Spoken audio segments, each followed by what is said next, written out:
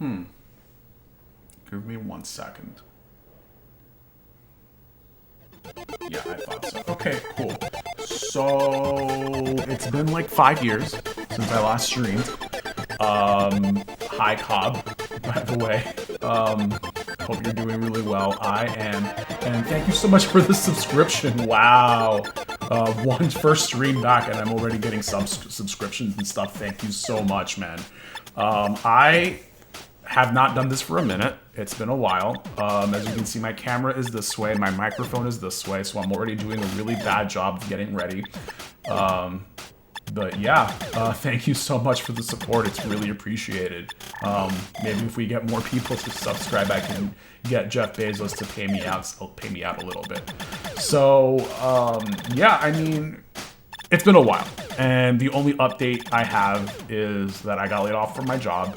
And it's not really like like seeking pity or anything. It's just the update. Like, the only reason I have time to even do something like this is because I have no job right now. But it's okay. I am getting unemployment. I am making content, so I'm just chilling, you know. And you know, the good thing is that like I now have the emotional time to do stuff like this. I don't know, you just work and then you get off and you don't really want to do anything. So that is... Are we doing enhanced video stuff? Yes. So yeah, like it still sucks, but it's like I'm doing okay. Like I'm not crying about it. Kind of like my job, kind of didn't like my job. It's kind of okay. It was like city budget cut stuff that was happening. So they had to like cut my job because like my job essentially was to request city funding, and a lot of it was cut. So they were like, well, you know, we can sort of do this without you. So, you know, you're out, but it's okay. Like, again, it's okay. I'm okay. It's okay. I'm doing all right. So, oh, I have automatic things for the RetroTINK-4K. Cool. That's interesting. I did not remember doing that. This must have been a while ago. So anyway, yeah, so I made a whole, like, part of the reason I'm doing this today is that I did a whole, revamp of my gaming setup. You know, right behind me this way is the controllers and stuff. That's still a little bit of a mess.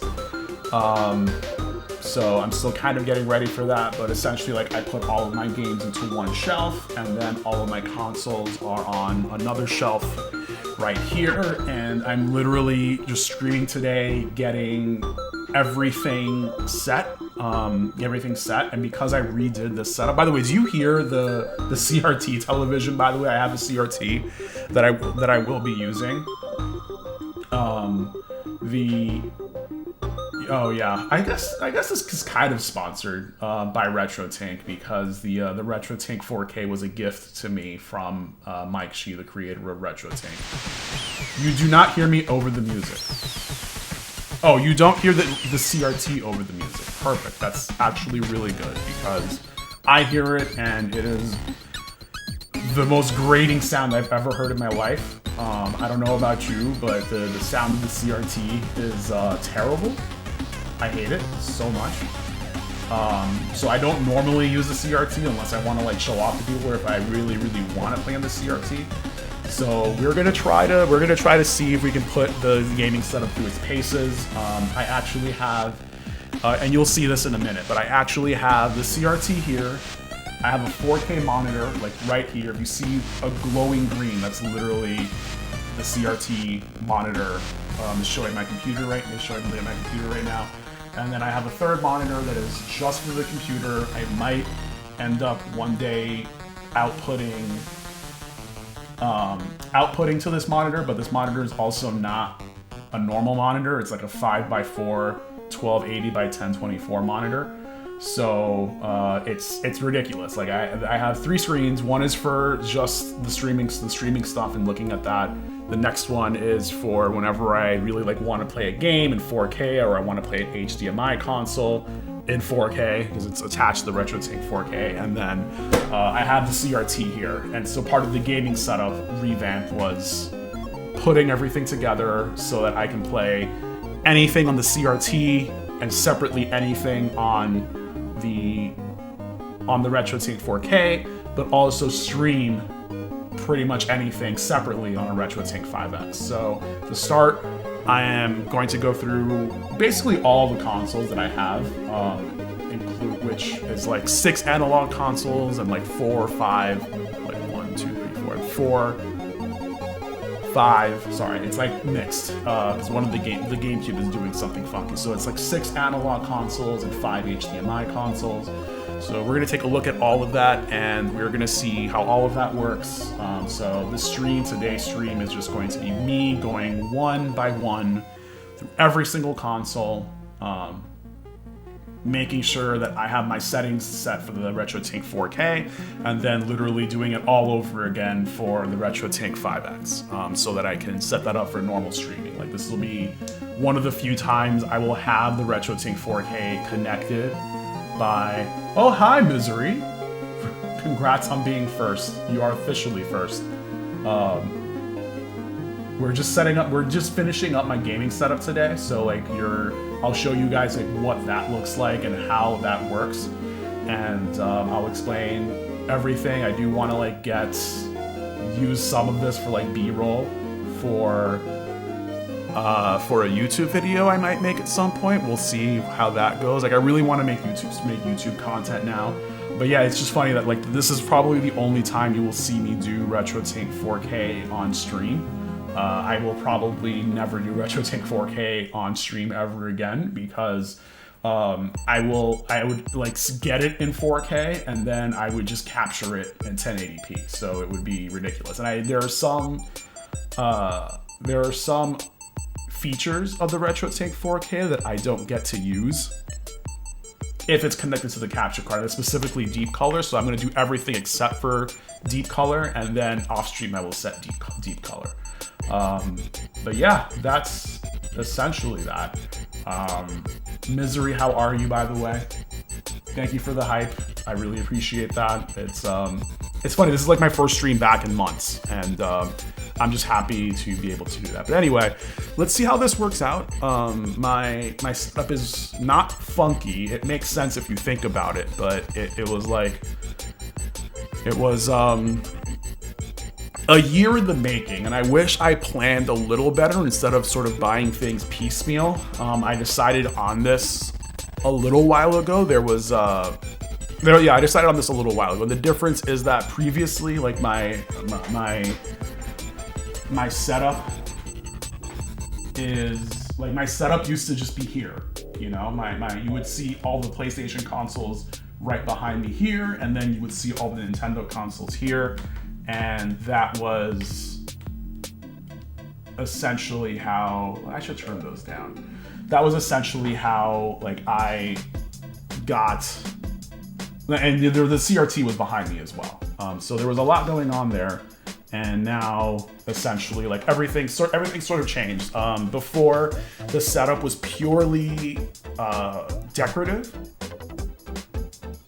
Yeah, the setup was purely decorative. Like, I would have to take down a console, plug it in, set a RetroTINK to like whatever it needed to be set to, and then set the RetroTINK to whatever it needs to be set to, and then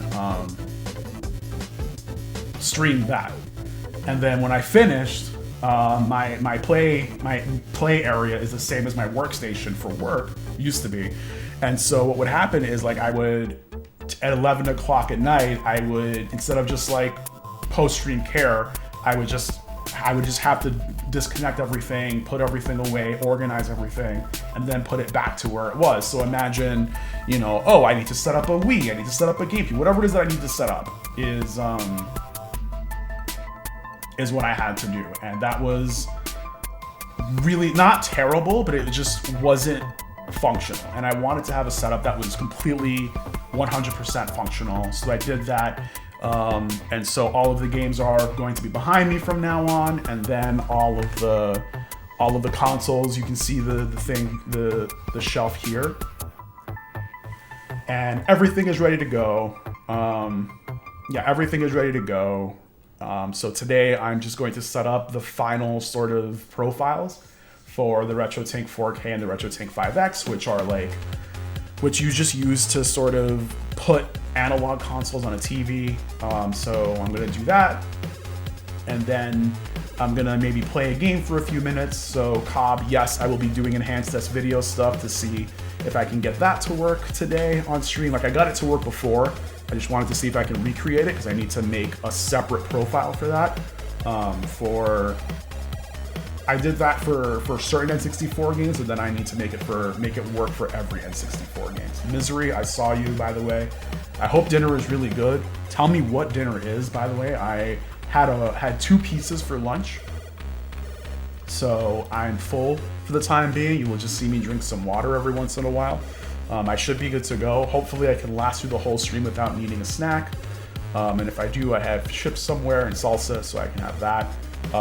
And really, like, the only thing left is for me to start setting things up. So before I do that, let's put this. I need to put the game screen on my monitor, full screen, so that I can see what I'm doing when I do work with it. You can see the game like right here.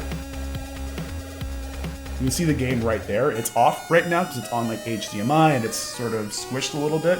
I will get to that in a second, but let's take a look at what the gaming setup looks like.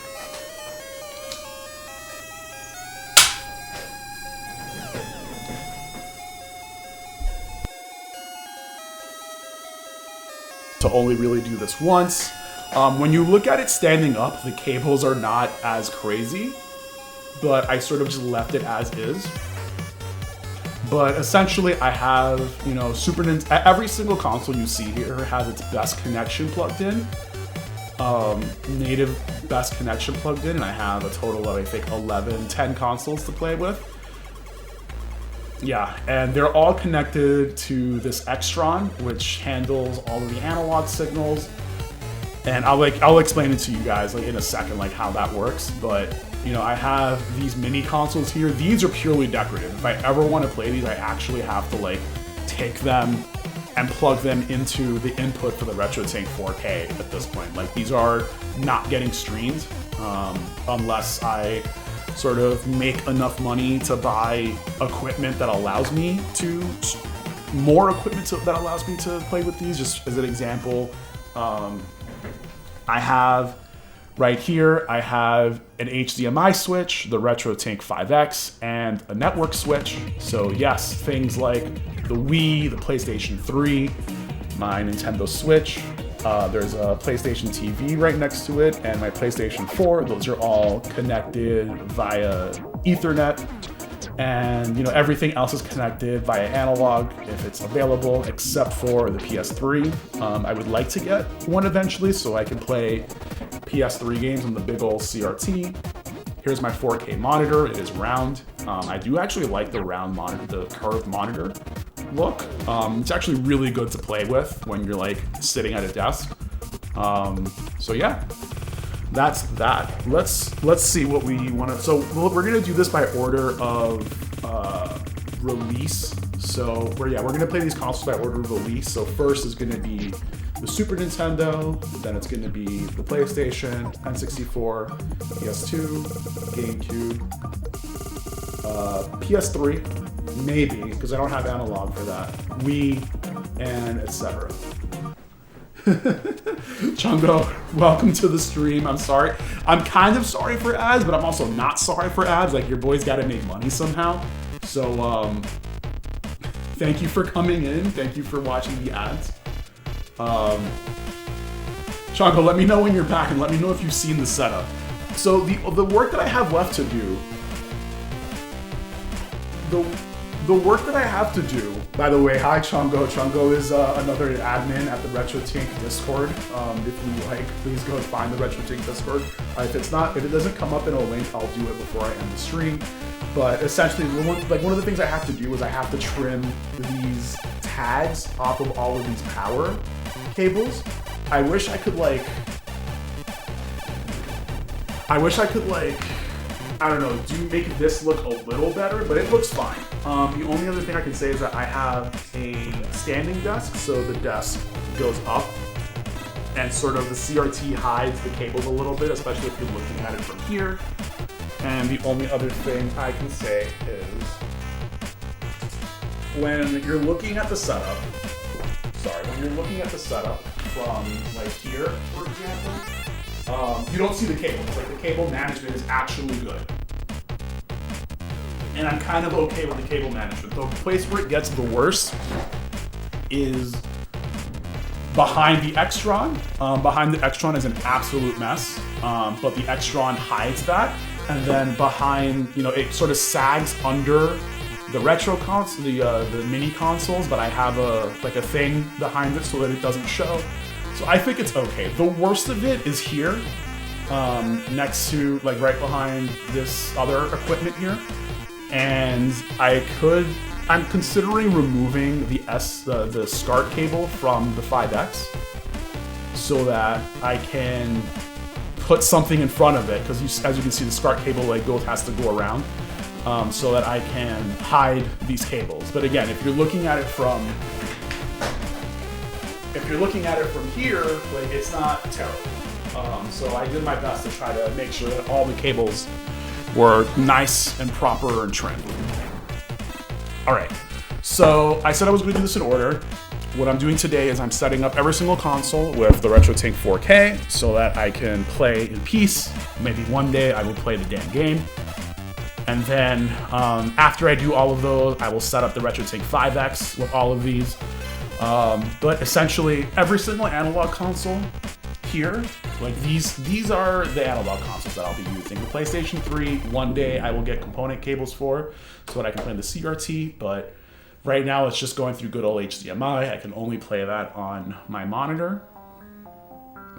So here is how this works. The Super Nintendo is on a SCART cable going to the Extron. Actually, both the Super Nintendo and the PlayStation are on SCART cables. Is 240p test suite a category on Twitch? Actually, let me find out. That's actually hilarious. I will complain to Twitch if that isn't the case. 240p. 240p test suite is not a category on Twitch. Hi, Flesh Ribbon. Sorry for the ad, but that's okay. Your boy needs to be paid. I will submit a request for 240p test suite for every single console that's available for. So yeah, the PlayStation and the Super Nintendo are SCART count consoles. They go to the Extron, and the Extron does two things. The Extron outputs SCART to the RetroTINK-5X, which is right next to it, and to the RetroTINK-4K, which is right next to my water and between my CRT and my monitor. And then it also outputs to an RGB to component converter from RetroTINK, also by Mike Shi. And that goes to the CRT. And that actually also goes to, that can actually go to the 5X as well as the 4K. Normally not necessary, especially because everything going to the 4K is through the VGA on the back. And yeah, and I have SCART already going to the 5X. I'm considering removing it because everything will end up going through component anyway. But that is that. The N64 goes S-Video, and the Extron outputs S-Video to the CRT, the RetroTINK-5X, and then it outputs S-Video into VGA to the RetroTINK-4K. And then the GameCube, PS2, and Wii output component to the Extron, which outputs component to the CRT, the RetroTINK 4K, and the RetroTINK-5X. So there are 6 inputs, I think. Yeah, there's 6 analog inputs and 5 analog outputs right now. Pretty sure it's 5. 1, 2, 3, 4, 5. It's 6 outputs, my fault. It's 6 outputs. So we're gonna go through all 6 of them, 6 consoles that output analog. We're gonna go one by one. So what we're gonna do is start up the Super Nintendo, and I've already set up the Extron. So, oh, Cobb, thank you so much for gifting a sub to Chungo. Again, the subs are really appreciated. Hopefully, I will be back I will be back on Twitch a little bit more often, but also I will be posting more videos to YouTube, so I really appreciate that. Hi, Disma. You hate that you're in work meetings? Oh no! If I'm still live later, I'll be back to cause a ruckus. I will definitely be live later. It's going to take me some time to get through everything, because I'm going to get through everything, and then I'm going to get through everything twice, just to make sure that everything is working. So, the other thing is that thankfully, these are only 2 power strips. There's a power strip to the left, and there's a power strip to the right. I wish my regrets with this setup before I start anything else is I wish I had the foresight to know that I was going to be using an Extron. And I also wish, and this is not a knock against Retro Access, this is just a wish, that, Retro Access did not have the issues that she had last year. Not only because the issues are terrible, but also Retro Access makes really good cables that work to going from a console, directly from a console to an Extron. Because the audio inputs and outputs for the Extron are the worst thing, one of the worst things I've ever put up with. And Retro Gaming Cables does make BNC cables, but they output BNC to they output from the console to RCA audio, and those RCA adapters, you can only have a certain number of them, and you can't populate all 16.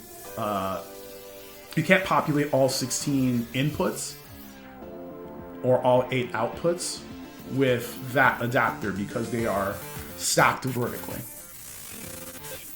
And the other thing is I wish I had power switches that individually turned on and off, because the way that this is set up, the Extron is on the right one, but everything else is on the left. So if I'm playing, the only console that I can play, there's only 2 consoles that I can play without turning on the right side, and that is the GameCube, which is HDMI and component, and the Nintendo Switch, which is just HDMI. So I can only play on the RetroTINK-4K with just the left side. I have to turn both on. If I had switches that could turn everything on and off individually, then that would work out really well for me, only because then I can say, oh, I want to play PlayStation. Just turn on the PlayStation, etc. All right. Those are going off way more often than I think they should. Let me see if I can fix that.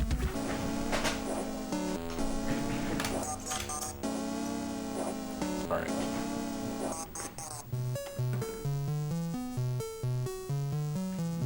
Let's find out if I can log into Stream Elements really quickly and slow down.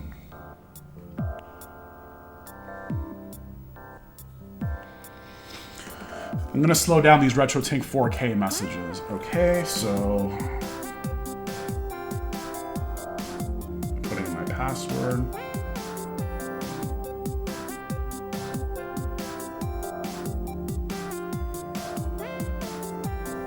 Of course.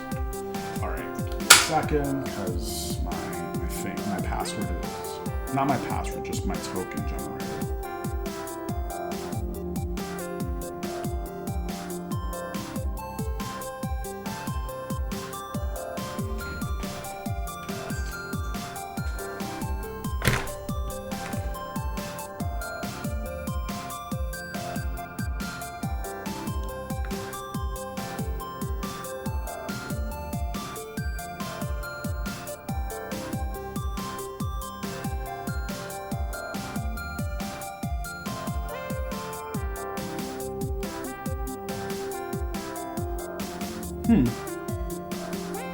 This timer's on 45 minutes and 30 minutes. That's so weird.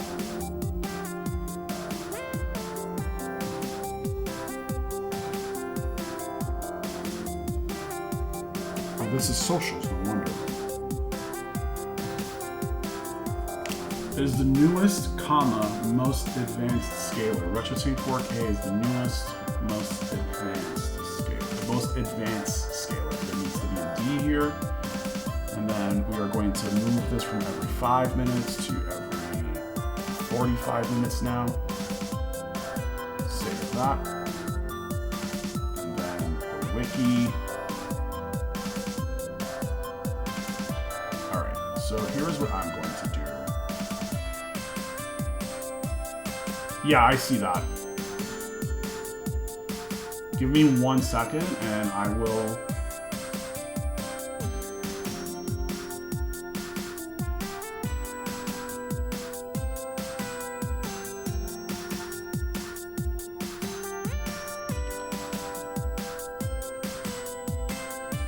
By the way, thank you, Chongo. I appreciate that.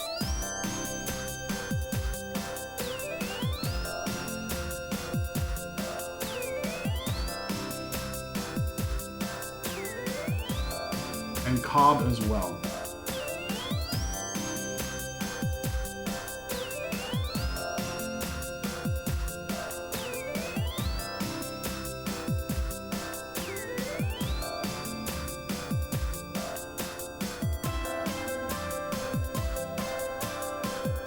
All right, that should be it.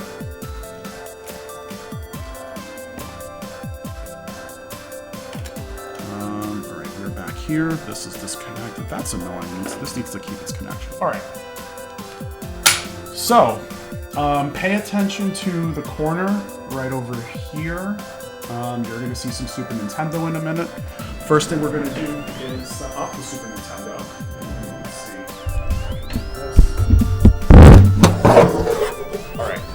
So, the Extron is already completely set up. And the only thing I need to do at this point is hit preset and then the console that I want to use. Right now, 1 is Super Nintendo, 2 is PlayStation, 3 is N64, 5 is GameCube, 7 is... Sorry. 5 should be PlayStation 2, 7 should be GameCube, and 9 is the Wii. I did that because of the way that the audio inputs are done.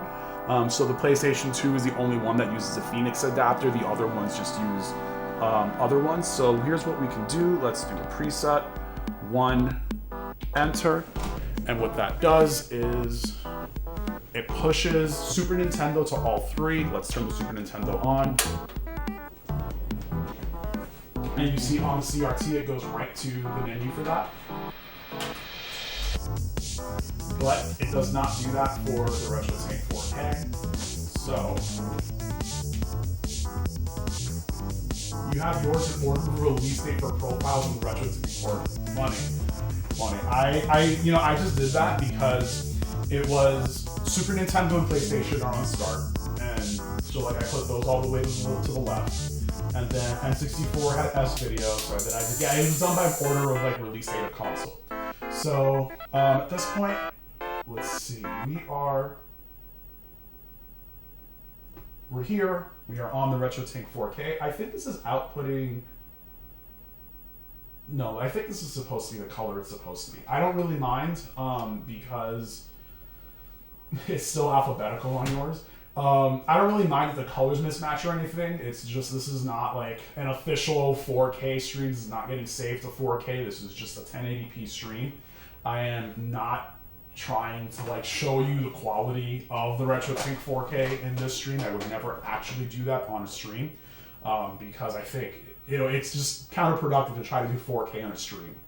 So that is just me. But yeah, this is like the start of it. Thank you for hanging out, guys. Thank you for being here. Silly me. Let me move my mic back. Okay, cool. We're here. You can see the Super Nintendo is here. And everything is wireless. Like, everything is wireless now. So I can just...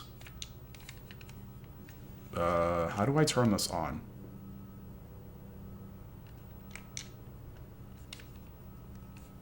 Okay, it's on. It's connected. You can see it moving around here. Everything is wireless. I have a ton of like Blue Retro and other things. So a lot of the videos that I want to make on YouTube this year are going to be like how I have my console set up. But how do you turn this on? The RetroTINK-4K is already on, and it is outputting to VGA. So it is currently on HDMI right now. So the first thing you need to do is move the water out of the way of the IR port, press input, and everything is going through the HD15 port here, or the HDMI port. So everything goes, all the analog consoles go through this. Let's start with RGBS. Here is the RetroTINK.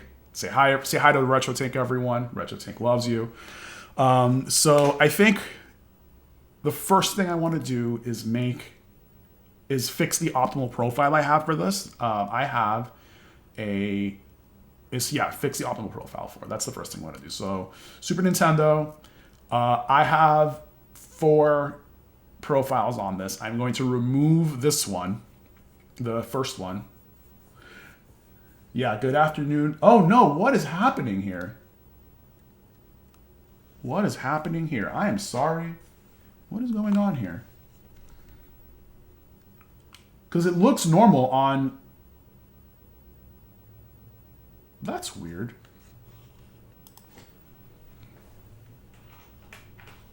That is really weird.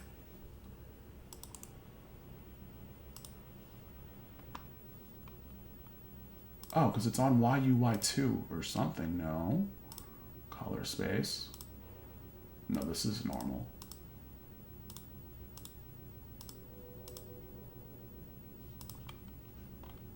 That is so weird. Whoa. What is going on?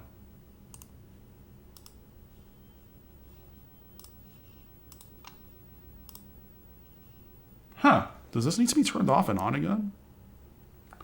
That was so weird, guys. You saw the weird colors, right? Oh no, that's just me. Am I in weird colors right now? Like, am I in weird colors right now? I had this going to the monitor, and suddenly everything looks messed up. Like, just tell me, does everything look messed up? Is it just me? I look fine. There's no, like, green right here. I look fine. Okay, so maybe... Well, this is my first time I'm streaming in a while, so, you know. Here's what I see. Here is what I see. And this is weird. Like, my colors are messed up and everything. Oh, this looks kind of normal, but still, like, yeah, like, this is what I see right now. Sorry, no, this is what I see right now. It's weird. I don't know. You said it looks normal?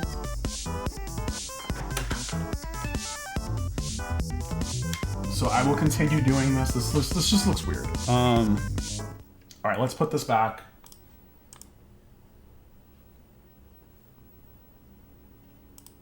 If you say it looks normal, then it looks normal.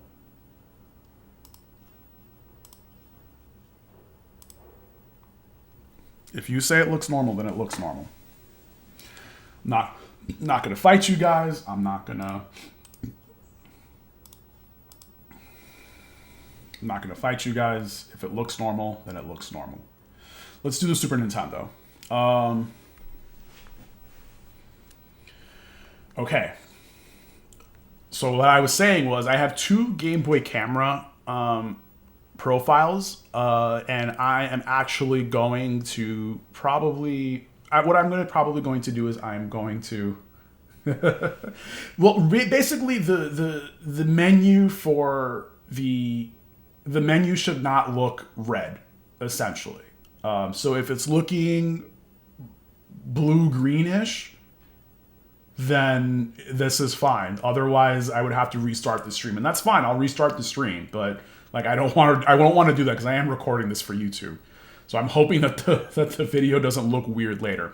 Anyway, I have 2 profiles for Game Boy Camera, and I also have a profile for Super Nintendo that does the automatic sample detection, and also one for Super Game Boy. So let's do this one first. This is the one that does the sample detection. Let's switch over. My favorite problem that comes up is that people switch to a profile and they're like, "Hey, I lost my input. What happened?" It's like, no, the profile tells you what input you need to use. So go ahead and switch to that. If I wanted to, it is, actually it only works on RGBS right now. It's only connected to that. The additive profiles, yeah. I will be getting to that at some point. So this particular profile is set to work for games that switch between 256 and 512. This is also 10 times scale on the RetroTINK, so I don't know if you can see that too well behind with all this text running around. So it's set for a 10 times scale. I could actually set this to 4:3 and set this to proportional, and it should look the same between them. So let's see how well this works. All right, so let's do this test. Proportional, 4:3 versus freeform, and they are, I don't know if you see this, this changes from 2926 to, no, I want this task this way, is to 2927. So like, honestly, it's one thing wrong. It's like 1 pixel off if you consider off the error between the two. So this is working out fine. This is great. And the menu for the FX Pack Pro is actually in 250 and 512. So we are almost done. I can go ahead and open up 240p Test Suite. And video is in 256. So I can do test patterns. I can do SMPTE color bars and just hit auto gain at this point. Auto gain is done, and auto gain is like pretty much done. This is a 1 chip, by the way. So if you are gonna ask why this is so sharp, we have to play the best game. We're gonna be playing this game a lot today, guys. It's really sad that this is the Firebrand X profile. Okay, so the video portion of this is done. I have my samples per line set. I have my ADC set. I have everything set for this. The only thing I do not have set is the audio. So let's do that, because for whatever reason, whatever adapter I was using, either the adapter or the RetroTINK, it does not really matter for me, did not pass the left channel to the RetroTINK-4K. So I just took the audio cables and literally just connected them to the rear RCA cable. So all I need to do is input override RCA, and we are done. So this automatically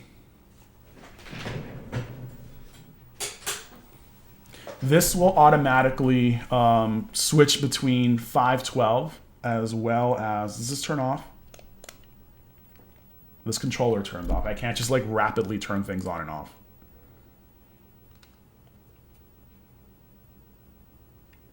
Well,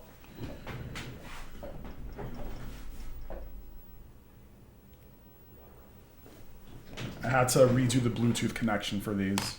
Is this gonna connect or not?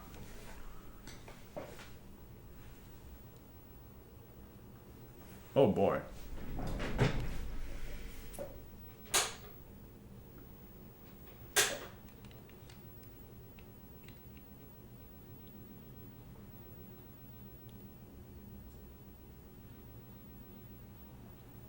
All right, cool. Now it did it. The only game, I'm connected now. So the only game that I know that switches between 512 that I know well off the top of my head. That switches between 512 and 256 is Secret of Mana. So let's see how well this works. I can already hear the audio myself, so that's great. Bluetooth works when you're alone, but not when you're trying to show someone something or stream. It's a feature, not a bug. This is true. Oh, you're probably hearing it on this, but you're also hearing it on the yeah, you're hearing it on the TV. If it's probably going through the mic. Thank you, Regent, for the follow. Can we mute this? Where is the mute button? The mute button's right here.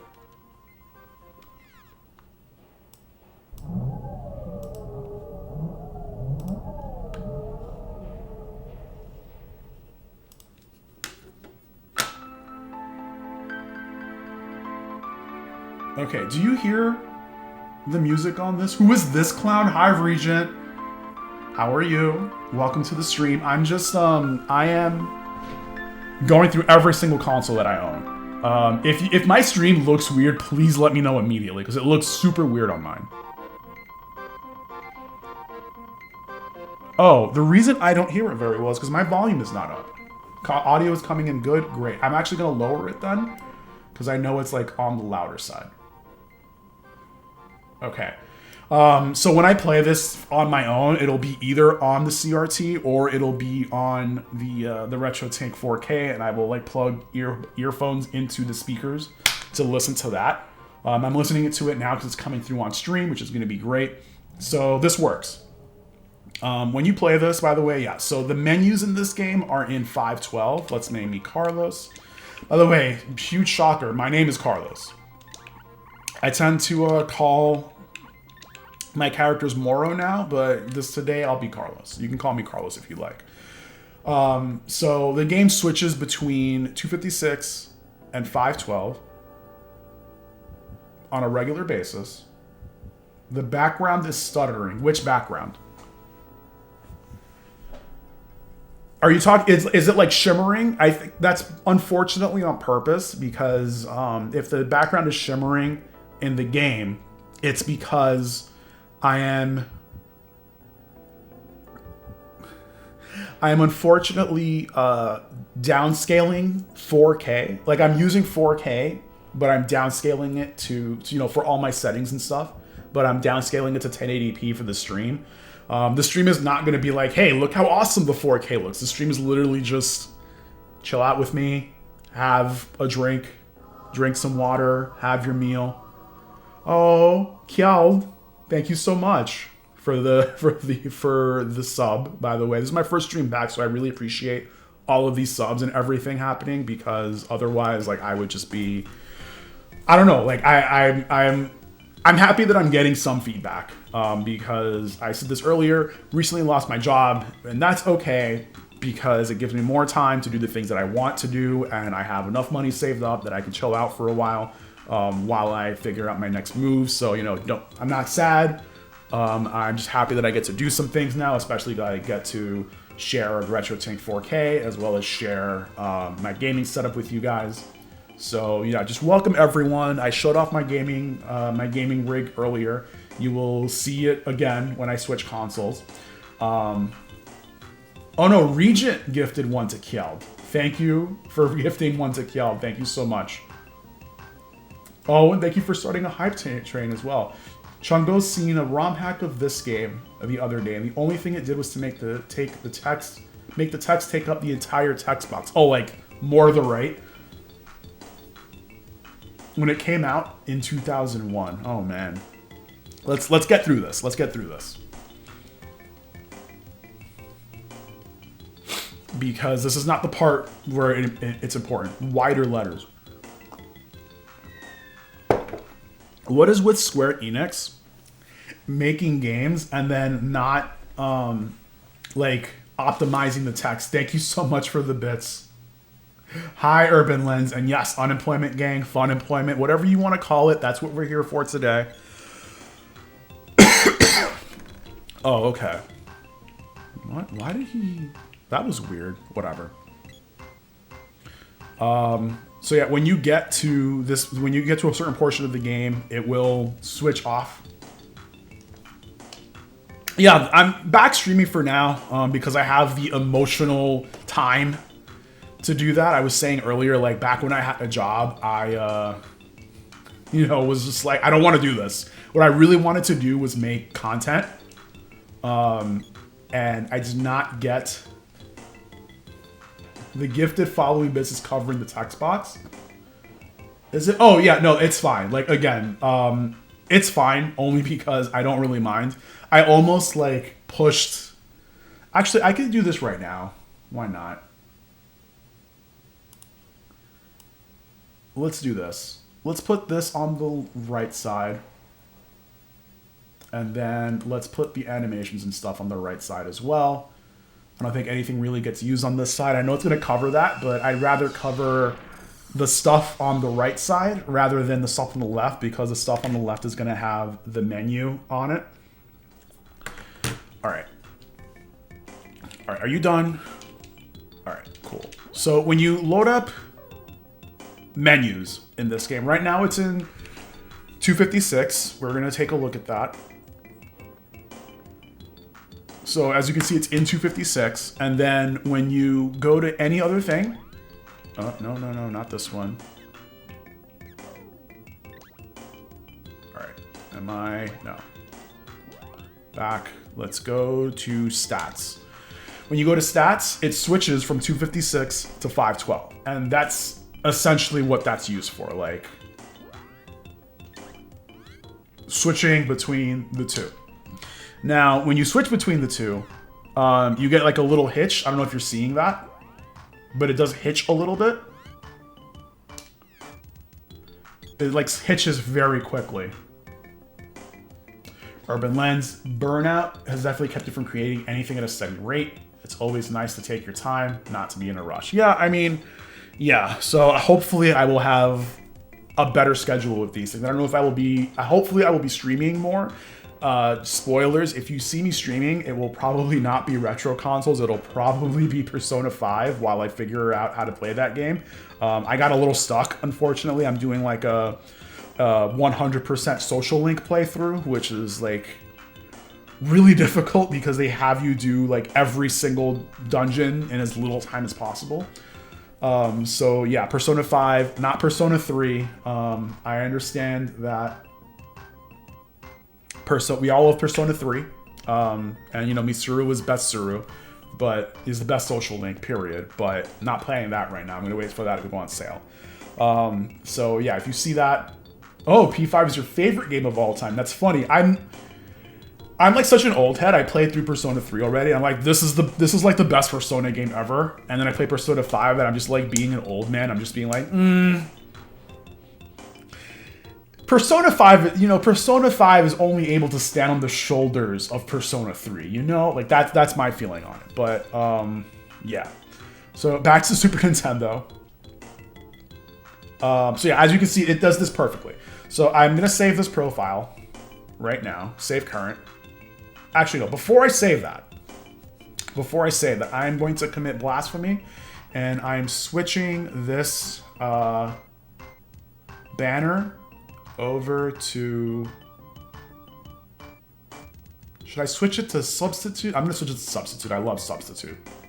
All right, now we're going to save. All right. So one profile that I personally do not have for Super Nintendo is... Actually, let's do the Super Game Boy one. Let's do the Super Game Boy one. Are the secrets of mana ever uncovered? That's a good question. I don't think so.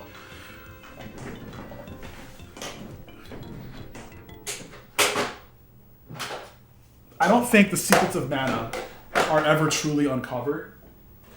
Here, let's take the... I'm putting in the Super Game Boy now.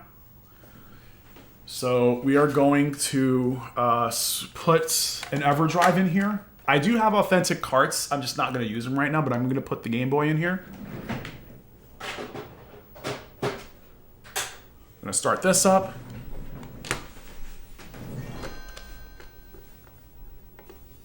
Is this going to connect? It's connected perfectly.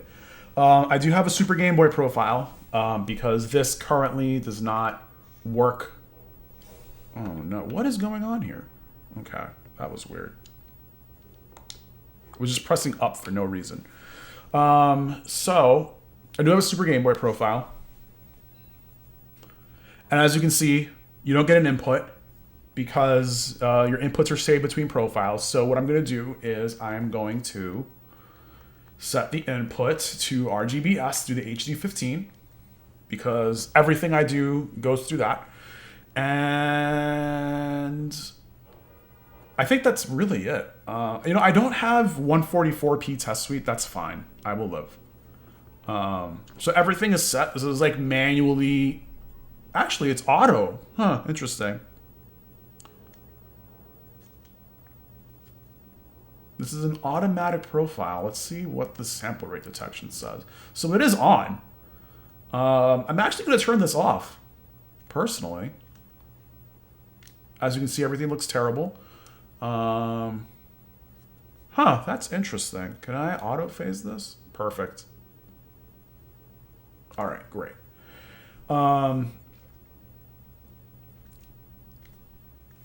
And let's load up. The game I like to use most is Pokemon Yellow. So let's do that. Pokemon Yellow. There you go. I love Bluetooth when it works too. And I honestly cannot use this. I don't think I can use any of these with a cable anymore. Only because it's just too far.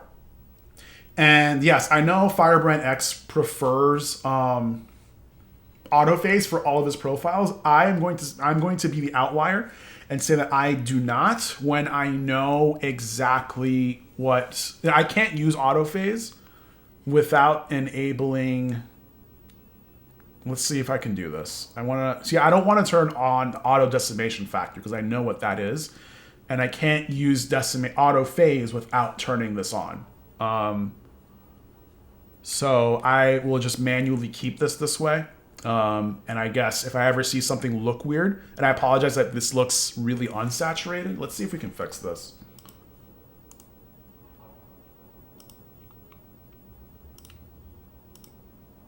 Okay, that's better. Whatever. This is as good as it's going to get for today in regards to capture. So actually, you know why it looks so overblown? Because it is literally because Firebrand X did auto gain. Did auto gain for a one chip Super Nintendo with HD Retrovision cables on dark, or his is like corrected or something. So I'm going to pretend that there is white here. Oh, that's the phase I did. That's fine. I'm going to run auto gain.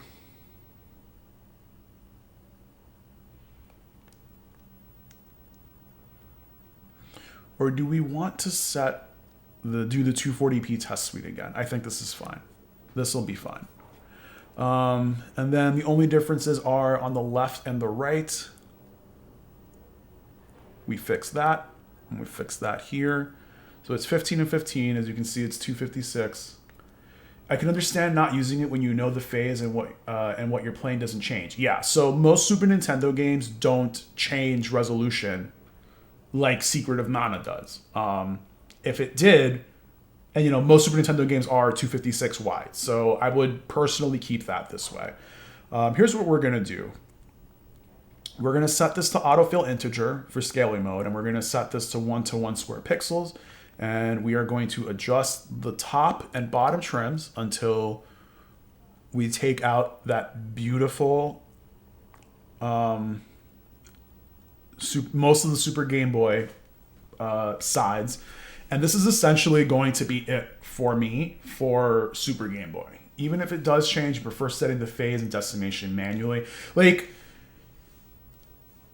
I would only, for Super Nintendo personally, and I know that I probably wrote this differently. I probably said use the automatic sampling detection first, and then if you want, do the manual ones as separate profiles. But personally, I am probably going to use the 256 manual profile for everything, and then only use the one that switches between them for games like Secret of Mana, where it actually switches between them. I might actually make a third 512 profile, but I will get there at some point. So this is it for me. Like, the Game Boy is on a square. Can I fly? I cannot fly. All right. This is from a very not cursed, but it was just a weird playthrough earlier that I was doing early in 2023. I wanted to play Pokemon Stadium at one point and like go through the Pokemon Stadium with certain Pokemon that I caught. And my whole thing was going to be, I really wanted to go through Pika Cup or whatever the little cup is for like Pokemon that are level 15 through level 20 with like Rhydon. Yeah, like just with like a Rhydon or something. Like something ridiculous. Something that you can catch at levels that you should not be able to catch them on. You could probably do it with the Dratini as well. Like, there was a whole thing. And I wanted it to be ridiculous. So I will get there. What else needs to be done? So I've set the video. Next thing I need to do is set the audio. That's the SDP decoder. I'm not using that. You should be able to hear the Pokemon game now. So let's go back. And let's change this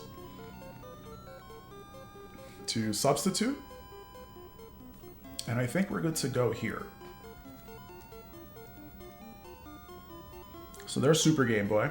And now, let's see what else is left. Game Boy Camera. Should I do Game Boy Camera now? I'll do Game Boy Camera now. And then I need to do one more. So let's turn the Super Nintendo off.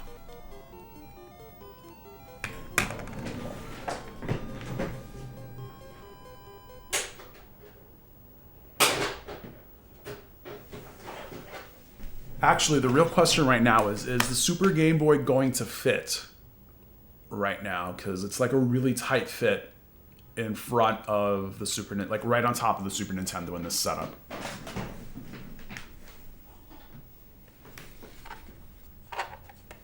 Oh.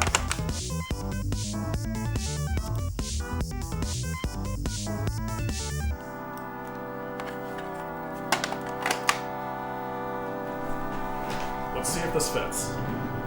You know what the funny thing is? I tested Super Game Boy. I tested Super Game Boy with the height of the shelf, but I did not test a Super Game Boy with a Game Boy camera, which is ridiculous, but I've done it. And it doesn't fit. So I will be testing Super Game Boy with the Game Boy camera later off stream. Sorry, guys.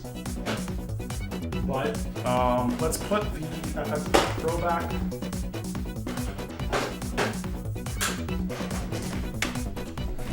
And we are going to load up the default profile and then switch inputs, because we're just going to create a new profile from scratch.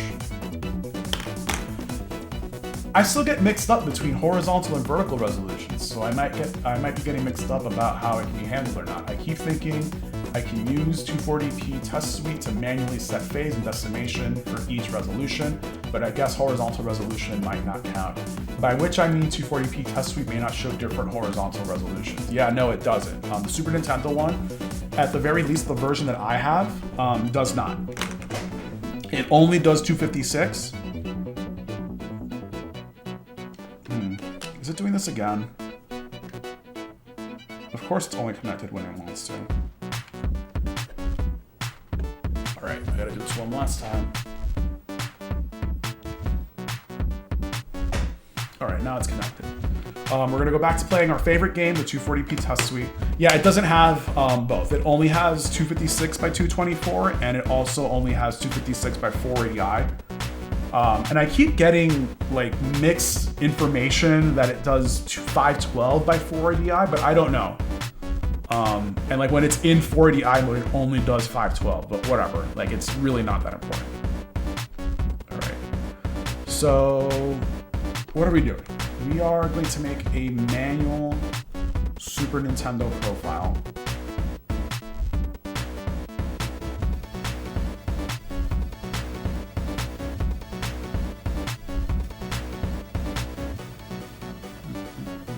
Oh, you guys got to tell me when I'm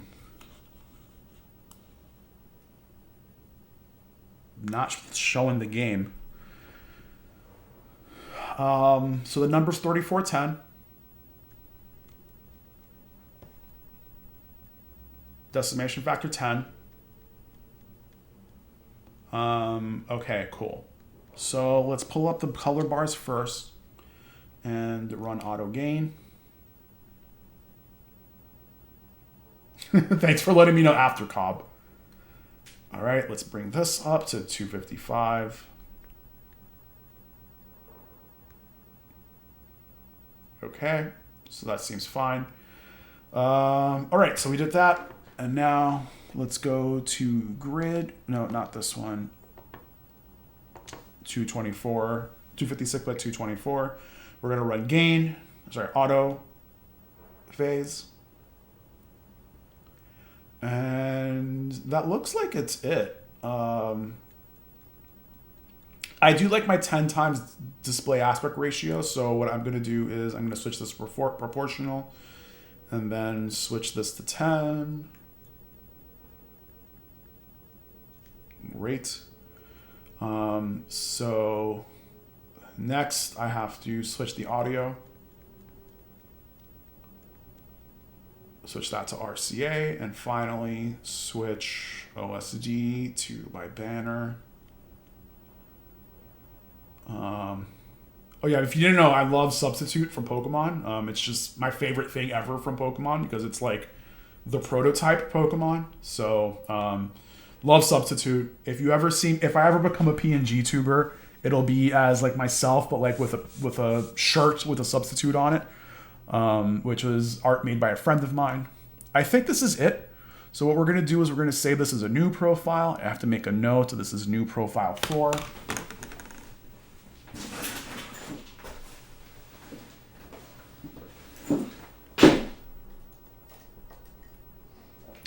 Is the lack of 512 on Super Nintendo something that we should mention to Artemio? Probably. I think that's definitely something that should be mentioned. Like, hey, Super Nintendo has a 512 mode. Please add that. I don't know if that is a... is this just still coming up too soon? Like too often? Oh, because I never fixed this.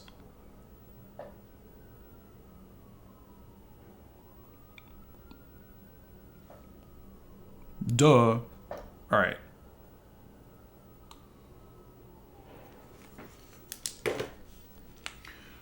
So which one is this for room profile 4?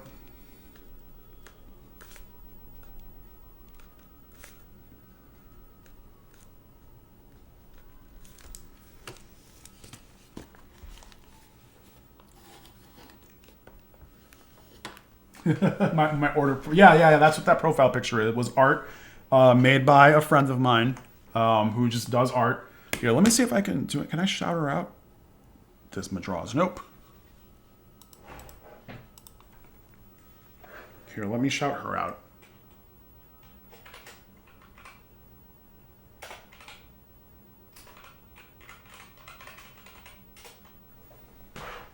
There you go.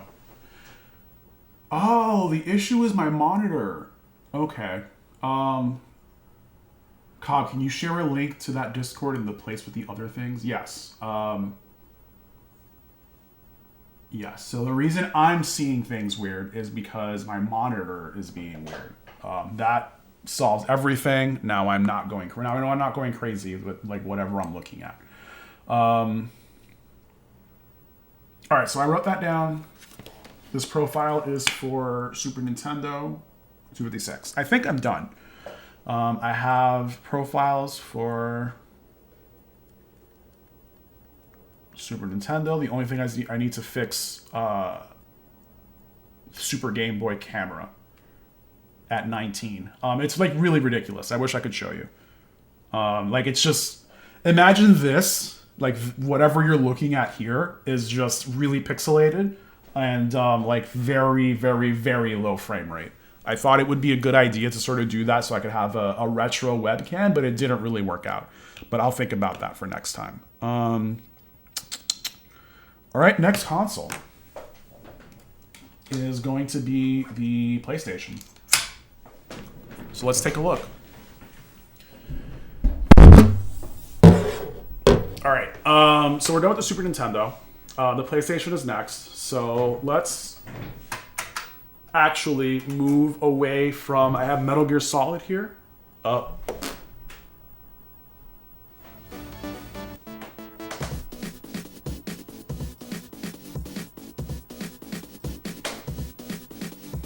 we go. I have Metal Gear Solid. So let's actually go find another game.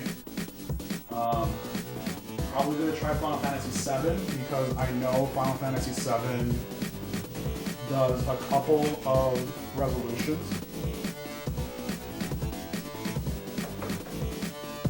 I know for sure that Final Fantasy VII switches between 320 for gameplay and 384 for menus. So let's turn that one on. And then on the Extron, let's load up preset 2. And there you go. It is on. Let's also hope that this works because my PlayStation 2 and my PS1 is not doing too well. Oh, it works great. All right.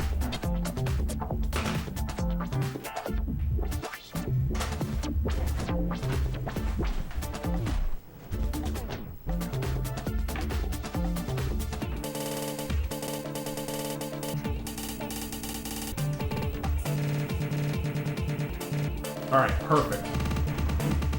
Is this going to play or not?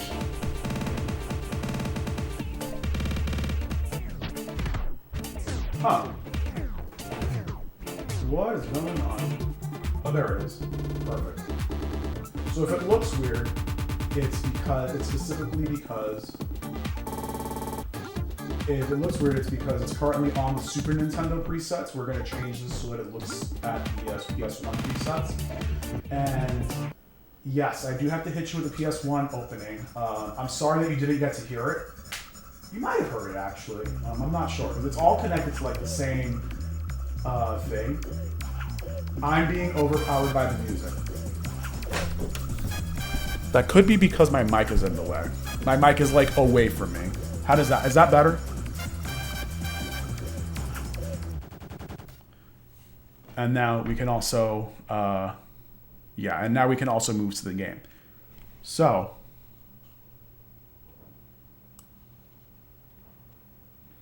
let's talk about the PS1. The PS1, Chungo's PS1 has good days and bad days. You have no idea what causes either. And Cobb has been lucky since you bought the PS1 modded, and it's been rock solid. So, this PS1 I bought earlier last year, around May, I think. And it works okay when you completely power it off, don't play with it for a day, and then play one game for the rest of the day. I think it is probably a, what is it? Not a diode, a capacitor in the disk assembly or the disk reading assembly that causes the laser to take a very long time to warm up to get to where it needs to be to work. And my PS2 has the same exact problem. So, like, I am personally waiting for the M station, which is the M station is the solderless optical disc emulator for the PS1 that lets you like play any game you want to. It just replaces the disc tray. And I am waiting for a solderless version. I do not want to solder. I never want to solder ever again. I have a very sad story regarding regarding one of my fight sticks with a soldering iron. Yeah, like just no pin lifting, no soldering. I just want to plug a thing into the disc tray. Like, I'm not afraid of opening up a console. I did it for this PS1 to like unstick the eject tray button. I did not want to do it with anything else. Like, I really did not want to do anything else to it except put an end station in. I don't know if you see this, but if you go to my YouTube channel, Mr. Mortal Plays, there is a video of me modding 2 GameCubes with the Blue Retro adapter as well as the GC loader, and that went off without a hitch. Like, I really had no issues with it, and it was very easy, and I love that. I'm at the point in my life where I am willing to spend money on solutions that are simple and reversible that I can handle. So I don't want to say money is no object, but I do want to say that I prefer putting my money towards things that make my life easier, or make my life, easier is the word. For example, I got the Xtron because I did not want to mod any of my consoles' video output, but I do want to make sure that they're all hooked up at once, and the Xtron was the best solution for me. And my only regret, I mentioned this earlier in the stream, that, my regrets for setting this up is only that I hodgepodge together a bunch of different just a bunch of different cables to work with the Xtron, like cables into adapters and stuff, when I really should have just bought the cables from Retro Access. And it's a give and take, because last year we all know that Retro Access had some problems. So, getting those cables was not going to be easy. So, I did what I could to get the cables that I needed, but I think if anyone else is going to have a setup like mine, I would just tell them, get these cables from Retro Access if you're going to use an Xtron, because it just takes care of what you need. Like, it really just makes your life easy. What was I going to say? So, the PlayStation that I have,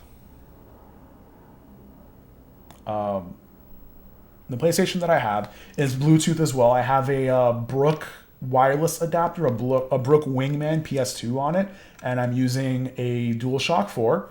I have one DualShock 4 that is literally labeled Float. I don't know if you see that sticker. It says Float on it. And this is literally the controller that I use for anything that isn't the Nintendo Switch at this point. I know that I just used the Super Nintendo controller for the Super Nintendo. I literally just did that to show off. I've normally played on my PS4 controller, because I just think it's just comfortable. It is just comfortable, and it's the exact same controller. It just has the things to hang on to, the prongs to hang on to. So because this PS1 can only really play one game at a time, I'm going to use Final Fantasy VII. Let's see if I have a save in here or not. I do not. Okay, that's fine. Let's load this up. Let's load up the PS1 display aspect ratio profile, and this is probably by Firebrand X. And load up RGBS. You've been using the DualSense with the Brook, and it works great after updating. I need to upgrade everything. And I have an extra DualSense behind me. So I might switch to that, because it's also lower latency.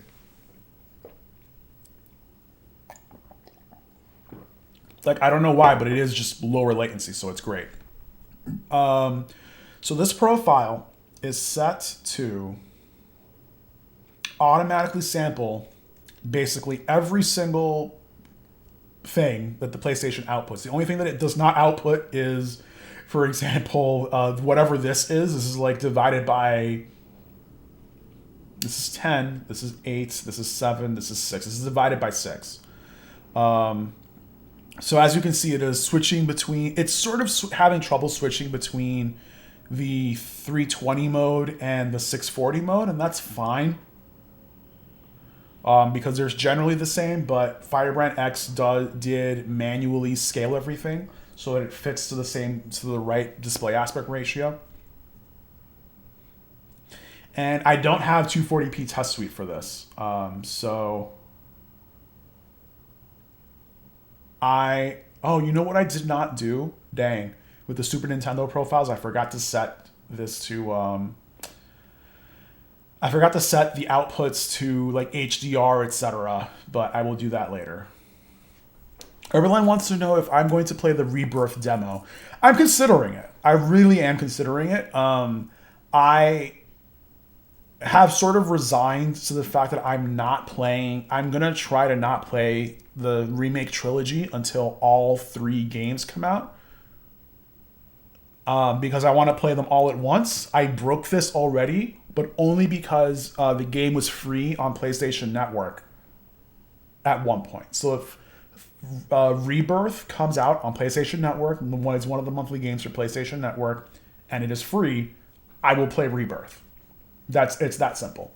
I might play the demo. I'm probably not going to play the demo anytime soon.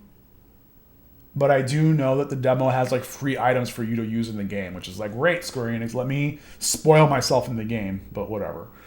Cobb has 2 PS2 Wingmans and using DualShock 4s with both of them, one for PS1 and one for PS2.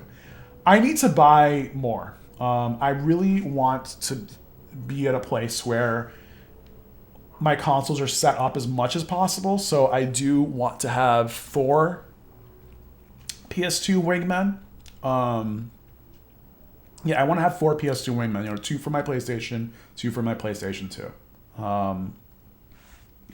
So that I don't have to worry about moving the dongle around. But I will have to do that today, and that's fine. This Urban Lens, the 7 remake is going to be a trilogy. It's 3 games. So this, and I already know enough about this game, the Rebirth, that I don't want to continue playing it for the time being. But that's like, I'll wait. I can wait. I will live. And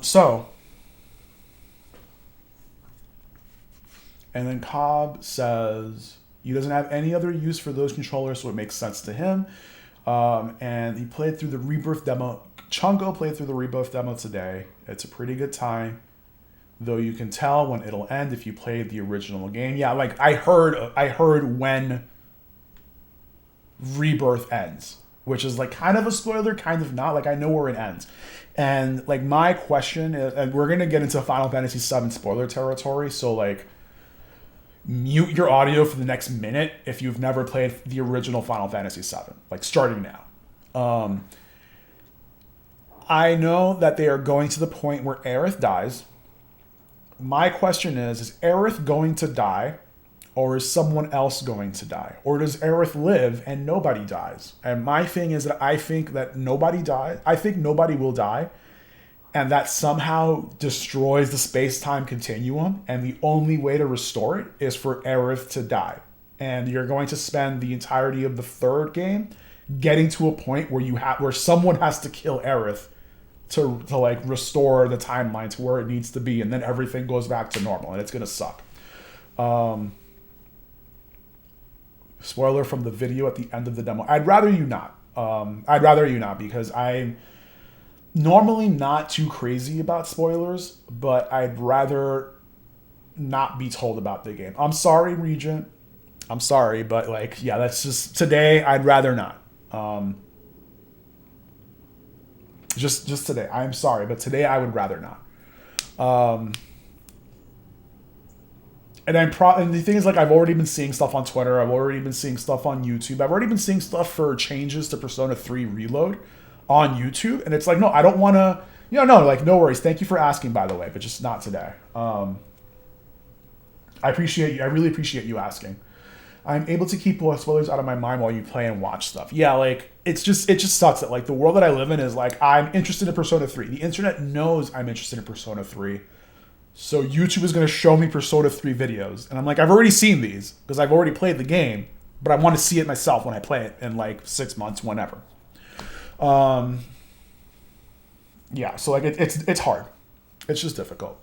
Sample rate detection, here we go. So this automatically switches between 320 and 384. And that's all I need. I just need this to switch between 380 and 384. This actually does not look as, let me see what the samples per line is. 3413. Is that the sample rate for PlayStation? Let's check the wiki.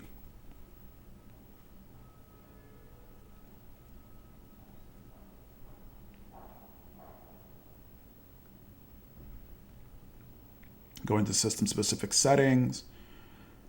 Oh, did I do this for? No, I did not. This was in the auto sample detection.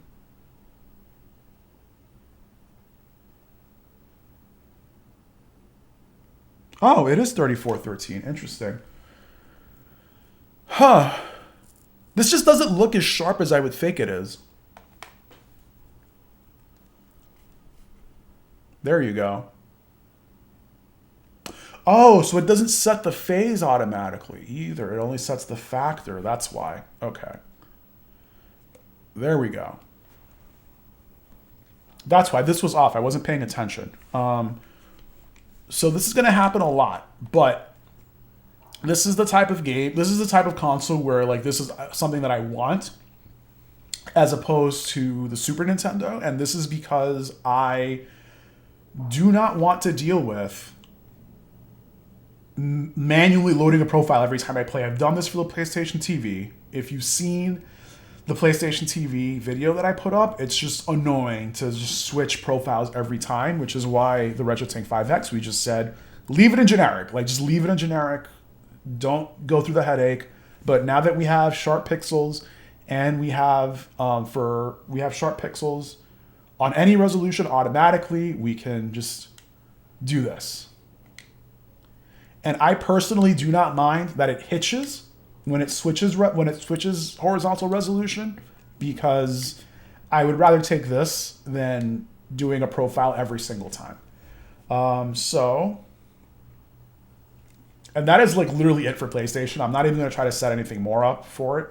Thank you, Firebrand X, for making a profile. So let's switch this to my favorite banner of all time. And then let's switch the audio input to RCA. Yeah, you should be able to hear that now. And I think we can finally just save this profile. Literally don't need to do anything else at this point. You know what I will do, actually? Fuck it. I'm not gonna turn on, no, don't turn on deep color. This doesn't work through the capture card, unfortunately. So I have to set this back.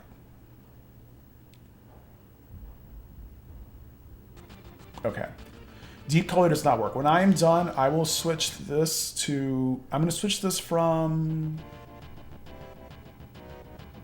I'm gonna keep frame lock.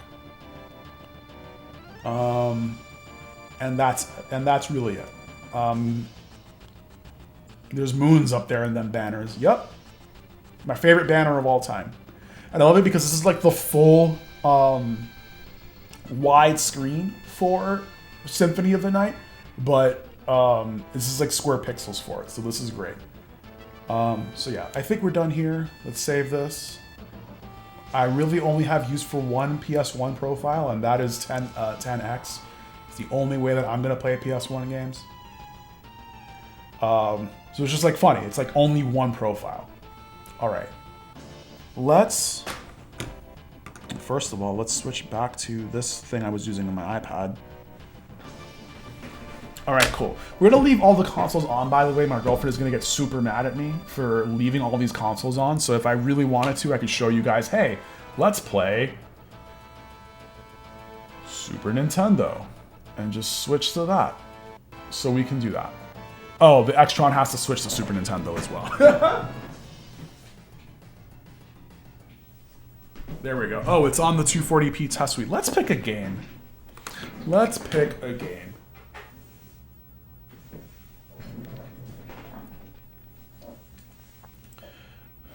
I'm going to do Yoshi's Island. Because I love Yoshi's Island. All right. Third console we're going to do is the N64. So let's do that.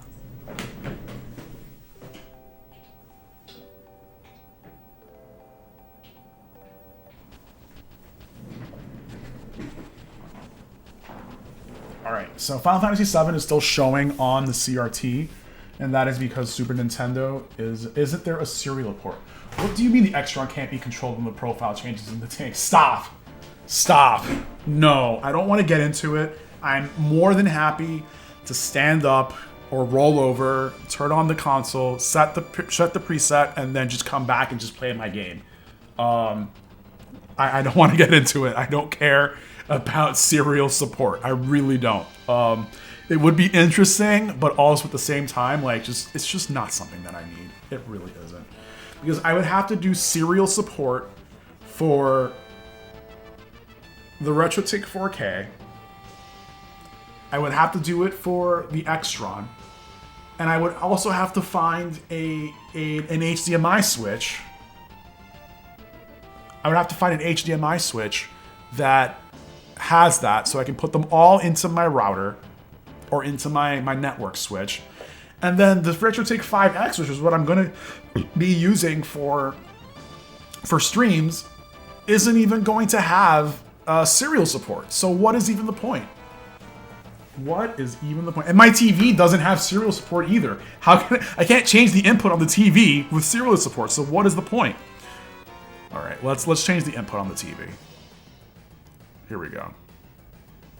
My N64 is not on. That might explain a lot.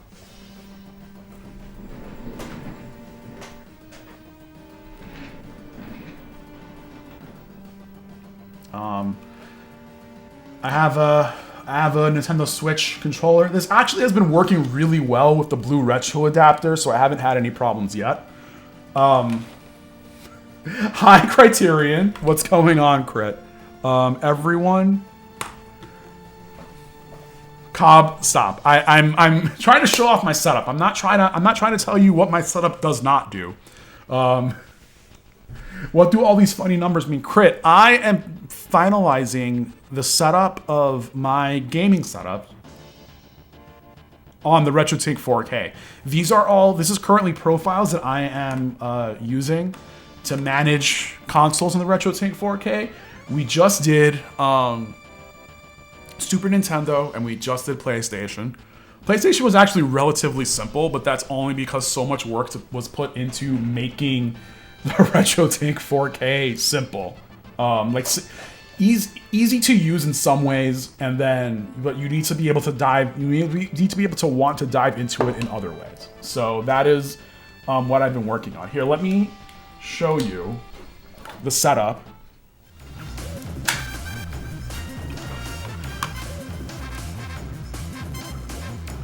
Here's my CRT, by the way. Here's the monitor that I play video games on, and this is the infinite monitor of whatever this is. This is the monitor that I stream from. I can push content to this if I really wanted to, but I need to do some more cable work to get it really nice over here. So here's my setup.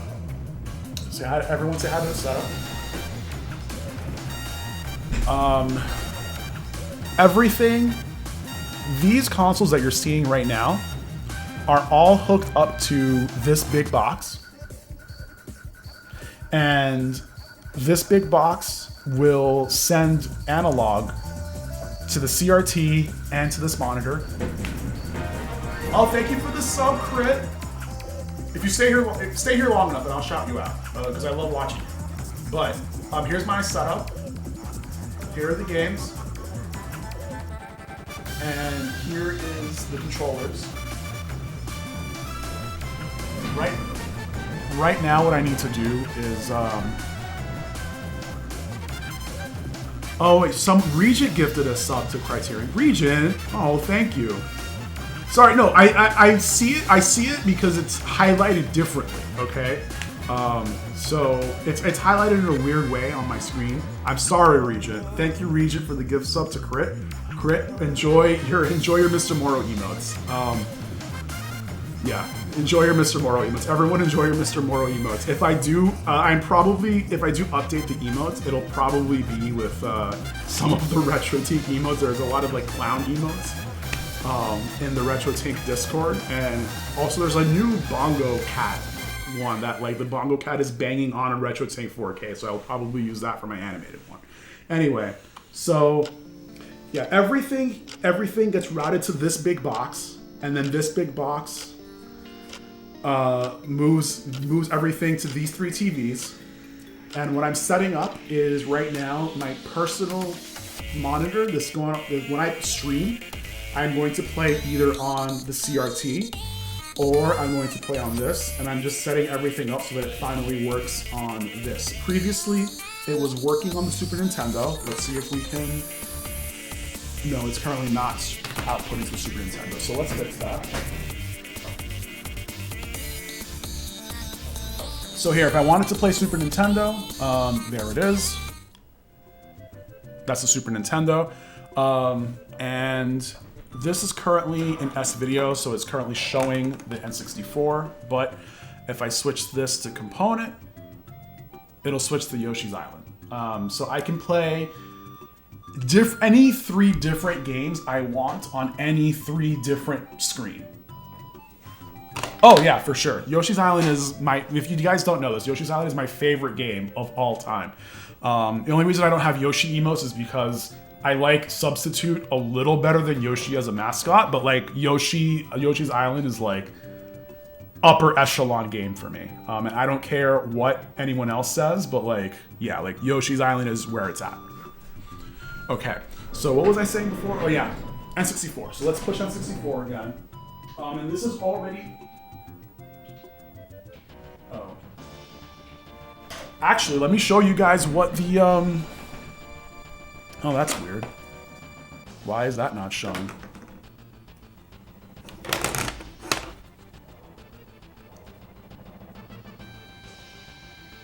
I wonder why... this isn't showing. That's weird. It's probably not showing PlayStation, that's why. There we go. So yeah, the Extron is currently set to output the same game to the CRT, the monitor, and the stream at the same time. And so the only thing I need to do is set a preset on the Extron and it'll push whatever I want to all three. I can set it so that it shows different things on each screen. It's a little bit more involved, but it's not difficult, but I did have to write a whole manual for it. So I'm getting there. Like I'm getting into writing a manual for myself. And if anyone is into like thinking about using the manual, using this setup ever, then they can read the manual and try to not be confused. So here's the thing about the RetroTINK-4K. The RetroTINK-4K is made because, not made for a specific reason, but one of the reasons I like using the RetroTINK-4K is that it makes it relatively simple to get the most out of all your consoles. So just as an example, so PlayStation, for whatever reason, sorry, one second, let me take a look at something. I should increase this because this is not right.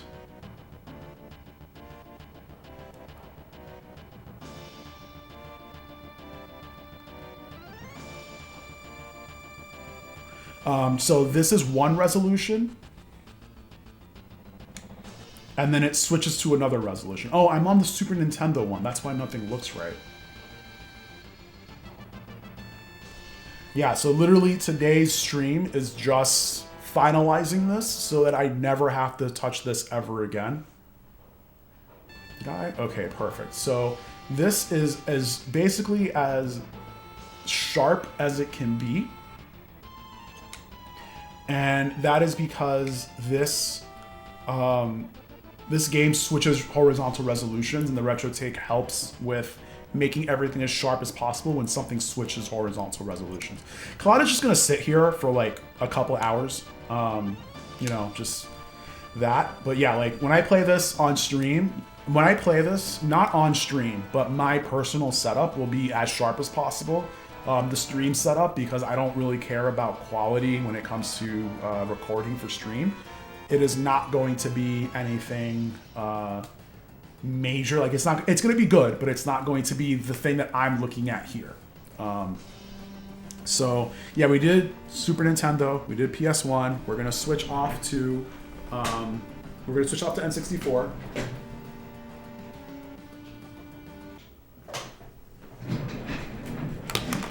And let's switch to component here. All right, switch to S video on the CRT, and then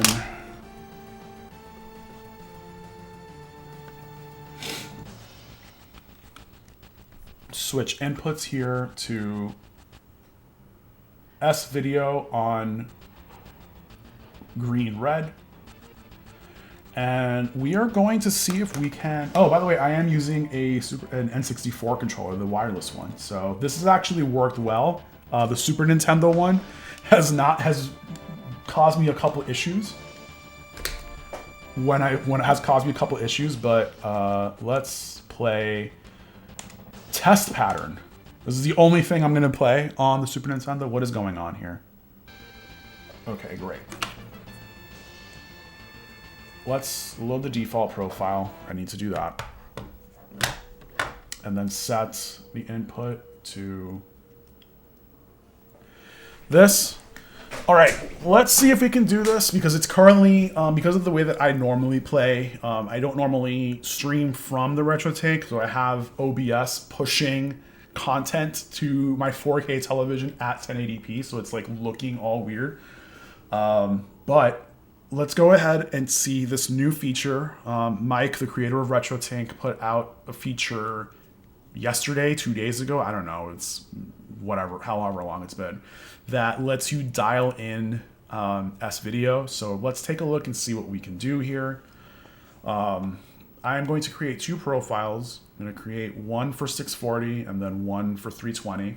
And these numbers, if you don't know these numbers, don't worry about it. It's just, you need to know these. You don't need to know these numbers, because profiles will be made and you can just load a profile that have these numbers on it.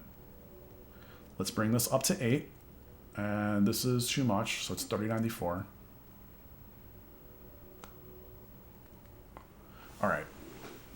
And now that we have this, let us. So this has white on it. And yes, these are NTSC numbers as well. So I don't know what PAL is. I don't recognize PAL. Mike likes to upload them late at night. So for you, it was yesterday at like 1 a.m. Yeah. So I don't know what PAL is. If you tell me that you're from Europe and you play European games, I'm just going to laugh at you. Just because, like, you know, sorry, but you're going to have to deal with that. Okay, cool. So these are the two things I did for myself here. Let us go to, I'm not going to do phase yet. Yeah, well, you don't play PAL games. You are superior in almost every way. I'm going to hit the SDP decoder, and I am going to, what I'm trying to do is make this as sharp as possible. So when I played around with things, what I did was I increased CTIE to 3, which helped make things sharp. And then I fucked around a little bit. I switched this over to blue only. And this is like enhanced shit that you're getting right now. So like, this is me fucking around. This is not correct, but whatever. I don't really care. This is how I got it to look really nice and sharp.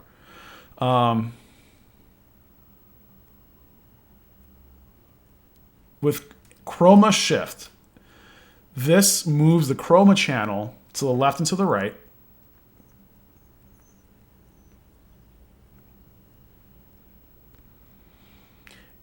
So that to be fair, you only play PAL games if they're exclusive. Yeah, like, okay, like I'm joking around a little bit. Like, if you play PAL, that's great. Wobbly pixels will probably make profiles that work for both NTSC and PAL, and that's great. But I know I'm NTSC, so I'm probably only going to use NTSC profiles, and I'd like to just, you know, get rid of the middleman on the way down. But what I'm really looking at right now is there are some bars. So as you can see, there are bars that have, when I have chroma shift down to 0, you can see that like the color is shifted too much to the left or to the right. So I'm shifting the chroma enough so that it stops doing that, or it mitigates it for as many colors as possible. So I'm using the color bars for this, in blue only. Now, when I bring it back, I see currently it's at 12. If you look at the one between the green and the pink, or green and magenta, you can mitigate the amount of green and magenta sort of shift into each other. And I think that's pretty much it. Like, this takes care of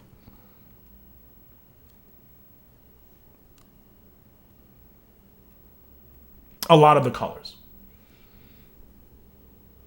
And I dropped the F-bomb, F in chat. The F in chat is actually, here, let me shout out Criterion. I love watching Criterion. Criterion is currently a variety streamer who also sometimes plays retro content on like new consoles and stuff. And so the F in chat was specifically for Criterion, because Criterion does not like it when we type F in chat, because he thinks that his stream has failed. Hey Doughboy, what's going on? How are you today? So yeah, Crit does not like F's in chat when the stream fails. So I created this F emote just so that I could throw that at him when he like dies at a game. So yeah, thank you for using the Mr. Moro cry. Like specifically for that, I was just like, I'm gonna use my emote slot just for this. And I have used it for other streams as well, but it like stresses him out because he thinks the stream fails when that happens. Actually, you know what's funny? It's been 2 hours. My stream has not gone down yet, so fingers crossed that we can continue doing this. Doughboy, welcome to the stream. I put my gaming setup together. All my consoles are ready to go at any time. I just need to finish making this. Need to put the finishing touches on this. I'm lucky it's a great email. Listen, the substitute was like the most inspired thing about this channel. I don't know, like the most inspired part about this channel was the substitute. If I could brand around the substitute more, I definitely would.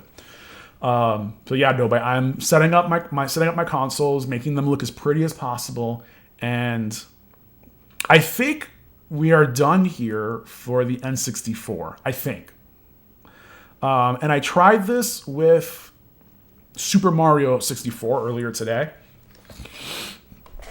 to get really sharp video.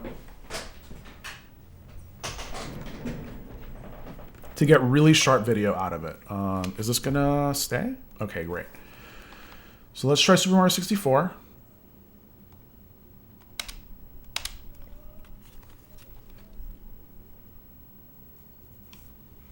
Do the gain and balance settings still work on enhanced video mode? So, when I tried it earlier, chroma and phase did not do anything. And that is like I don't know how else to put it. Chroma and phase did not work. They did not do anything. Hey, Perfect Sword, welcome. I'm playing on the RetroTINK-4K. I'm sorry that you don't have yours yet. Hopefully you'll get yours at some point. But I'm essentially just setting up my consoles to work on everything.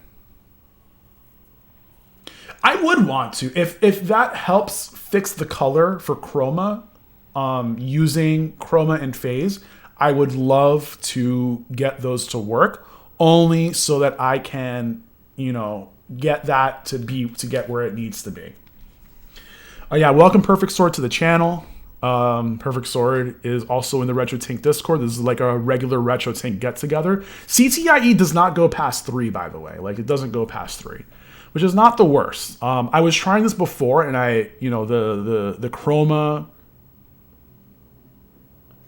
really got messed up, and I was like, is there a way to like get the chroma to zoom in a little more? I think the best way to look at it, let me see if I can do this here. This will probably be the best way to see it. And it's easier to see in blue only. Funny thing. Like, it's just easier to see. So let's chroma shift back to 0, and you'll see when you like move it, it like moves the colored portions of the video to the left or to the right.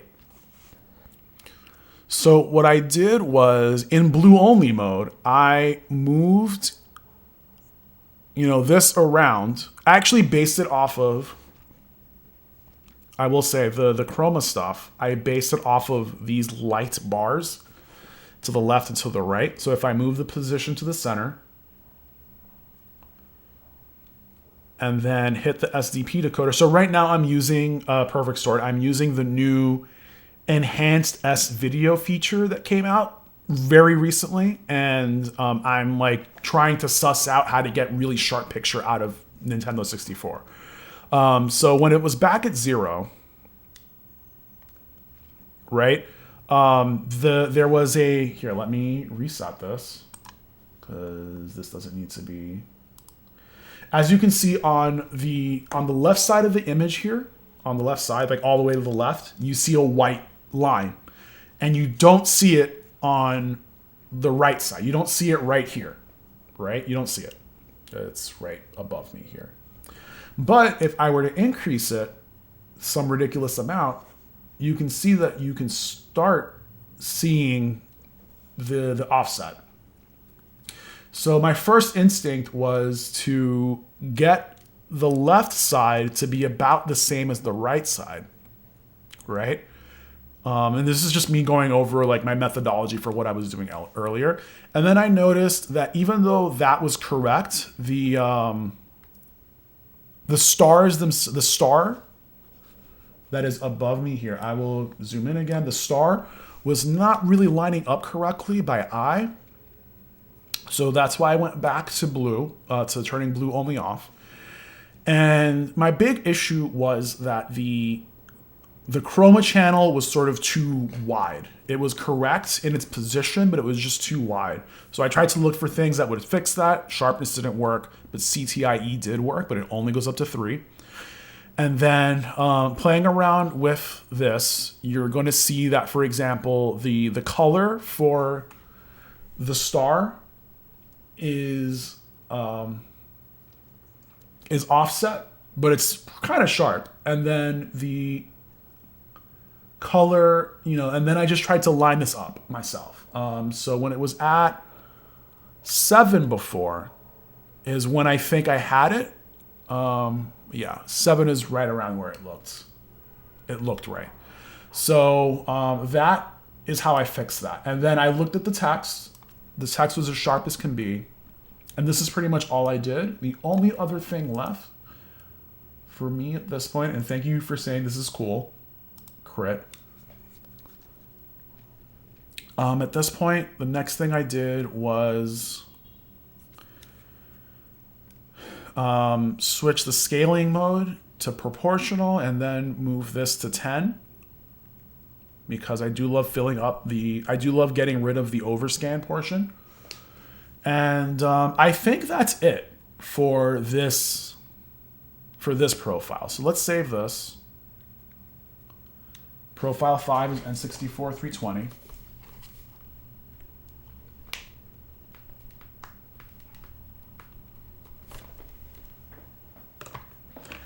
Yeah, and I'm doing all of this because S video is the best output on N64 on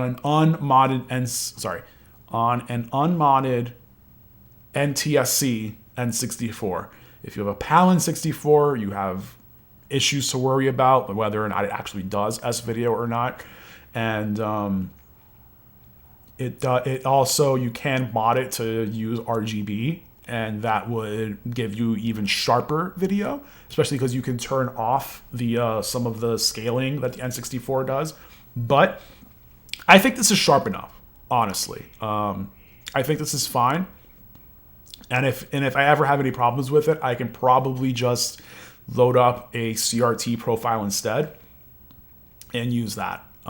So if I don't like this, I can just go to load from file, CRT emulation, model emulation. And this is going to look terrible on stream. I apologize in advance, but also like you'll never see this normally anyway. So, oh no, why did the input not stay the same? Actually, yeah, because it's supposed to be here. Why did the input not stay the same? Well, the input should stay whenever I'm using it. And then just do this.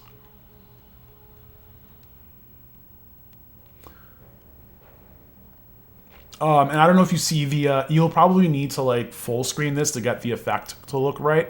This is actually looking a little washed out, but that's, yeah, it needs to be a little darker. And that's fine. I will probably fix this at some point. Oh, because this needs to be lowered. Yeah. Oh, yeah. You are tempted to compare it to a 420 source. It does remind me of the Wii with GS loader being sharp aside from color bleed. Yeah, I mean, like, there are things to think about when you play this, but I would honestly just fuck around until you like what you see. If you don't know, I'm also like playing this on my CRT. So if you actually, can we get an F's in chat if you hear the CRT at all? Because this is the most annoying sound in the world to me. So if you ever see me stream on a CRT, it's literally to show off, not to actually play the game on the CRT. The CRT was free, by the way. So you hear the CRT. Okay, so if I do this, then everyone's life is better, is what everyone's telling me. Because I'm turning it back on. So there is that. No CRT sound like in your Chongo, I have bad news for you. That is hilarious. I did not... Damn it. I screwed up. So... I need to fix this on my Extron. No, the F was for whether you heard the CRT. So here's the funny thing. I don't know if you hear that right now. Do you hear that? I don't know if you guys would. I don't know if you guys want to hear Final Fantasy music while playing Mario 64, but also I realize I screwed up a little bit. But let's get back.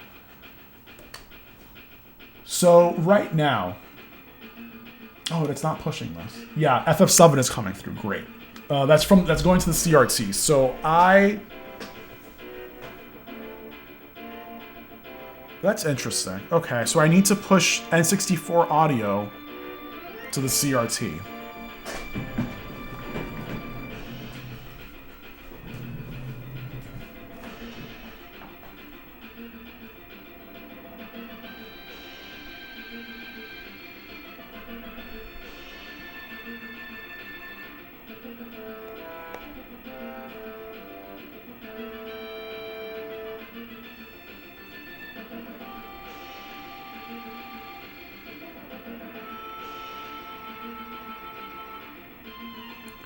All right.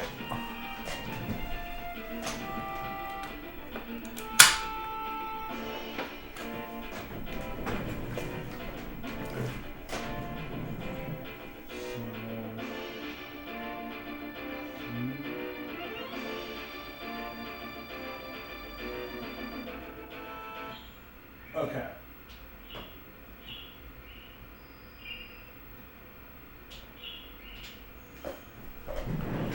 Just me pressing buttons. So the CRT was taking the PlayStation's output instead of the N64. So I had to set the N64 to output to the CRT, which is what I just did. So let's see if that works. Let's load up the...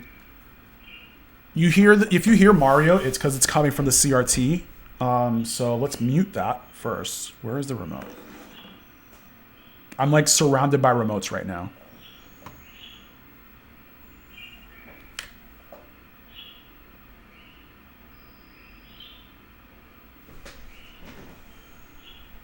I really don't remember where I put the remote for the CRT. That's concerning.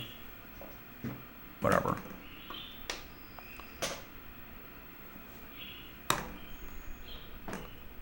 Literally my desk right now is just like controllers and remotes everywhere. So don't mind me if I like do things manually this way. All right. So yeah.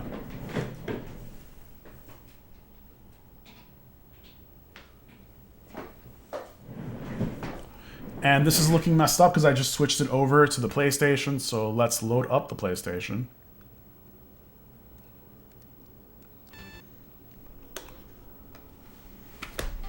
So you should hear the game right now. Yeah, F's in chat for the lost remote, really. Thanks for using my emotes, guys. I actually really appreciate everyone being here. Like, I've mentioned this before. Like, it's been a little tough, not a little tough being unemployed, but like, it's been okay otherwise. Like, I've been keeping myself busy. So let's turn off the audio for that, and let's make sure that... Okay, great. So it is coming through in the CRT as well. And that's great. Okay, let's switch this back to the N64 because we still have work to do. Yeah, I did not finish this N64 profile. Oh.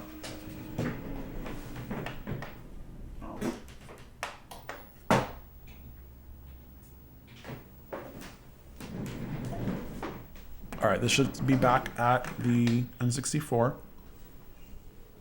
And you should be hearing it. You should not be hearing the game, actually. And that is because we are not done. Two things we need to do to finish is set the audio. You should hear it now. And set the banner.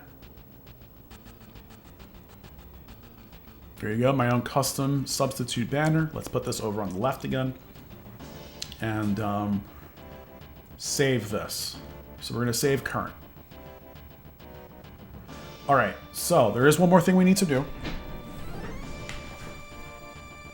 Sorry, there is one more profile we need to make for the N64, and that is a general 620. And so now that we're back here, let's load the default profile again. Change our input to enhanced S video. And first thing we want to do is move to the RGB component setup and make this 3094. You shouldn't hear anything anymore. You still hear PS1? Oof.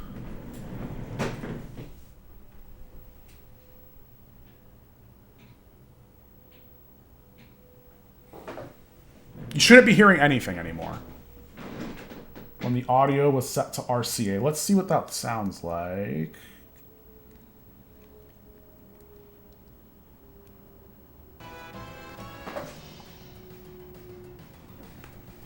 It looks like it is still set to that. That is... Ugh, alright.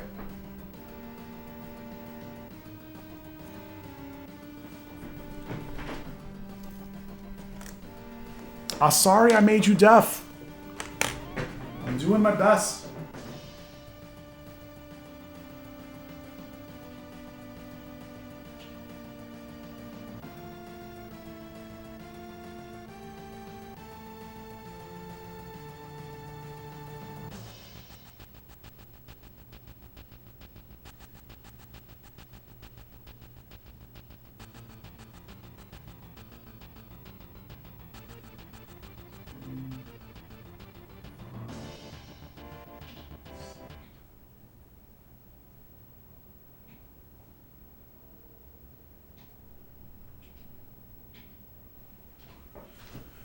All right, now you should not hear that anymore. You shouldn't be exploiting our young ears like that. Y'all are old, all right? If you can't even hear, if you can hear the CRT, then you're young. You have young ears. But if you cannot hear the CRT,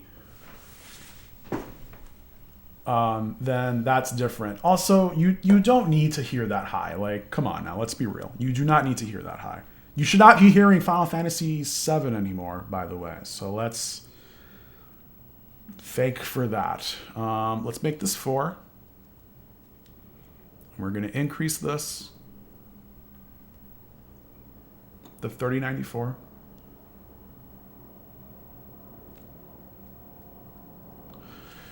Cobb, I said Chungo's, not mine. I'm old. I hear no game audio now. Yeah, there should not be any game audio now.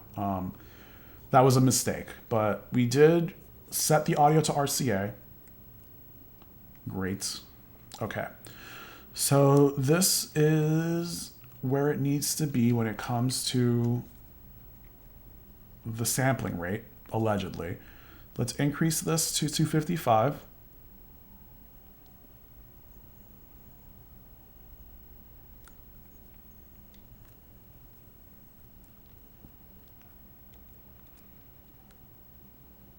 Okay. So now that we're here, we've done this. Let's open up the SDP decoder.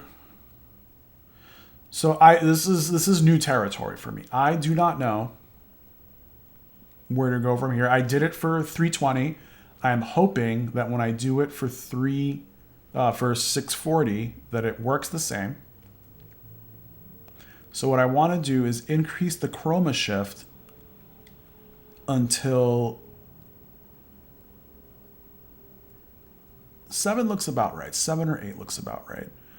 Until the colors sort of don't bleed into each other anymore, or like the light parts don't bleed too much into the dark parts, or like just mitigating that as much as possible. So when we turn it back, oh, happy birthday, Cobb. Everyone wish happy birthday to Cobb. They literally turned 38. Like literally this minute they say, happy birthday. Thank you for everything you do with the RetroTINK community and everything that you contribute, even if you think you contribute nothing. But happy being old.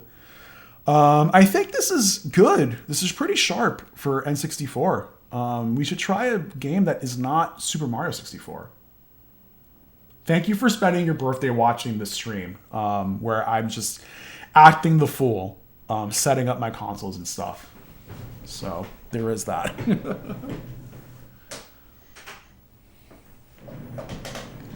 All right. And this looks pretty sharp still as well. I think, yeah, this looks sharp enough, I think. What's a game? What is a game? I only know certain N64 games, the N64 games that I have. And I tried Banjo-Kazooie earlier, F-Zero X. Let's do F-Zero X. I've never played it, personally. This is something that is Ridge Racer 64. I'm going to do F-Zero because it's a Nintendo game. Oh, wasn't there a game that was actually 640? We need to try this with 2 different games. Oh, good night, Regent. Thank you so much for hanging out, and thank you so much for the gift subs.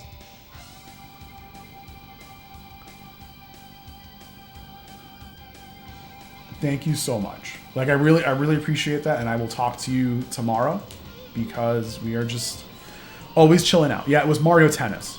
Let's save this before we do anything else. This is profile 6.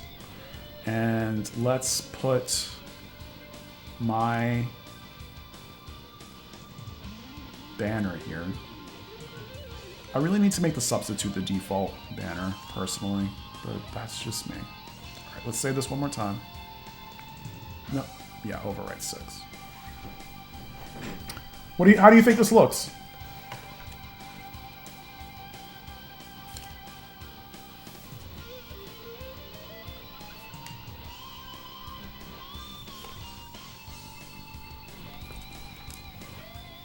Stereo audio. Is this game mono normally? This actually looks pretty good.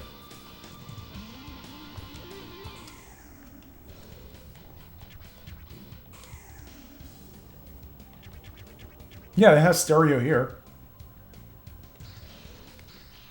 This is interesting. Is there a way to practice? There we go.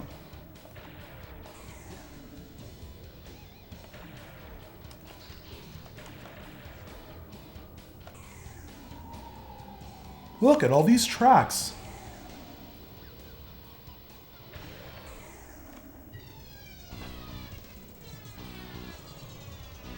Oh, wow. So can I just sit here for a while and like look at the way these games look and stuff? Because what I want to do is I want to load up the 320 profile. So this looks one way. Actually, did I even save this? Okay, this is a 10.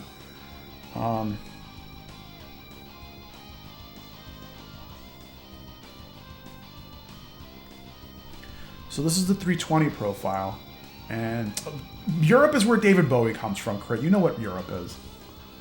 And this is the 641. Okay. That was funny. I'm currently in profile 6. And it's just switching to profile 5. So this is the 320 profile. And it looks okay. And then this is the 641.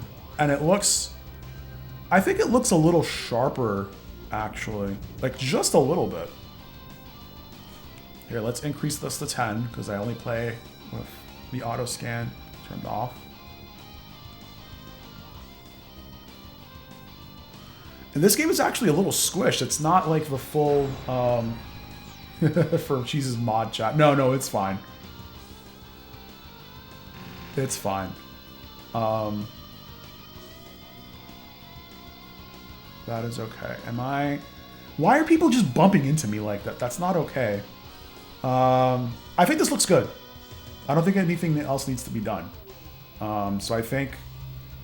And like the unfortunate thing is, and I hate saying this and thinking this too much, but like not the RetroTINK community and the people that like put out content for this, but like the RetroTINK community and the people who just sort of use it and come to the Discord needing help, don't really sit around and like tinker with their settings. So it's unfortunate because like I found this out by just messing around. Like I know how to do this, for example. As soon as Mike told me what the samples per line are, which is the sort of the horizontal samples of horizontal samples for the game, for the N64. Like as soon as he knew that, I would just go straight in and adjust these settings. The new thing to look at was this SDP decoder here.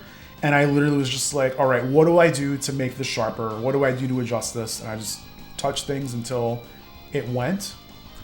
It looked kind of how I think it should look. So, you know, I'm not trying to like bemoan anyone in particular, but it's like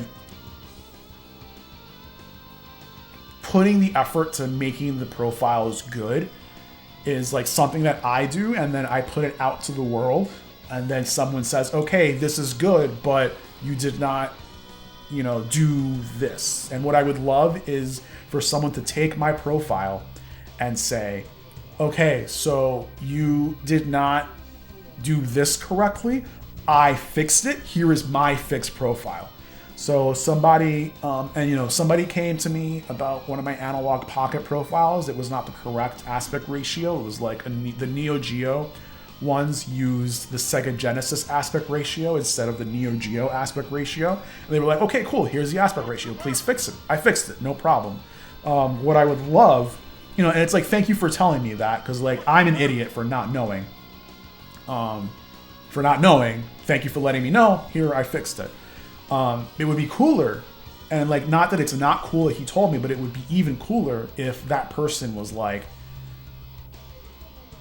the Neo Geo profile was not correct, so I fixed it. Here is the profile. Like that's the sort of vibe that I would enjoy more, as like, this is the sort of the community thing that is happening here. So that is how I would like for that to work, but putting in this work, putting out this content is something I personally like anyway. So that is like that. I'm doing that not to like contribute to that. I'm just like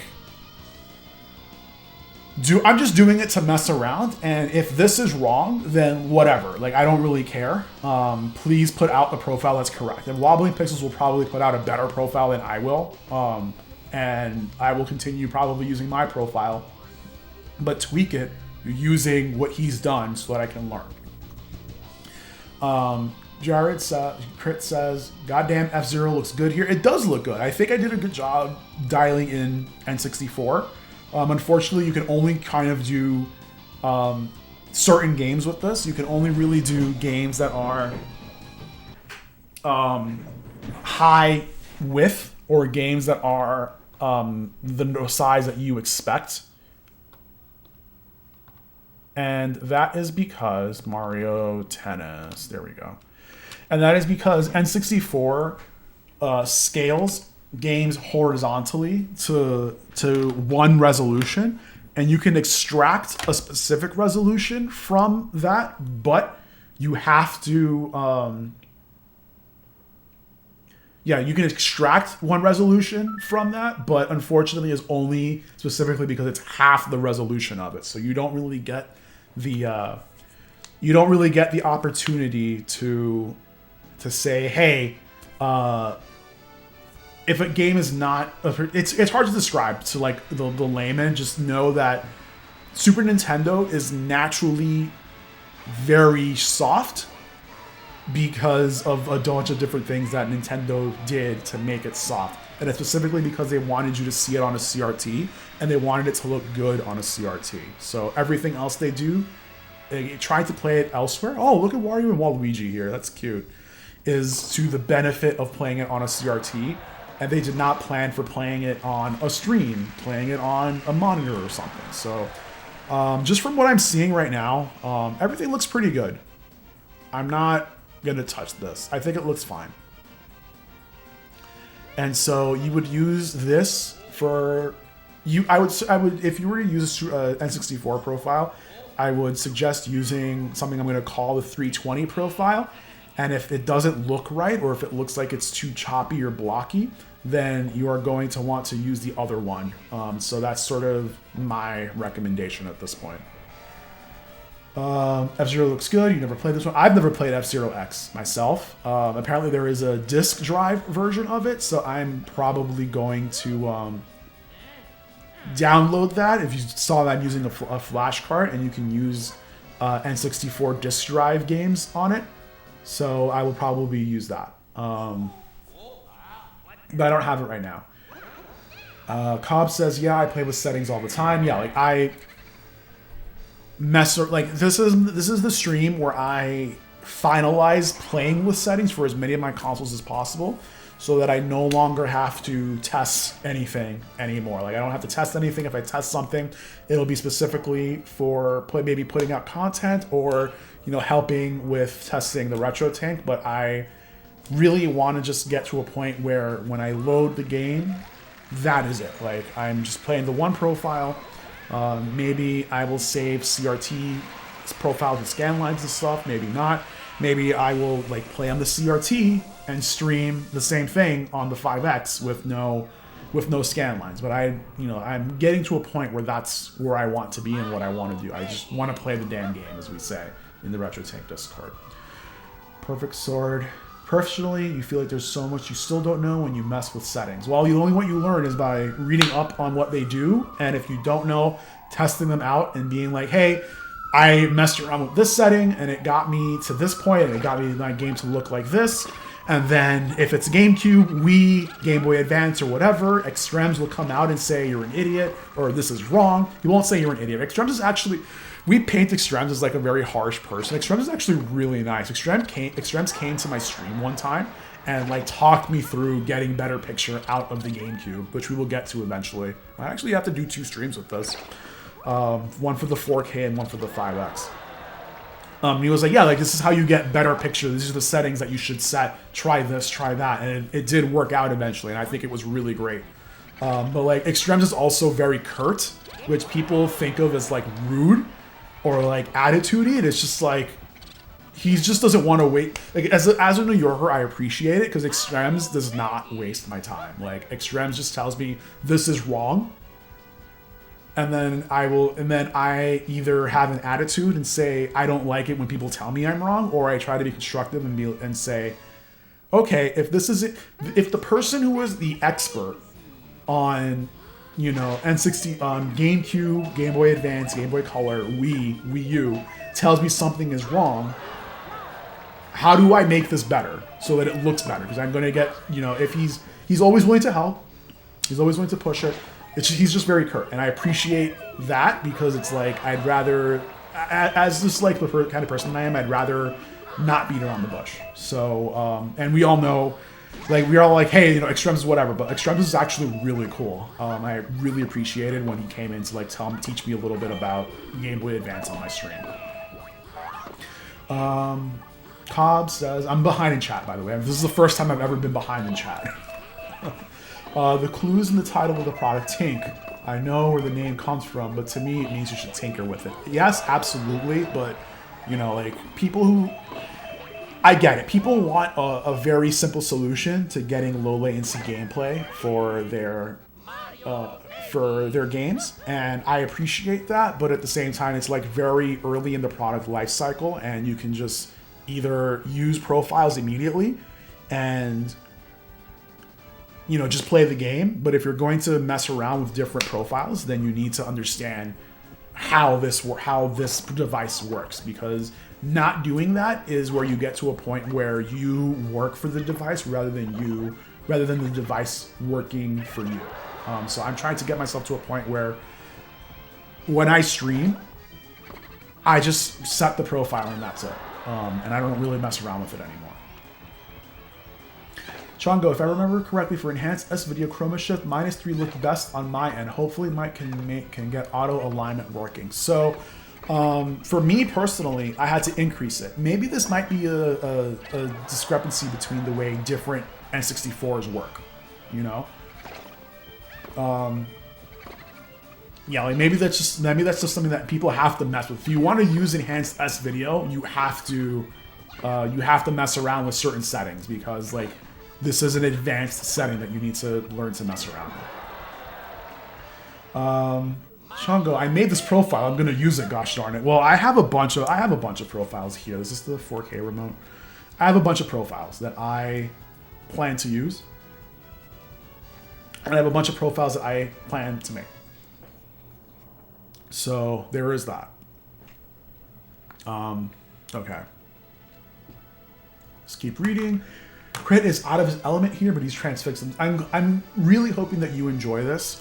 This is like my personal kind of thing where it's like I want to make content around different consoles rather than make content around like, maybe I'll make content around specific games, but if I stream, I said this earlier, if I stream in the near future, it's going to be Persona 5. Like, I'm probably not going to play any of these retro consoles because I'm trying to play Persona 5 right now. And, yeah, like, that's just what I'm trying to play. Did I do that with the Xbox profile I made even after Chaos and Mav made a few? So I haven't touched the Xbox profiles. I just put them up exactly as is. If you made one, I forget if you made one, and if it's included in there, it's untouched. I have not done anything with it because I don't have an Xbox. I have only Nintendo and Sony consoles. The only Sega console I have is a Genesis Mini. Let me sit up straight like a normal human being. Yeah, the only console I have is the Sega console I have is a Genesis Mini. Jared loves Mario. Crit loves Mario Tennis. I actually have a Switch. I could switch to the Switch and then play the game on the Switch and then switch between them. I've said Switch 10 times in this last sentence, but I can go between the Nintendo Switch and the N64 and we can compare them, but I think I will leave it as is. Extremes will imply I'm an idiot. Yes, well, I am an idiot compared to Extremes. So, yeah, like, we're all talking about how direct Extremes is, and we troll about him having an attitude, but yeah, like, I think he's a cool dude. We'll leave it at that. Symphony of the Night video incoming. I don't have Symphony of the Night for PlayStation 1 or to play on PlayStation 1 or PlayStation 2. I have Symphony of the Night on PlayStation Network, so I can play it on PS3, PS TV, and PSP. I don't have a PSP though. So yeah, I have it to play on other consoles, but I will not be doing that today. The profile I made just fixes the 7.5 IRE. Did make it in. Okay, so I think that's it. I personally have not uploaded a fix to someone's profile. You were mentioning like if someone, like I'm not testing every profile. I can only test profiles that pertain to my console, and even then I'm not going to test every single profile. I'm doing this enhanced S video thing only because it came out a few days ago, and I want to make sure that I do that and it's done. And I don't want to touch it ever again. But you know, if someone makes a profile that I want to use and I see an issue with it, I will let the person know, like, hey, this issue occurred. I would love to just fix it myself and be like, here's the fixed profile if you want to keep using it. I will, you know, I will put this in my set of profiles, but like, here's yours. All right, we're catching up. COD, new drinking game. Every time I say Switch, and it's money. Yeah.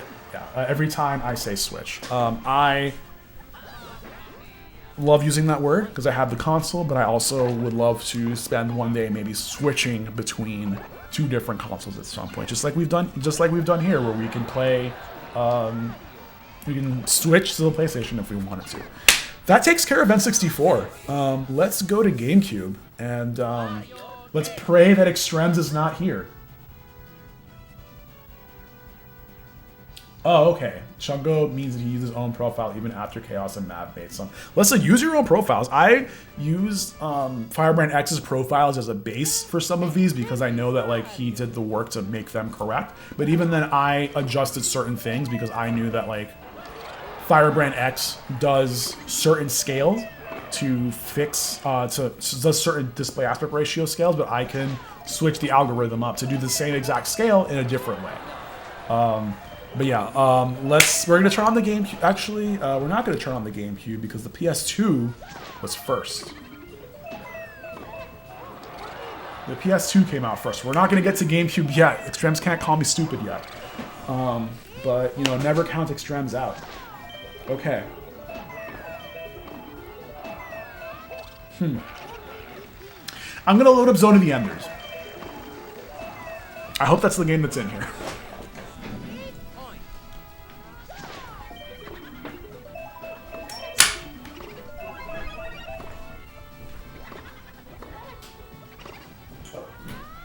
Sorry, let's switch the camera for a second. Oh, is this?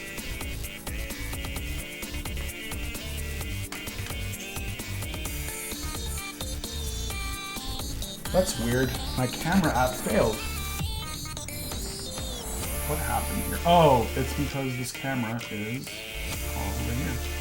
Okay, great. I'll invoke the spirit of which is funny because MUKit is the one who made it, but Extrems is the one who manages Swiss now. So there is that. Alright.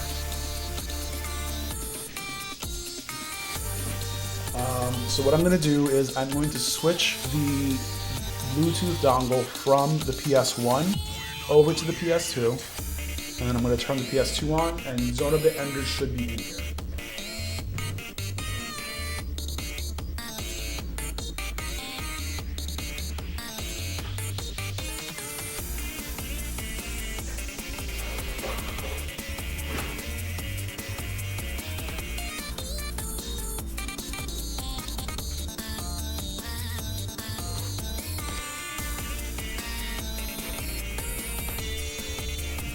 Alright, so good news is Zone of the Enders is in there. Let's switch to the PlayStation 2 profile.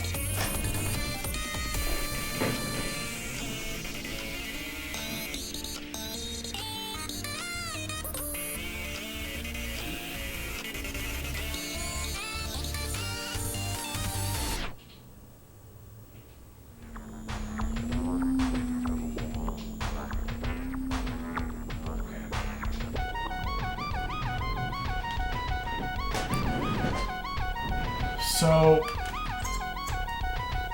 my PlayStation 2. My PlayStation 2 is currently running through component cables. You've probably... Oh, I need to set the controller, so let's do that.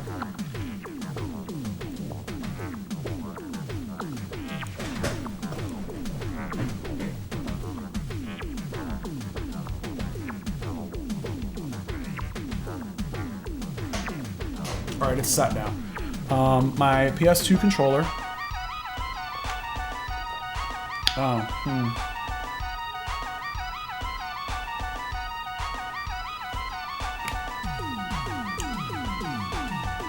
Let's hope.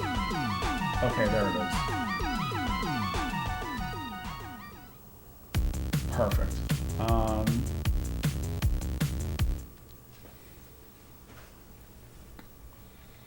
This is going to act funky specifically because I'm running this through S-Video right now, so we're going to switch the input over.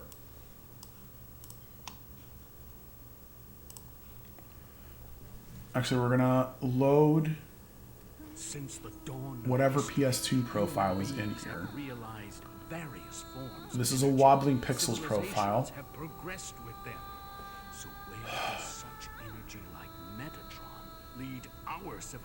I'm gonna use oh, okay, so he's made a bunch. Display aspect ratio. I'm gonna use this one, display aspect ratio.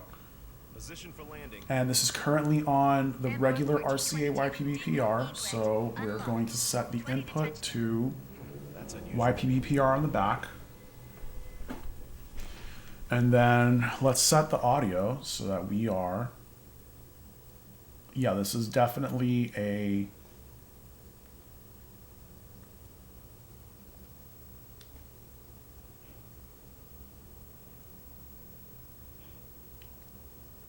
wobbling pixels profile. I'm going to set the PlayStation 2 profile to Street Fighter Alpha 2's Moon because I think that's hilarious. And then let's set the audio here. I hear it now. And you should hear it now too, I think. Okay. So the thing about this profile, let's, what does Cobb say? Cobb says, you don't know whose profile to use for Xbox when you're, I don't know what XOSVP turned up. It was supposed to be yesterday, but you will probably be here, it'll probably be here today. It's taking so long to turn up. I don't know what that is. Alpha 2, I can't decide between Street Fighter Alpha 2 or Alpha 3. Alpha 3 has the different isms and it has more characters, but sometimes I like the way Street Fighter Alpha 2 plays more. Wobbling Pixels has an HDMI mod profile, so you think it would be that one. Yeah, I think it's the Stellar thing, right? It sure is. Who's the commander? Is you find it hard to figure out when a PS2 game is 512 or 858. So that's what we're gonna look at because if you go into the sample detection rate, it should tell you what it is. Like it's going to look at these things. So this is 480i by 512. It looks like. Is this 512? Yeah. It's not HDMI. Cobb, what is XOSVP? While I talk this through. So Wobbling Pixels made a PS2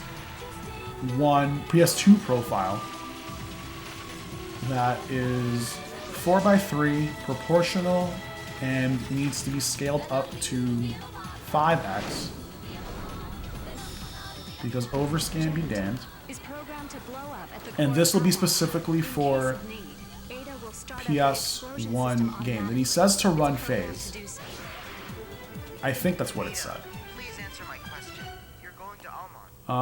This actually looks not great.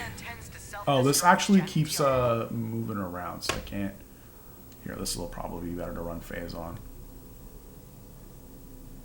And then I don't know if this is white or not, and I don't have a way to load up a test suite yet, especially because I don't have a good version of, let me see, brightness adjustment. Okay, so this is not going to help at all. I'm going to have to come back to this to set the brightness, but I think this is it. It's an open source cable that plugs into the OG Xbox and then gives component jacks and optical audio jack. So it's the same as the HD pack.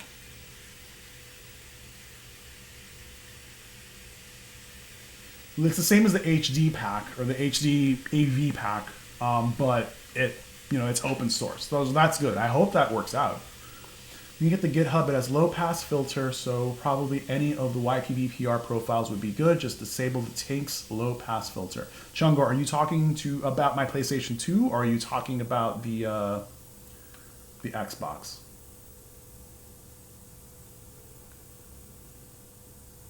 You're talking about Cobb's Xbox adapter, the Xbox thing. Okay, so I think I'm gonna leave this for PS2.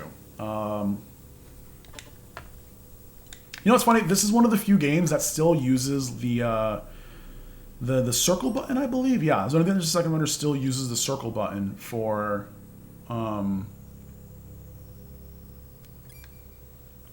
Where is this? Oh no, is this where I think it is? This is where I think it is, especially because I'm playing through OBS. This is going to be dreadful, but let's see where we get.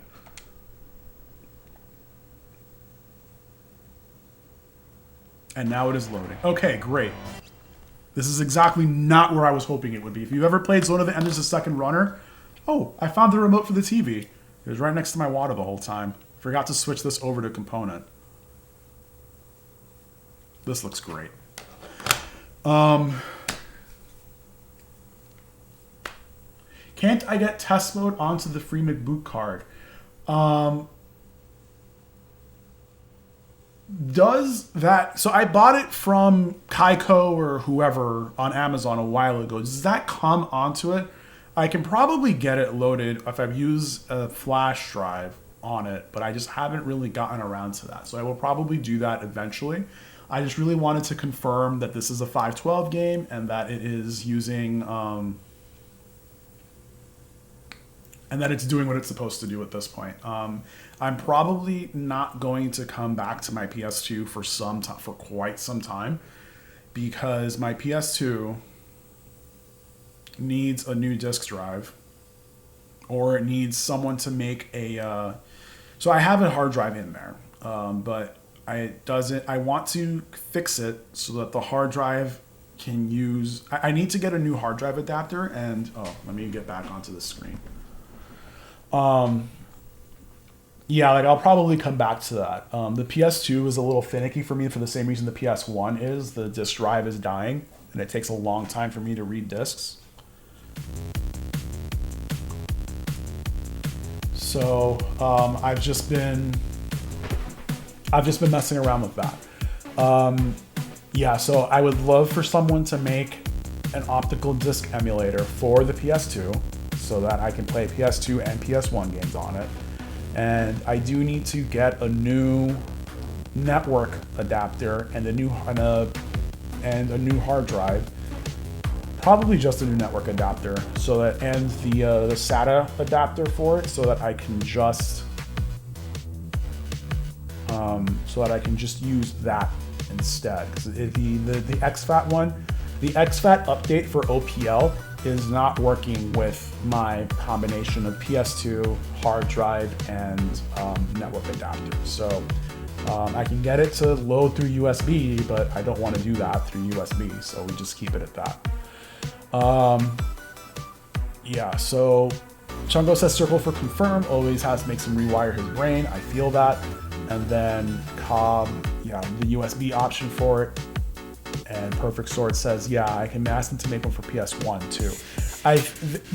Someone's making one. Someone is making a solderless ODE, a solderless optical disc emulator for PS1, and it's coming. But yeah, the M Station should work. It just hasn't come out yet. And you can definitely bet for sure that as soon as the M Station comes out, I'm gonna get one. Because I don't want to solder. I don't want to lift pins on circuits or hit chips or anything. I just want to be able to just load a PS1 game and be done with it. So that's where I'm at personally. Like, I really just want to do that.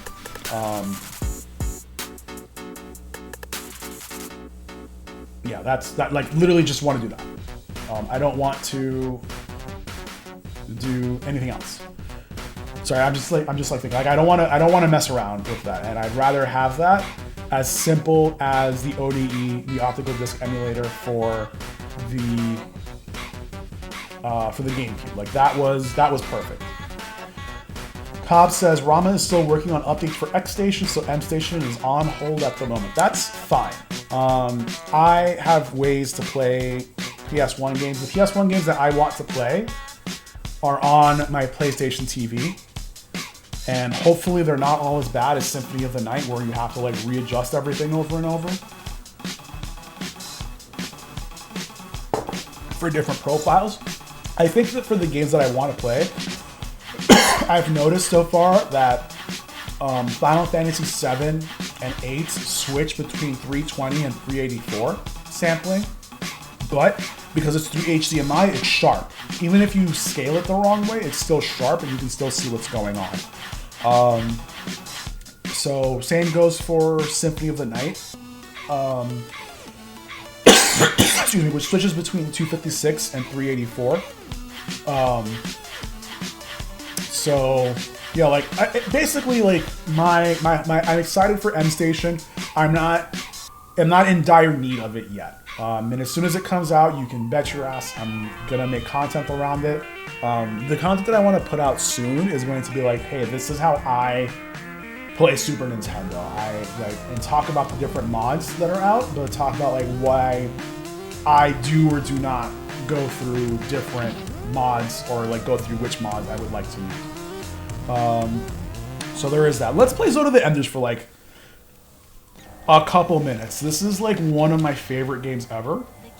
Okay, Ada, no one cares. One of my favorite games ever. I love playing this. I hope everyone hears this. Okay, I only have the 3.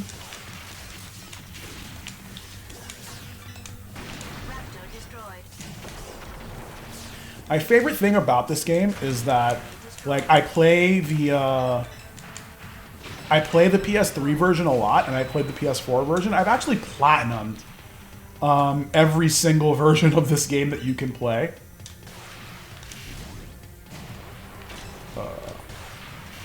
So the only one that I have left to really play, and like for whatever reason I don't have a save for this, but is the PS2 version.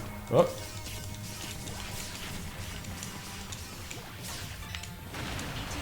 With like all its slowdowns and everything. I don't know. This game makes me happy. This is my happy game. This is my happy place game. I will just play the shit out of this game. Yoshi's Island is another one, but like for whatever reason, Yoshi's Island is not this game. And I will say that like this game is definitely a game where Mummy has, I don't like him all the time.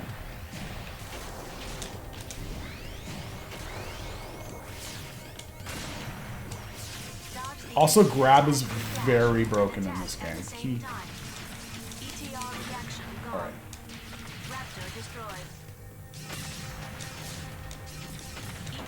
Alright, cool. Hey, Friends of Frogs, how are you? Welcome to the stream. Sorry, I am like doing a bunch of different things. I just really wanted to get distracted by Zone of the Enders. And we did get distracted by Zone of the Enders, so this is great. This is fine. So Cobb says the knowledge gained from X Station should come over to M Station. Very true. And very true, like, if it's the same maker, then it'll definitely come over, and I'm excited to see, I'm really just excited to see that tech solderless. I am a huge solderless fan. And then Cobb says, I need to check this game out. For some reason, you never tried it. You need to try Zone of the Enders 1 before you play Zone of the Enders 2, because Zone of the Enders 1 is a good game. Zone of the Enders 1 is like a 7 or 8 out of 10. And then Zone of the Enders, the second runner, is only a 10 out of 10 because of everything they did to make the game better. So you have to play both.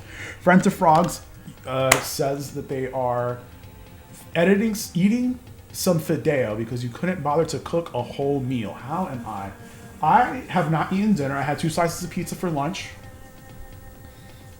I had 2 slices of pizza for lunch, and those 2 slices were delicious, and they have filled me up, so I have not eaten dinner since. And how am I? I'm doing okay.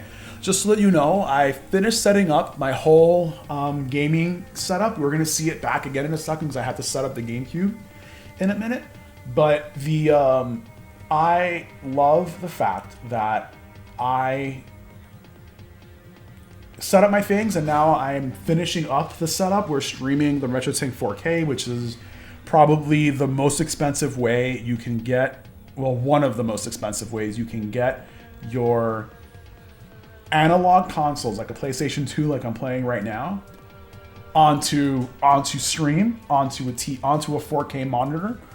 So we're testing that out, and we're making sure that my setup works for all of my analog consoles, so that I can never worry about tinkering with settings ever again, and I can just play some games. And then Cobb asks, how do I feel about the PS3 version? And to that I say, give me 1 second. Where is this controller?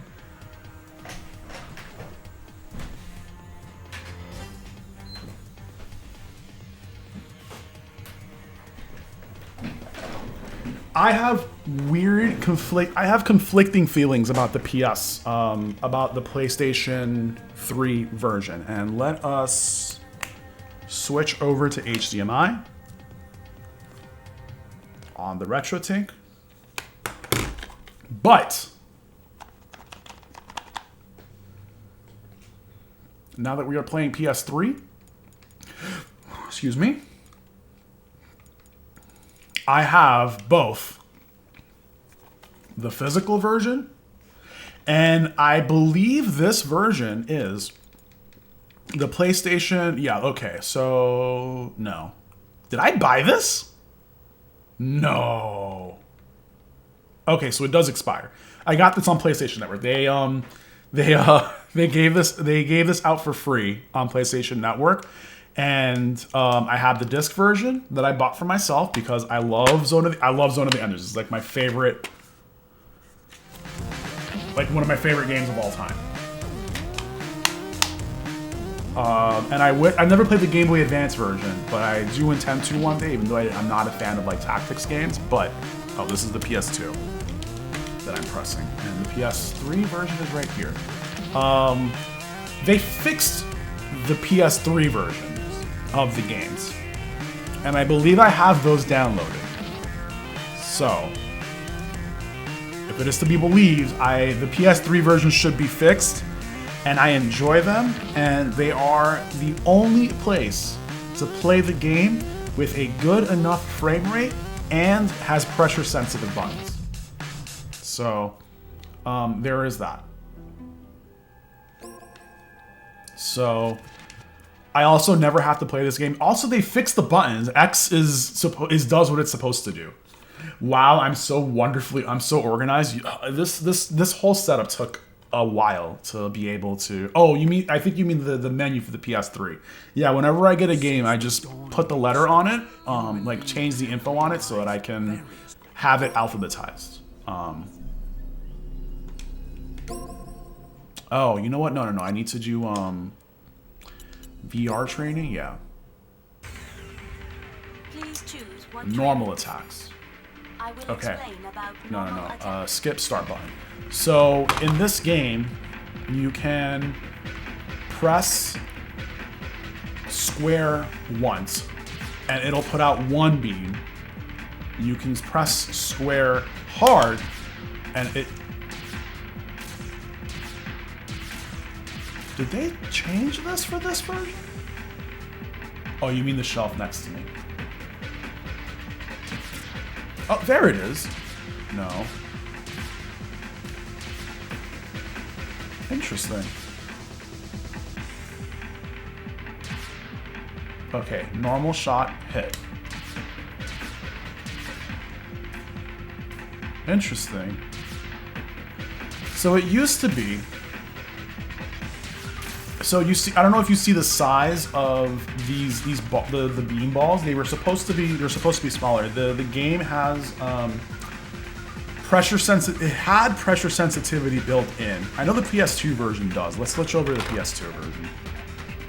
I probably did not save this profile. I'm a big dummy. That's fine. We can save that now. Great. PS2 version. Oh, this wasn't even going to work because I'm using a DualShock 4.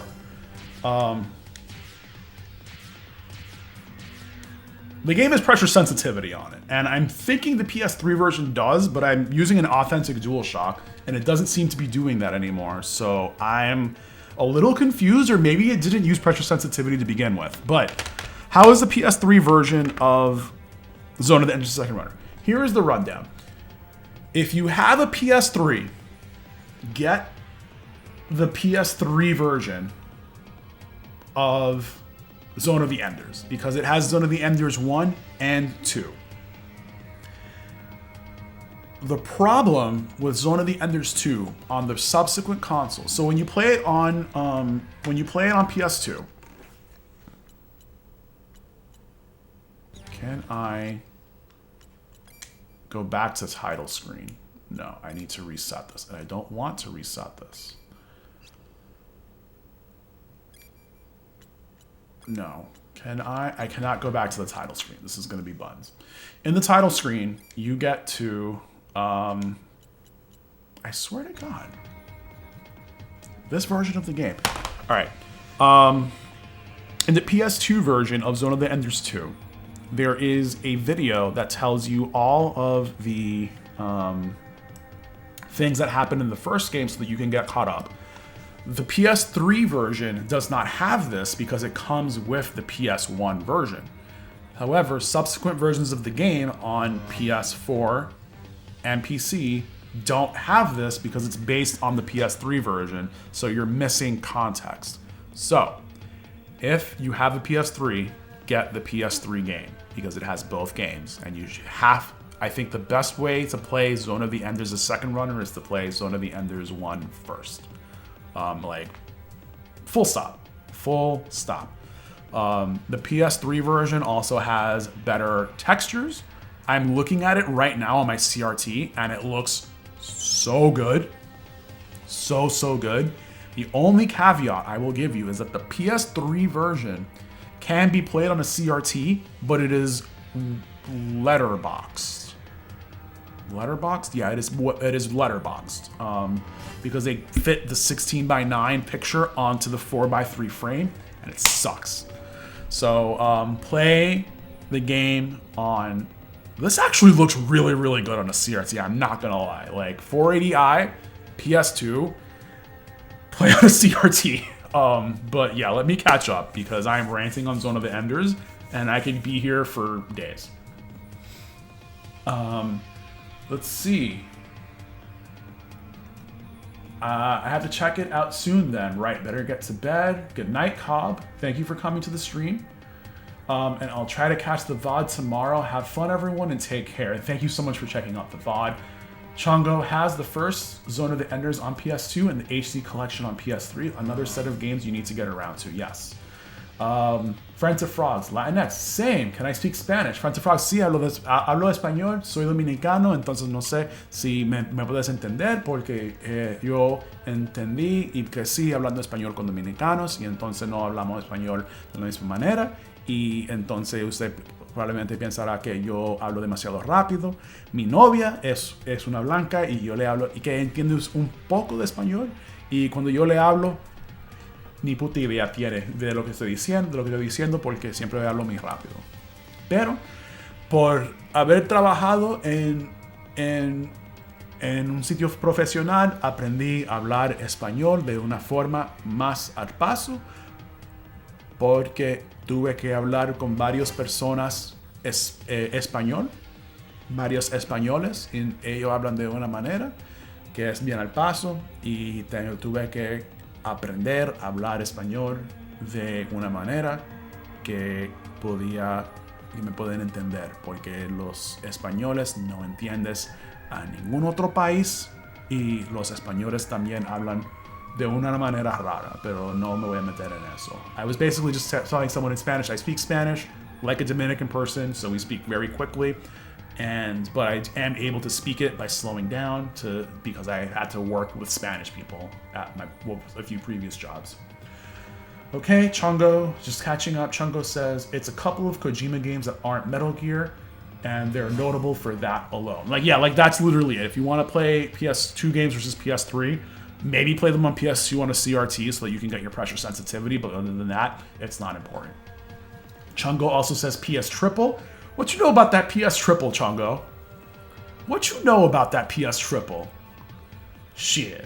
PS Triple's the best console. Actually, I legit think that the PS3, if the PlayStation 3 were allowed, if Ken Kutaragi were allowed to fulfill his vision of the PS3, it would be the most expensive console ever, but it would probably be more powerful than a PS4. Friends of Frog says, I'm so organized. Thank you. I appreciate that. Perfect Sword asks, so would you say to someone who's never played the series to get the original PS2 versions? No. I went over that already. Get the PS3 version if possible, because it has both games in HD. This actually is in 1080p, I believe. Yeah, it says 1080p. I might need to adjust this so that it says it's 720p instead, because from what I remember, this scales 720p to 1080p. Friends to Frogs means the shelf. Yeah, the shelf. I appreciate that because I did spend a lot of time getting this organized, as well as my gaming setup, which I'll show. I'm done with PS2. I'm going to show off GameCube. We're going to summon Extrems, and yeah, like just my setup was done recently. I spent a lot of time getting this together so it could look a specific way. Spooky, hi, it has been a minute. I am so sorry I did not get to you in time. I hope you're doing really well. Spooky is a variety streamer who plays a lot of community games. So here, let me do two things. The first thing I'm going to do is I'm going to shout out Perfect Sword, because Perfect Sword has been a great sport and talking to me.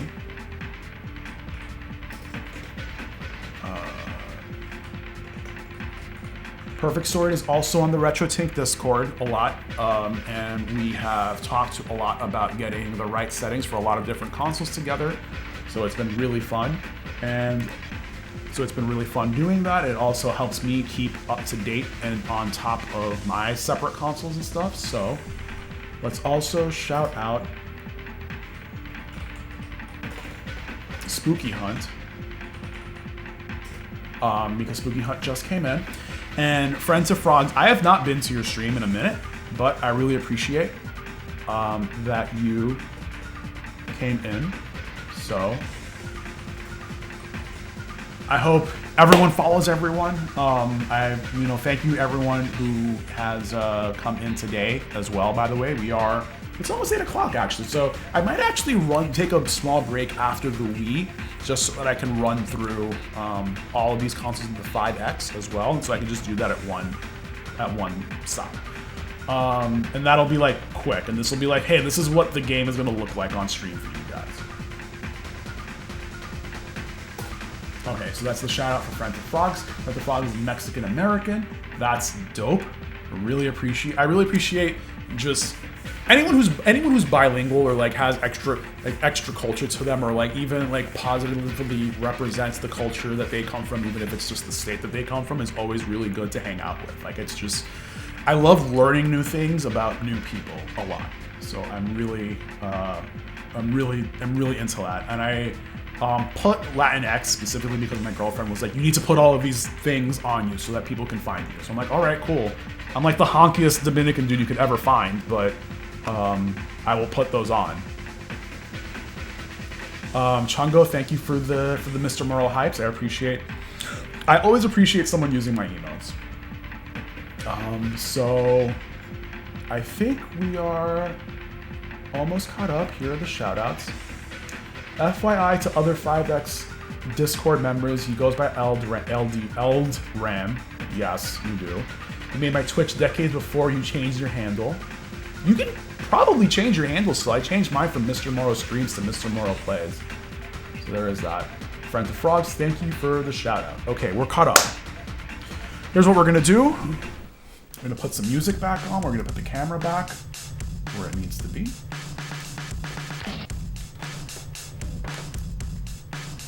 Thank you, friend to Frog. I love my emotes too. I like specifically paid someone who was like, hey, I love Substitute from Pokemon. I need you to make it so that Substitute from Pokemon is everywhere. Like, I need that fixed. I just need Substitute from Pokemon with a beard, kind of like this, and that's it. Your LDRAM, everyone else. I was a Funko Pop version of myself for memeing on a different stream, so you can definitely change your Twitch name. You was a Funko Pop version, yeah. So we can definitely change your Twitch name. All right. So, just to catch up, here's my gaming setup. Everything is functional except for the top row and the bottom 2 rows. Please ignore whatever's going on here. Ah, that's scary. The mini consoles are not plugged in. These are only for show. The real work starts here. Every analog console that I have is plugged into this big box called the Extron, and that routes all of the consoles to my CRT. By the way, this looks hella sharp for PS2. Like, I'm not even gonna lie. Like, this is amazing, and I may never play Zone of the End Zone of CRT. I'm looking at it right now. I might never actually play this game on a monitor ever again. I'm not gonna lie. Anyway, the Extron outputs to the this is PS2. So it's outputting to the CRT, to the monitor, and to this screen. This screen gets a 5x fed into the capture card, and then the capture card goes to this. So this is my setup, and so these consoles here, all of these consoles go into the Extron, and then all of the HDMI consoles above that run into an HDMI switch, which goes into the 4K, or it goes into the capture card through a second switch that I have under my computer. You can't even see it. There's an HDMI switch right there that I run it through. Okay. Yeah, the reason it looks this good is because it's like cell shaded, and they really went through the trouble of like making the game look good. But like now that I'm looking at 480i on a CRT, I'm like, I might actually use the CRT to play PS2 if I ever get a good disc emulator for PS2. All right. So I thought I had this fixed, but we are getting there. We're also troubleshooting my different profiles and stuff on the Extron. So let's turn on the GameCube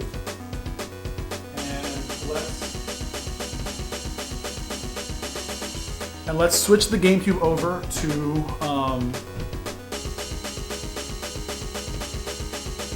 on the Extron.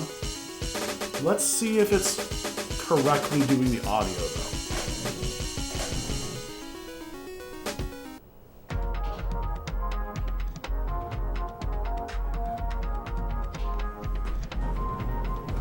So it seems like it is correctly doing the audio. I am not going to waste my time or your time doing HDMI profiles on the GameCube because that is going to be relatively simple. There's one more thing I need to do, and that is I need to set the Bluetooth controller for my GameCube.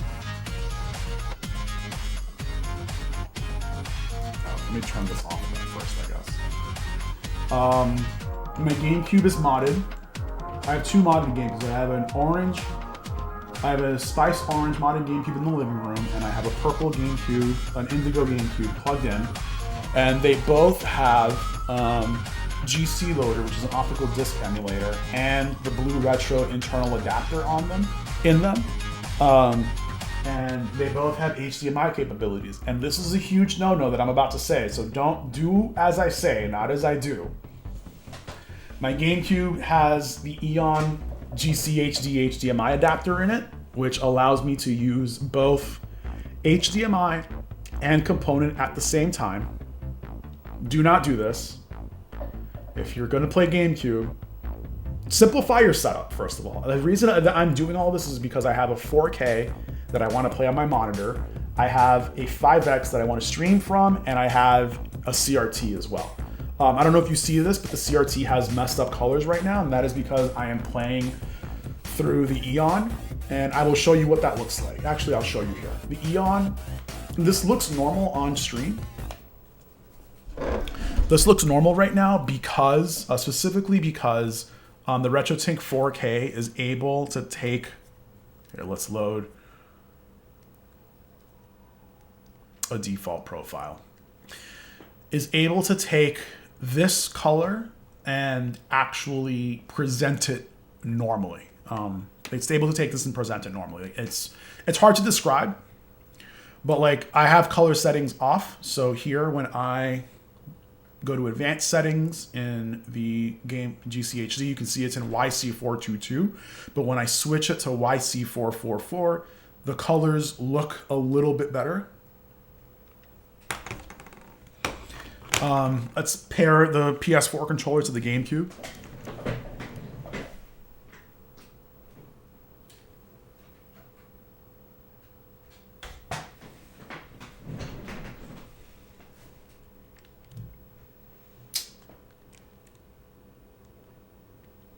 That's annoying.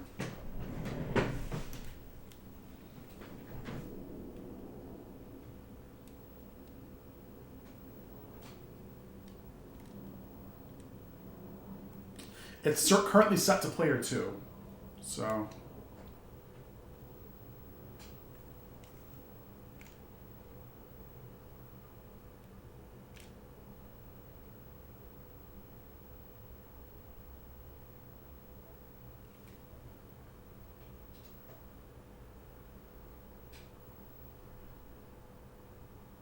All right, cool. Now it's set to player 1. So it's on. This is on HDMI right now. It is currently doing 480i, and it is only doing 480i because I want to play it on the CRT. If I wasn't playing on the CRT, I would set this to 480p and just be done with it. And it really depends on what I want to play and how I want to play, whether or not I set it to 480i or 480 or 480p. So what we're actually going to do is we're going to do what we should all do. Oh, do I not have? Oh, I don't have 240p test suite on this, do I? Like a dummy. I thought I did. All right. So here's what we're going to do.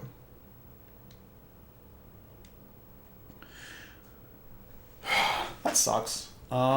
Maybe the other one has it. Maybe one of the other memory cards has it. I have to check. I have 2 other GameCubes, and they are stock. And one of them has an SD to SP2 in it, and the other one has an SD Gecko because it doesn't have a slot for SD to SP2. So that sucks. I thought I had that in it. So here's the first thing I'm going to do. I'm going to turn off the CRT because when I stream no memory card pro for the GameCube, no, I'm going to wait until stock for the memory card Pro 2 for PS2 stabilizes so that I can buy both the GameCube one and the PS2 one. The GameCube one is not a priority for me because I have multiple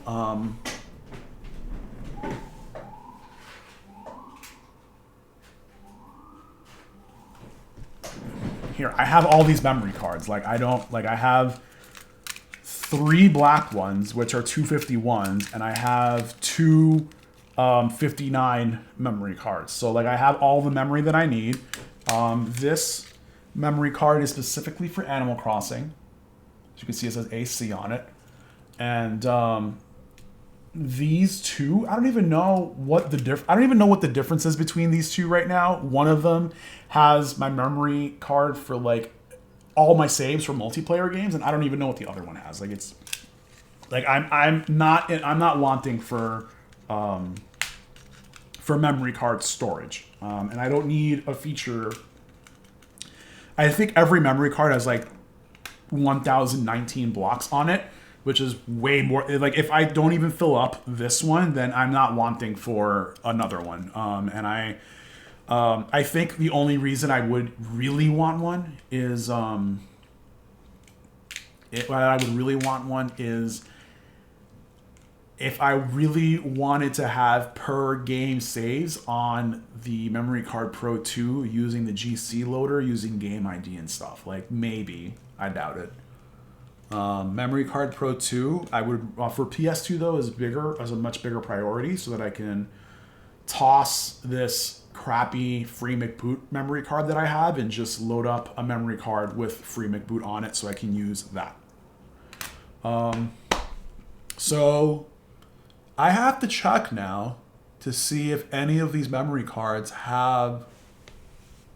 I'm going to check to see if the silver one that has the SD Gecko in it has what I need. So what I'm going to do first is going to set up Game Boy Advance and Game Boy Color on the RetroTINK. And because this is specifically... this is going to be specifically for streaming because I'm going to use Game Boy GBI HF, not the RetroTINK-4K version, but the version you'd use on the RetroTINK-5X because I will be using the RetroTINK-5X to stream. I will load the 4K version later just to show you Perfect Sword, but it's going to be messed up anyway, only because I'm capturing this in 1080p. So it's currently outputting 4K. My capture card is scaling that to 1080p so that I can stream in 1080p. So I'm not really going to waste my time with like showing them off. I'm literally just going to set this up. So these are the only two things you need to set for the 5X version of GBI HF. This is the same settings as the OSSC version of GBI HF. I just like to do this manually, specifically because I like to set color profiles for the different types of Game Boy when I do use it, because I don't want to go between using different versions. I can just choose what color I want to use, like what color profile I want to use. So I'm going to press start. And if everything is set up correctly, it should take me directly to the 144p, the 160p test suite. There we go. So, yeah, there we go. This is how you set up this is how you set up things for Game Boy on the RetroTINK 4 for the RetroTINK 5X, and I'm doing this version of it specifically because of the way that I want to stream it. So first thing we're going to do is we are going to... So if you look at the scaling, for this version specifically, this version is outputting Game Boy at... just to continue, by the way, the GC, the Eon adapter is outputting component, and it's outputting with fixed resolution off and regenerate C-Sync off. However, I am also going to turn output settings, crop 486 to 480 on. So these are the settings that I'm currently using for this version of it. Hi, Sherry. What is going on, Sherry? Welcome to the stream. Sherry is an amazing streamer.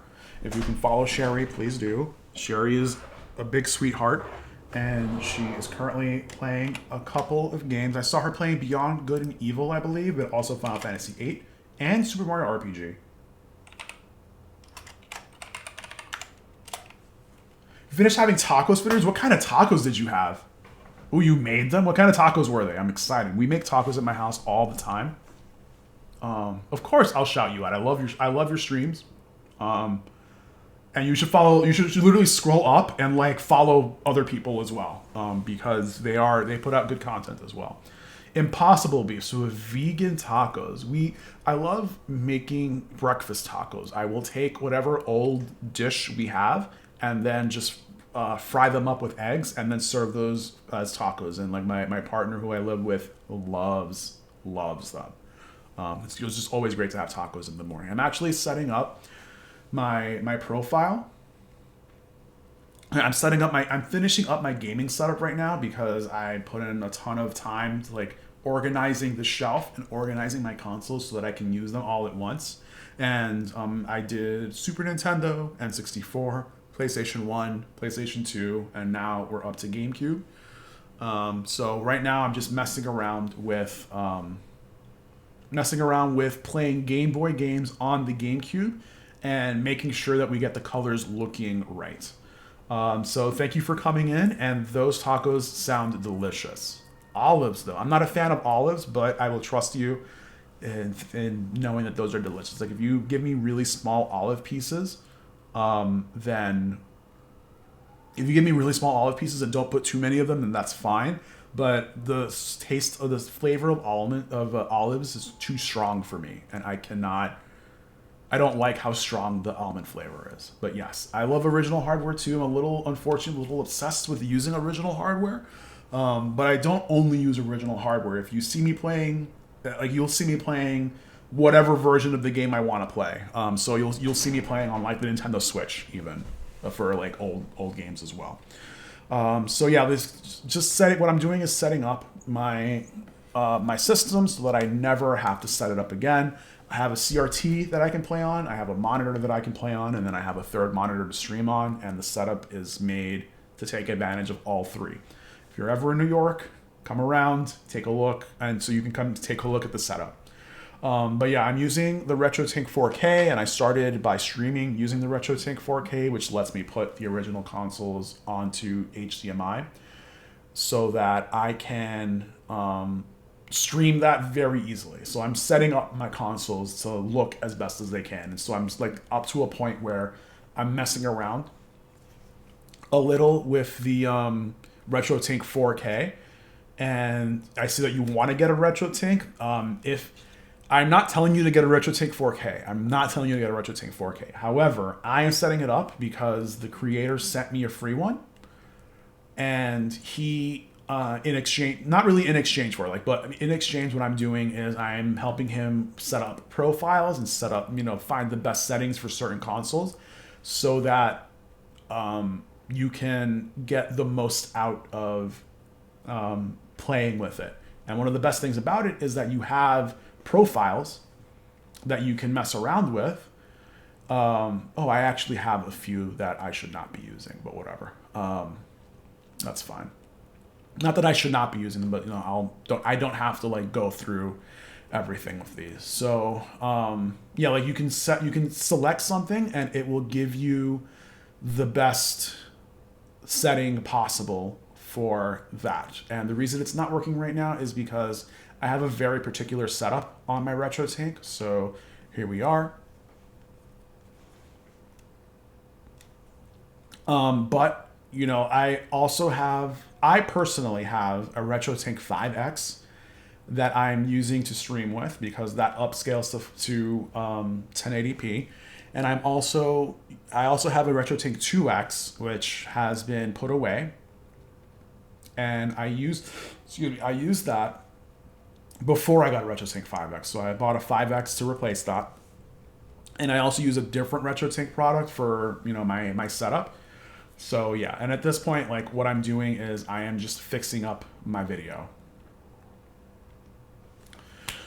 You know what is probably the reason my thing is not looking correct? Let's see if this does it. Okay, that was not it. I have a loose cable behind the monitor that I'm using, and my colors are a little messed up, but the stream is fine, so I will keep it that way. Anyway, now that we are here, these are 100% colors for this, and what we're doing is we are setting we're doing different things to optimize the way that this looks on the RetroTINK 4K. Have work really early in the morning, so you're going to count out. Chungo, thank you so much for coming. I really appreciate you coming here, and it's been really nice having you here. Just a lot of the RetroTINK people are here because we're messing around with the RetroTINK 4K, setting up a bunch of different profiles, and it's always a good idea to just take a look at what other people are doing. So now that I'm finally setting this up, just so that you can see,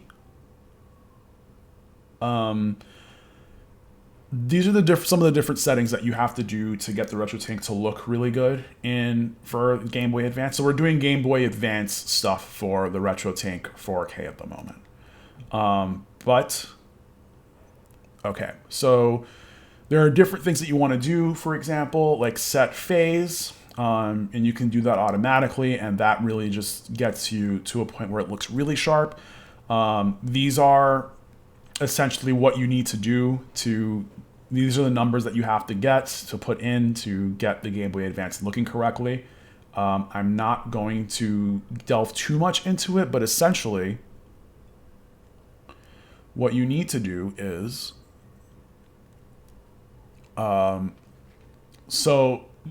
GBI, HF, OSSC, so the Game Boy interface version that you use with the 5X, puts out I think it was a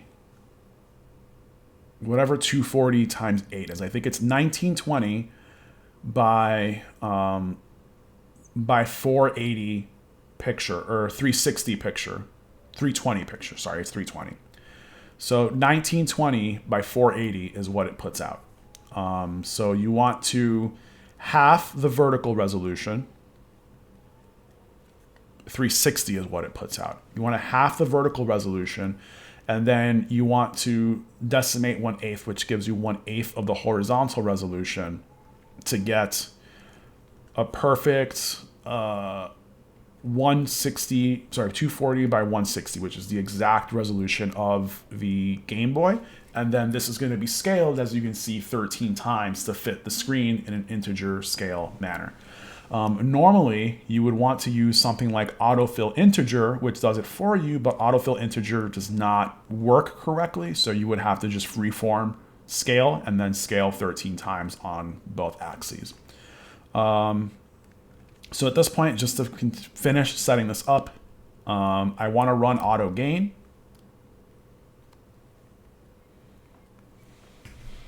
And this is going to set everything for the component video. I do not want to mess around with the gain settings here. This is close enough. This is as good as it gets. So what we're going to do is we are going to save this as the current profile, which is GBIHS, HF, OSSC, GBA, which is something that I already have. And I am going to load up the Game Boy Color one, because the Game Boy Color crops differently than the Game Boy Advance does. So, yeah. So you're going to see this in a second. I'm going to change the input to YPBPR. And this is the actual scale of Game Boy games on the...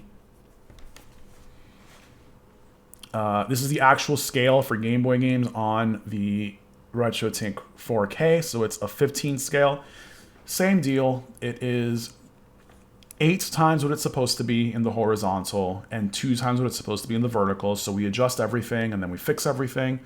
Then we adjust the phase.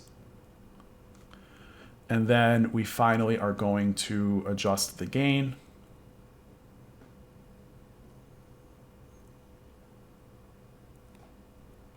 And I'm going to leave this alone, just like before. And I'm unable to test this on this particular 240p test suite version. So I'm going to save this. And what we are going to do is we are going to plug in my EverDrive to the RetroTINK and see if it is, plug my EverDrive into the RetroTINK. No, I'm going to plug in my EverDrive to the GameCube and reset everything and reload GBI so that we can see if this works.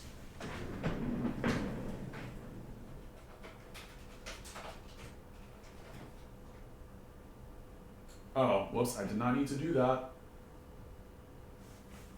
All right, that's fine.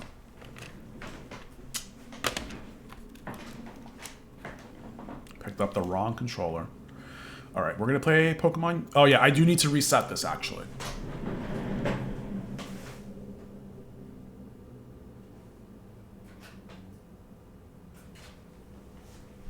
And that is because first thing I have to do is find the remote.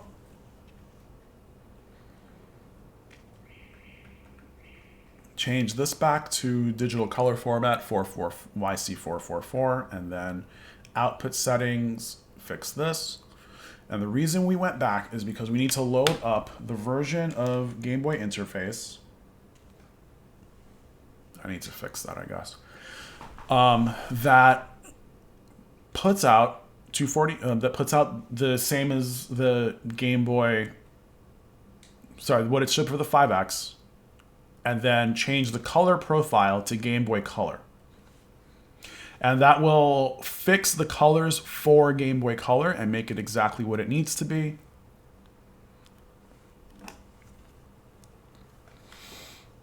So I did the gain adjustment already. Let's load up Pokemon Yellow. I'm going to do it one more time after I load the game up. Actually, you know, I don't use Pokemon Yellow normally. I actually use I use Zelda Link's Awakening.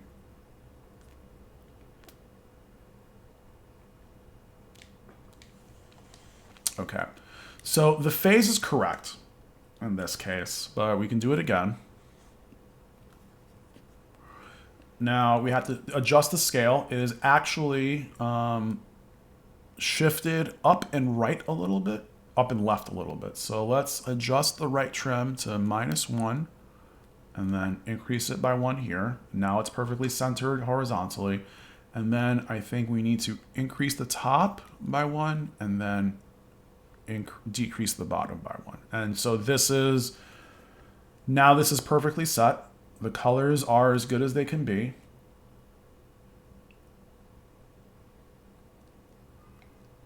And if we wanted to, oh, you know what I needed to do?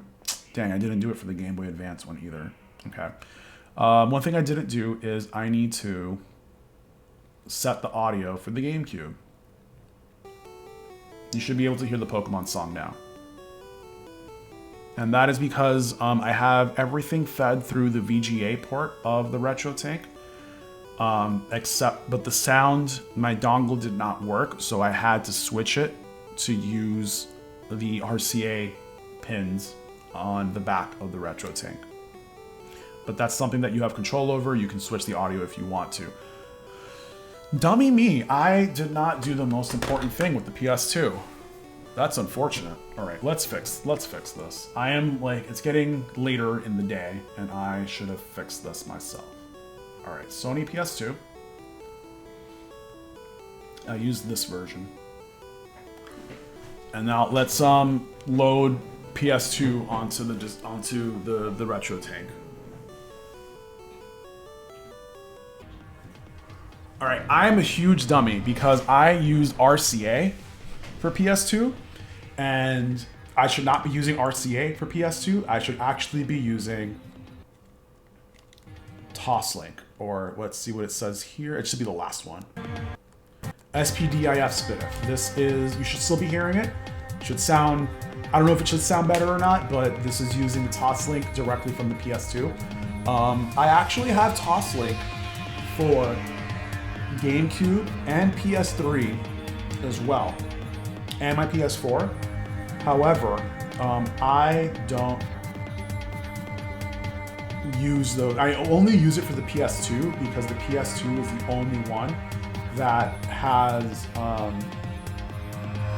that doesn't have that has digital audio but not digital video, so I can use it elsewhere. I'm considering getting a Toslink Switch, but I really don't want to add another device to my chain at the moment. So there is that. Especially because only my 4K can use it, and I don't have a good sound solution for my RetroTINK-4K yet. But I did make sure to do this for PS2, specifically because I knew that I would regret it if I did not do it for PS2. There are maybe 2 PS2 games that don't have RCA audio, that don't have Toslink audio. One of them is Parappa the Rapper 2 for whatever reason, but you can imagine like any other game is fair game. Let's save this to the PS2 profile, and let's load up the GameCube profiles again. So the reason I do not use, let's load up the GameCube on the Extron.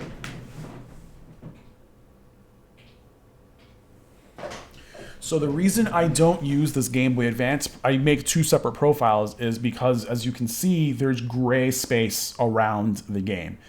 I do not want to see the gray space if I don't have to see the gray space. So I trimmed it specifically for the Game Boy Color.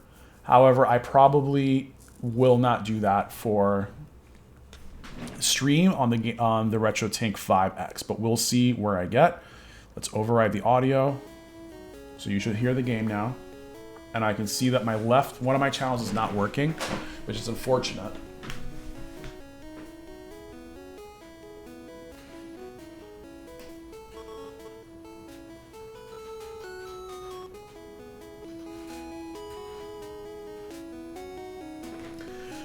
Because my Eon adapter may have lifted pins off of the GameCube and caused it to not put out the audio that I would love for it to put out all the time, so I need to like gently move it a little bit. And that really sucks because I, just paid a lot of money for the Eon adapter, and the Eon adapter is not the best adapter to use, so there is that. All right, let's save this profile. Actually, before I do that, let's load up a custom banner.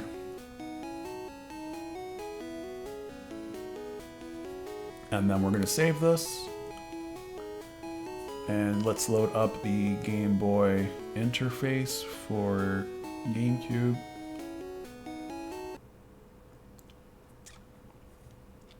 For Game Boy Color, as you can see, again, it is perfectly done. Let's switch over the banner. And let's make sure that the audio is set to RCA.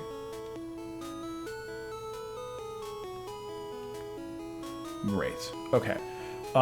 So, perfect sort. I don't know if you're here, but I'm going to show you how to set up the Game Boy interface for RetroTINK-4K.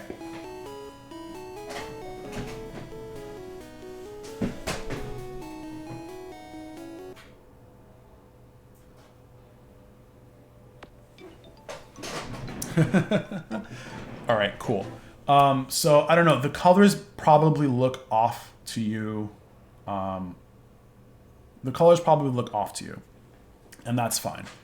And that is specifically because this version, to use Game Boy interface on the RetroTINK-4K,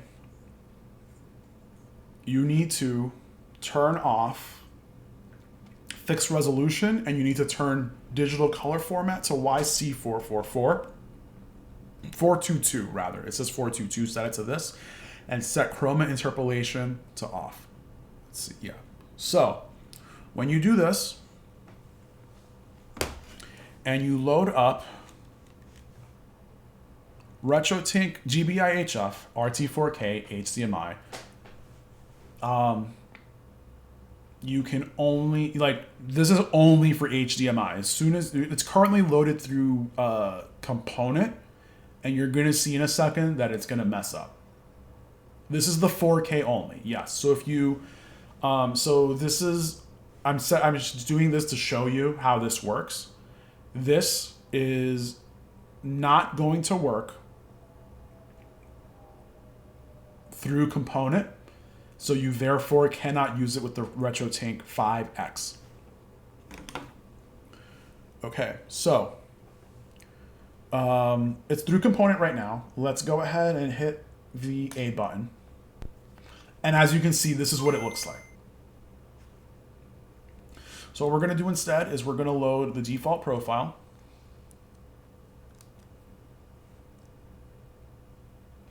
And as you can see, it still looks messed up. The colors are off. Okay. So the first thing you want to do is go into the HDMI menu and input pixels should be set to 2. Actually, no. Let's go back. Let's go to the scale menu. The important thing right now is you want to set, you're going to see something.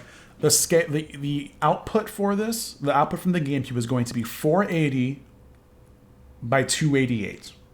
And this number is going to be important for later. 288 is exactly twice the resolution of Game Boy Color. And 480 is just the resolution that it puts out horizontally. So we'll get there in a second. The RetroTINK-4K allows you to set an automatic aspect ratio correction. So we're going to change that from 4:3 to 1:1. And then we are going to change the scaling mode from autofill, which automatically fills up the entire screen vertically if possible. And we're going to change that to autofill integer. And what that's going to do is it's similar to autofill, but it goes to the highest integer scale that does not fill up the screen. So right now it is at 7 times. Cool. 288 is double the vertical resolution of Game Boy. So because we know that, we're going to go ahead and prescale, vertical prescale, set that to 1/2. Okay? And it gives you exactly a resolution of 144. We are still working on getting this, so I'm going to leave this alone for now. However, now that we go into the HDMI menu, there's an ad break. I will wait. I hope everyone else is having a really good night. And if you're not in an ad, welcome everyone. I really appreciate everyone who's here, especially hanging out with me, setting up my streaming stuff for the RetroTINK-4K. I have the GameCube. I have the Wii to do after this, so that's going to be great. That is going to be great.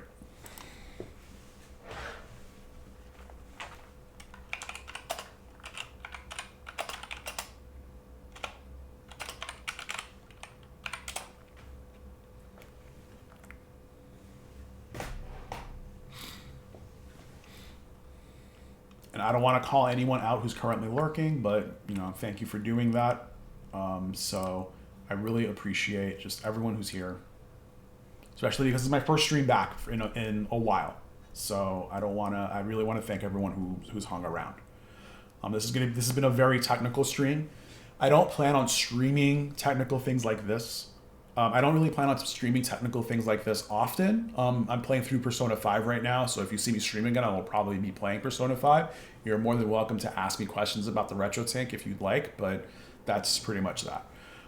So yeah, what I got to was when you go to the scaling menu, really the only thing you want to do is change aspect correction to 1:1, make this autofill integer, and make this vertical prescale 1/2 to get the exact vertical resolution of the Game Boy Color. So next you go into the HDMI menu and you see this thing called input pixels. This will essentially divide, this is essentially horizontal prescale for HDMI sources. So we are going to set it to 2 because I believe 2 is the right number. And as you can see, it gets me exactly 2 times the Game Boy Advance horizontal resolution. But we're playing on a Game Boy Color. So let's go back. We are going to change the 422 sampler to nearest, and we are going to change the input range to RGB limited. And this gives us exactly the colors that we need for Game Boy Color on the RetroTINK-4K. Let's load up Legend of Zelda. Let's load up. Oh, dang. What did I load up? This is Pokemon. I'll be right back. I want to load Zelda.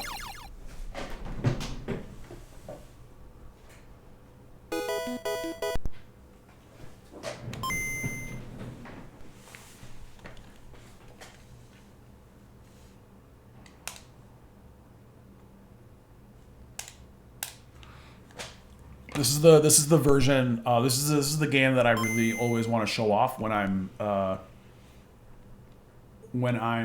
showing off Game Boy Color games. So here's Zelda Oracle of Ages.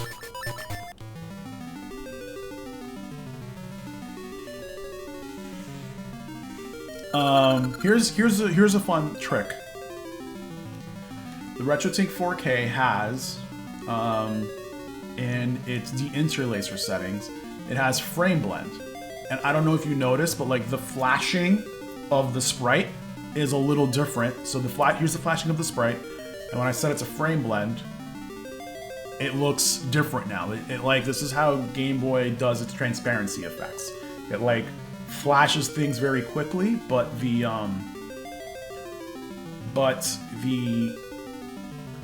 it flashes very quickly, but the screen on the Game Boy was very bad, so it would actually frame blend a lot, and people would use that for transparency effects. So that's the next thing I wanted to turn on. The 5X used to have this function in older firmwares, and I have not updated my 5X since this stopped being a feature. So like my 5X is on the last firmware version to have this feature on it. All right, so now that we're back here, let's say hi to Link. So I don't know if you know this, but the colors are very saturated right now. So you want to correct this, and there is a menu. This is the same thing as loading up the color profile on Game Boy interface, but now the RetroTINK-4K does this by itself. Does this on its own. You don't need the GameCube or Game Boy interface to do that. So you go into the color correction setup menu, and you can apply preset, and then go to Game Boy interface, and then do Game Boy Color.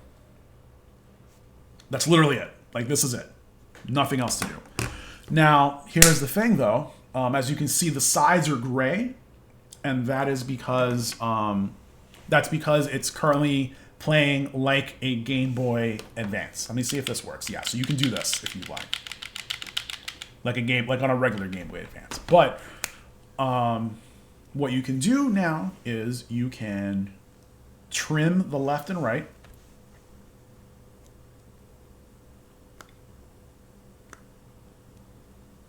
Until you hit the edges of the Game Boy. And that's it. This is a perfect 15 times scale of Game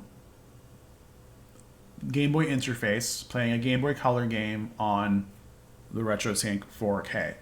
If I wanted to, this is currently in 4K. If I wanted to, this specific setup, if I press the 1080p button on the remote, what will happen is this will automatically, I don't know if you see this, but it's in 1080p mode now, and as you can see, it's smaller, and that is because it correctly integer scales to 7 times, fitting the 4K setup. So I do actually have this myself. Let's load from file. And this is like one of the few types of profiles that you can use this with. So I already have this set up on my RetroTINK-4K. And yeah, like as you can see, the color's already corrected. It's 15 times scale and everything. Only other thing I would want to show you at this point is the different scanline functions. Here is the RGB one for Game Boy Advance. I don't know if you can really see that or not. Here is the BGR one for this is not being seen on the stream at all. Like the difference between these two will not be seen on stream because I'm not even seeing it on my monitor. Here's Mono 2, and then here is the Mono 1, which is the... actually, let's hit 1080p so we can get this as sharp as possible. Here's Mono 1 in 1080p with the scanline sharp, and then here is red, green, blue like it would look on a Game Boy Advance, and I believe it also should have. Okay, so it needs to be set to LCD blending. Extrems said that he is working on something so that you do not have to manually crop this, but the profiles that are included do take that into account. If Extrems updates things behind the scenes, then you don't need to. Is this messed up again? I swear. Okay, no, it is not. Sorry, there was like something that was not right before. Oh, this is not scaling right. It's like cutting off the middle of that. That's interesting. This is something I might have to report this to Mike then. That's interesting. Or maybe this is something that has to do with Game Boy interface. Whatever. Let's see if my memory card has, my SD Gecko has the 240p test suite on it, because I would love to try to get the 240p test suite working on the GameCube.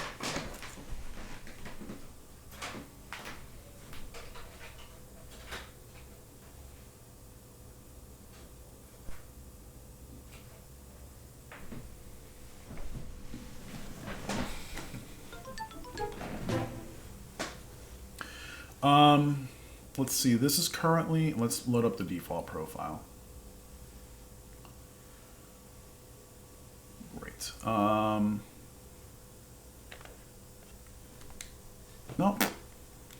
Oh, thank God.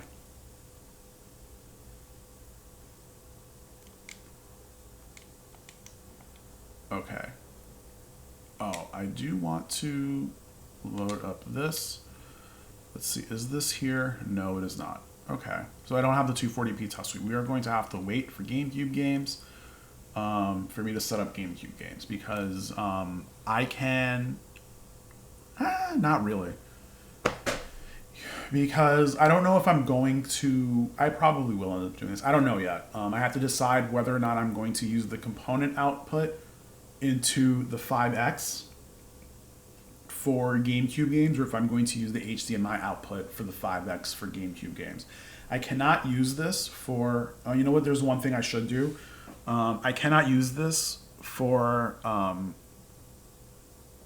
the HDMI directly to the 4K and stream the HDMI at the same time, because my Switch... No, because my capture card does not like... the outputs for Game Boy interface, for the different Game Boy interface types. There is one more Game Boy interface that I want to take a look at, and I have to turn this back on. So there is going to be, if you hear that, then that's going to be terrible, but you will live. Let us switch the GameCube back to...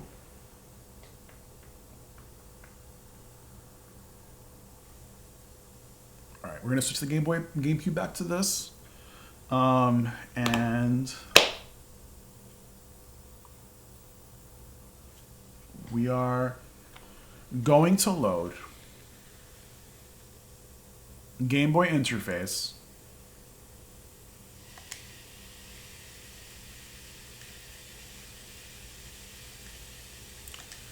SR. And we are going to load it up using 240p for... We're going to not use this yet. Okay. That should be it.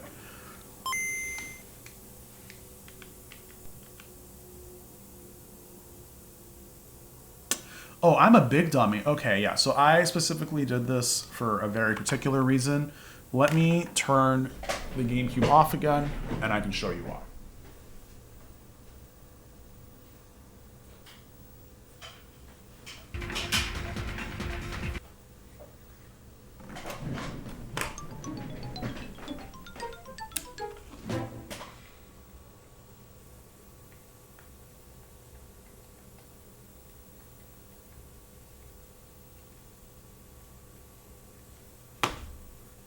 right. All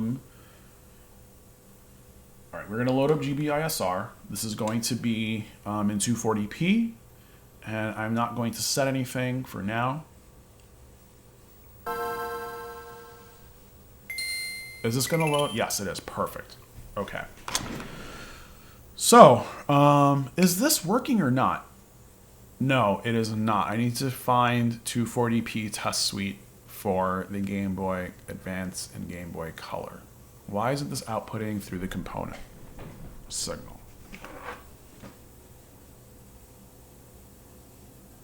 Oh, okay. I need to do this one more time. It's outputting 480p.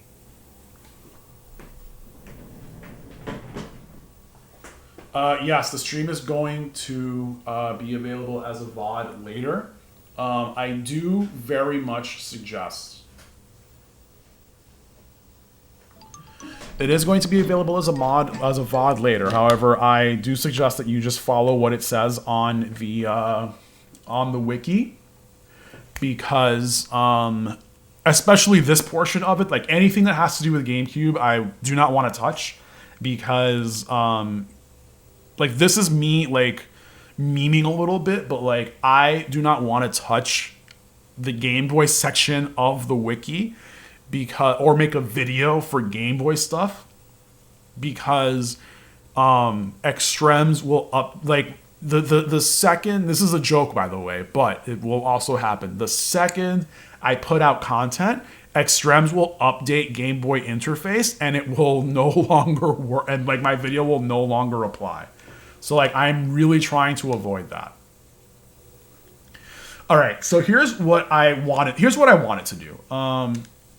I don't have Game Boy. I can't load 240p test suite for Game Boy Advance, so this is not going to work. So I'm just going to show you what it is that I want to do. Turn on borders, and I'm going to turn on Super Game Boy Color Grape. Okay, this should be it.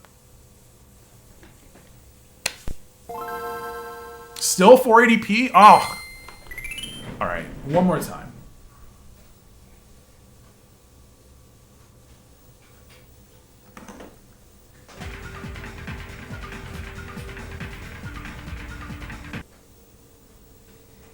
Sorry for yelling. All right, this should be it this time.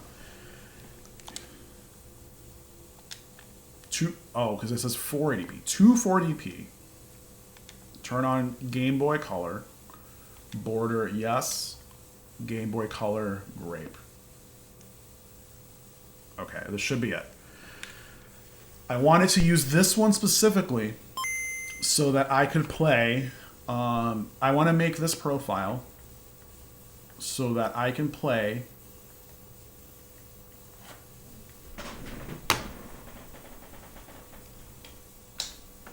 Game Boy and Game Boy Color on my CRT. Let's load up Zelda.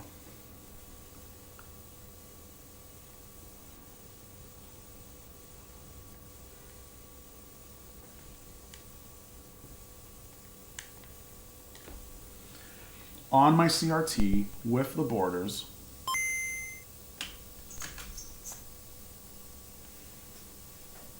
And stream that to the 5X at the same time. So I can play with my thing here, and then someone can watch me play on stream, and that should be fine. This is actually putting out 240p, so I do not need to do anything. This is a huge... playing on the CRT as well as this, so yeah, this will definitely be something you want to take a look at if you're playing on a CRT. All right, this is currently at 704. So the number that we are looking for is 240. Let's start, and this is like my first time doing this in the RetroTINK-4K. So the first thing I want to do is try to set 1:1 pixels and see if that helps with anything. No, this just makes it super wide. So let's put this back into 4:3. This is also at 240p. let's bring this back and see where this takes us. We're going to do autofill integer.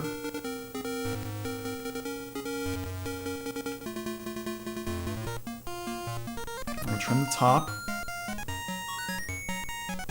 and the bottom. Alright, so this is 224 normally. And now we want to decimate a few times. Let's try 3. 4. No, 4 is too much. 3 is too much. 2 should be correct.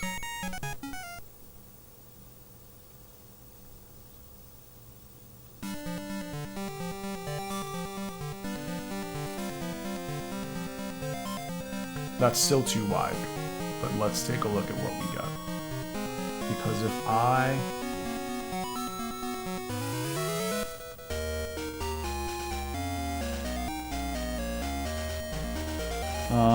176, so it's supposed to be 160.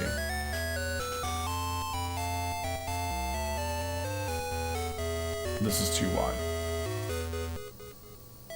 Okay. So what I might end up doing, oh, this also looks wrong here. Huh. This may not work out.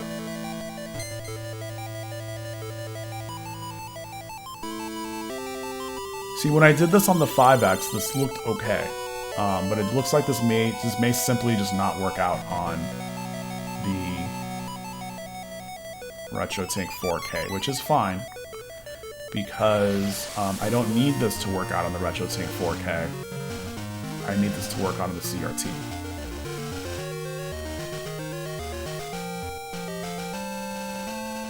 Yeah, it's all tricky. So we're gonna remove this from 1 to 1. We're gonna make this 4x3 and leave this. I think we're just gonna have to leave this because if I want to keep this, this is also when I stream this, I'm not going to use this on the RetroTINK-4K. This actually looked fine on the RetroTINK 5X. So sorry in advance if you were looking for doing this with the RetroTINK-4K, but yeah, like, sorry. I think it looks fine. I just can't use scan lines on this because the scan lines, especially the square ones, the mono ones don't look right. So yeah. If you come back for RetroTINK 5X content, for 5X stuff though, which I'm gonna try to do after the Switch, after the GameCube, sorry, after the Wii. Okay, so that's really it. And like, I don't know if you see it, but like, it looks great on the CRT. It looks okay on the RetroTINK-4K, and I'm not trying to save profiles for this, but that is how I would do it on the RetroTINK-4K. But yeah, like there's like things that you can mess around with. Oh, you know what? There is one thing that I did not try.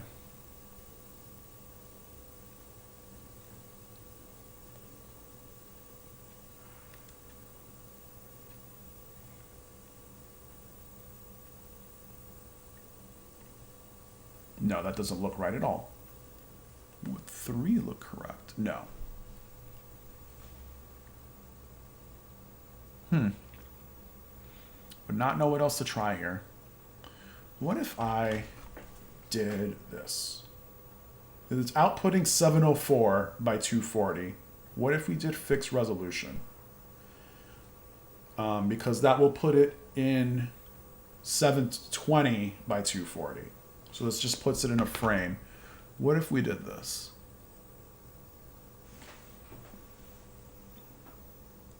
No, this is not looking right at all. There's just different things that you can do to like try to make it look better, but I think GBISR is really only supposed to be used for what is it? On a CRT, and it looks great on a CRT. Does not look great when upscaled. So whatever, I will live with that. That's fine. I'll have to come back to this to do.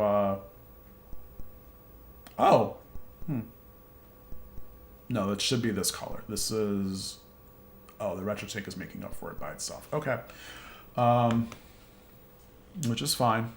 Also, this is the HDMI input. I should have been doing it with the with this input instead. It's gonna look basically the same for the component input. All right, that is that. Let's do the Wii.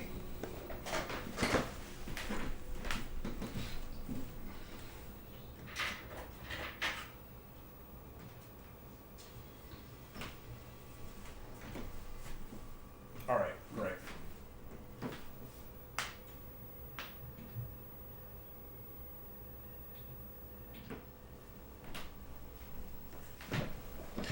These are my Wii games.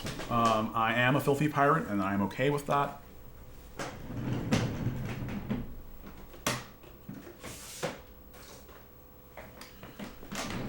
Sorry, just getting my my nunchuck from the from storage.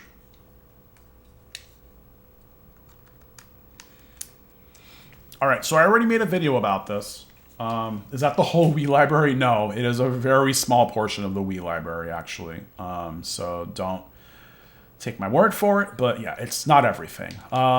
Unfortunately, I will not be able to play Tatsunoko vs. Capcom on this setup because my Wii is like over here. Well, first of all, my fight stick does not want to work on a Wii for whatever reasons. I think maybe something needs to be looked at, but it just didn't want to work. So, and the other reason is that the Wii is like far, and the cable that I have is not long enough. So I will just have to use controllers as I see fit. But now that we're here, we're gonna load up the 240p test suite, and we are gonna go through every single profile that I have for the Wii and fix them. So, which one's first? There is the profile. Load from file. I have Nintendo Wii. These are all profiles that... Oh, and the reason I'm doing this, specifically, by the way, if you haven't been here yet, the reason I'm doing all of this is I have made and set all these profiles before, but that was assuming I was using the rear components or side SCART inputs. Ever since I made my setup, I have since switched to putting everything through VGA. So nothing is through VGA right now. So I'm making sure that all of my profiles go through VGA and have the correct audio and everything on there. So we're going to start with the generic Wii profile. And I only play NTSC games. So like I said, it's set for the it's behind this this thing right here. It says RCA YPBPR. So what we want to do is set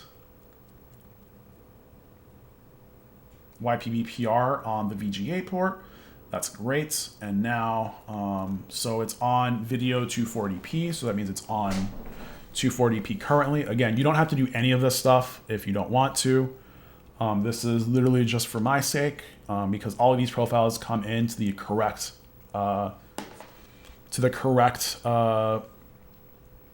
excuse me, all the profiles come tuned to the correct thing anyway. I just have to do this myself. So now that I'm here, I load up the SMPTE bars. I'm going to hit auto phase, and then I'm going to hit auto gain. Great, these are set. This is as sharp as it gets for 240p on the Wii. And this is currently in 4:3 proportional and 10x, so this is what I want. Great.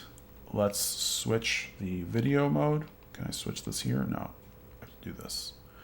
Switch the video to 480i mixed assets. Let's switch the SMPTE color bars again. Switch to the ADC menu. Automatically adjust gain. Sorry, that's phase, and now I'm going to automatically adjust gain. And this is basically as sharp as this gets. Let's move this up until this is 255, and we should be good to go. Might be a little brighter than normal, but that's fine.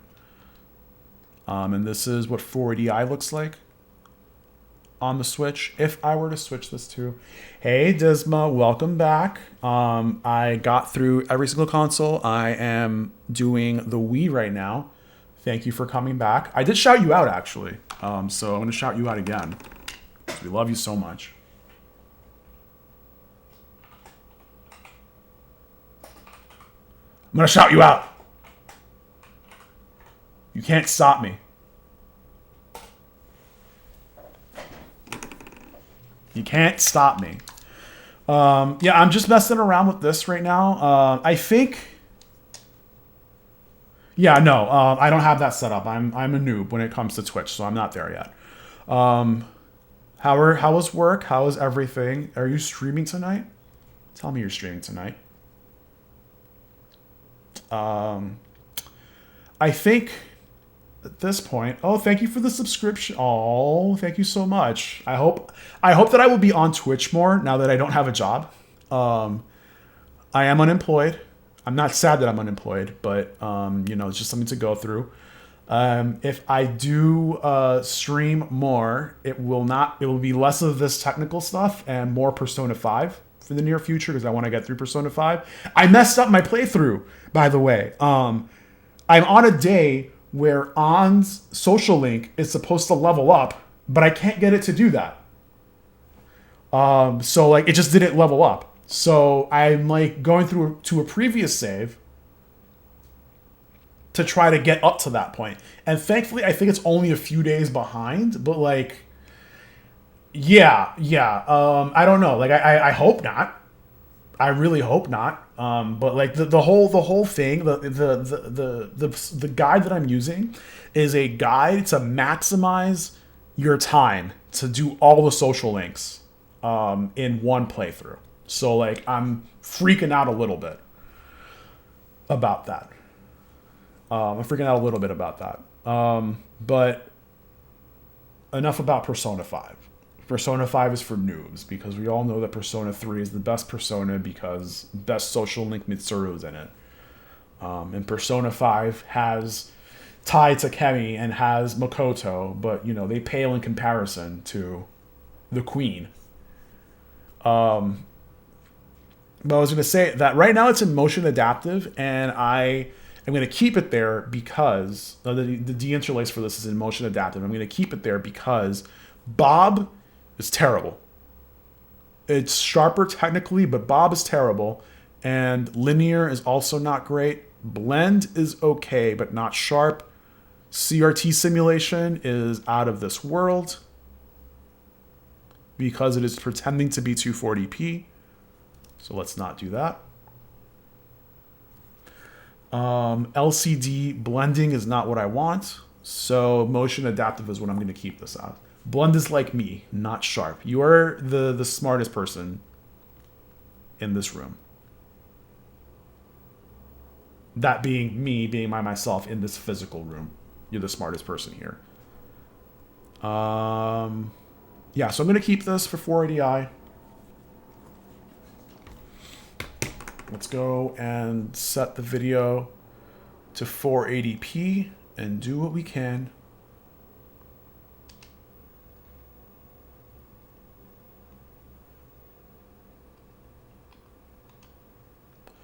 All right, we are here. Let's go to the ADC menu. The roundest, wrinkliest of brains. That is you. That is truly you. I'm going to adjust the gain here because that is really the only thing I can adjust. Let's increase this twice so that this is where it's supposed to be. And so the problem here is when I do grid for 480p, this setup looks dope. I'm glad you like it. Did you see the whole thing? I can show you the whole thing, by the way, in a second. As soon as I finish doing this. Lurking the tour earlier, but you couldn't comment. Okay, well, thank you for watching. I really appreciate that. Yeah, like I love the setup now. I'm going to clean up the wires as best as I can, but the wires are just going to probably be as good as they can be. So if you didn't know, 480p on the Wii is really weird. And I will never be able to fix this on my own personal Wii. And that's okay, but I really wish I could. But like, this is as good as it gets on a normal Wii. Like, you need a very special Wii, like a very particular run of the first run of Wiis to get it even sharper than this. This is as good as it gets. I really wish that I had that to show you. But because of that, I am going to keep my Wii in 480i mode for the most part. And that is so that I can play all of my games. Let's see. No. I want test patterns, grid. Grid? No, I want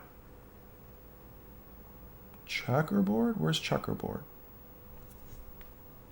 Oh, checkerboard is here. All right.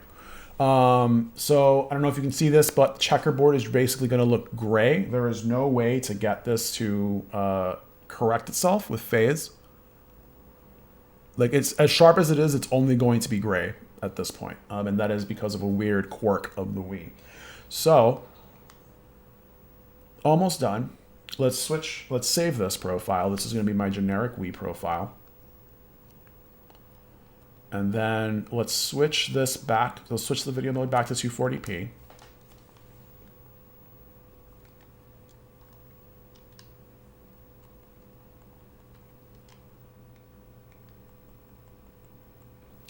And we are going to load these Wii profiles. This is going to be my... I'm going to start with the Virtual Console generic one. Switch the input. Okay, and load up the color bars. This should be 10 times. Yeah, this should be 10 times.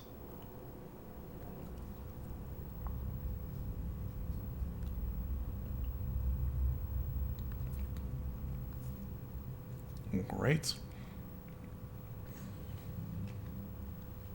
And this is a profile that I specifically made to so it should look like this instead of gray. This is a profile that I very specifically made for playing virtual console games on. This is perfect. So I'm going to save this, and I will show you guys what that looks like in a second, because I need to do 2 more profiles.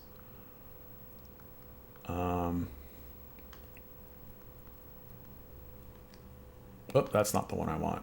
I want test patterns, color bars, switch, fix 256. I want the Super Nintendo one.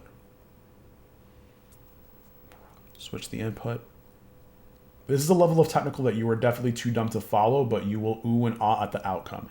I think, yeah, so I'm literally only doing this so I can put this up on YouTube for stuff. It's just show everyone like the setup, some of the setup that it takes for this. I'm not particularly trying to like show off in any way, but this is just like, if you ever want to see the level of like technicality that it takes to make this particular profile, this is what it takes. So like when people ask, hey, how did you get this to work? How does this look? People can see this. All right, checkerboard, and we're gonna do phase.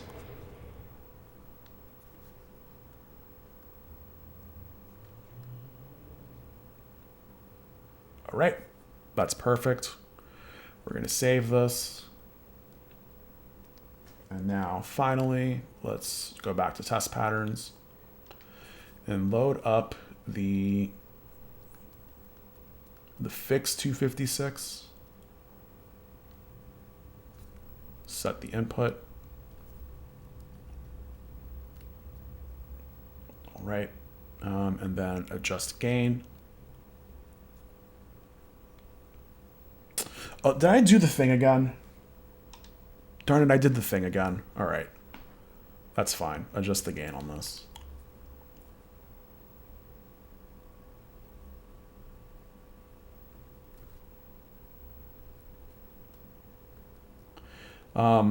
The thing that I'm referring to is for whatever reason, the 240p Touch Suite does not put out the fully saturated color bars for the Nintendo Switch by default. So you have to adjust that manually. And if you forget it, it messes up your colors all the time.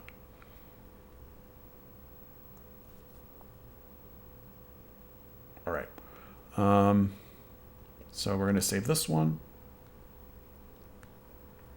And these are particularly profiles that will get the sharpest picture out of the various virtual console games on the Wii, which I will show you in a second.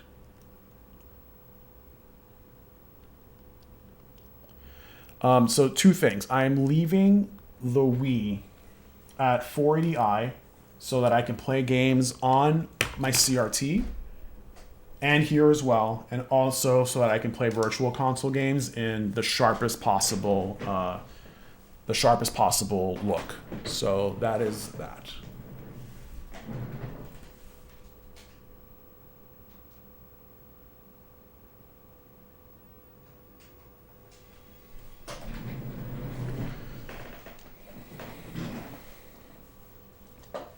So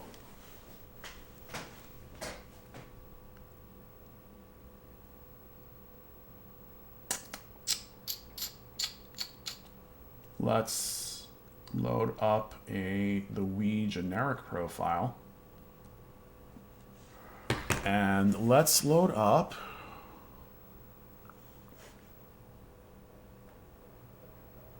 Mega Man. Because there's a particular thing I want to see with Mega Man X. Let's see how this looks. Game load. Video width. Okay, so video width is frame buffer. If I use auto, it should look normal.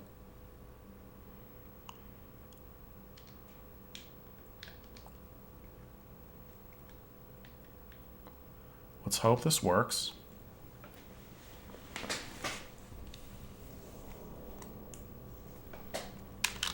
Oh, I will need the classic controller. I do have one, actually.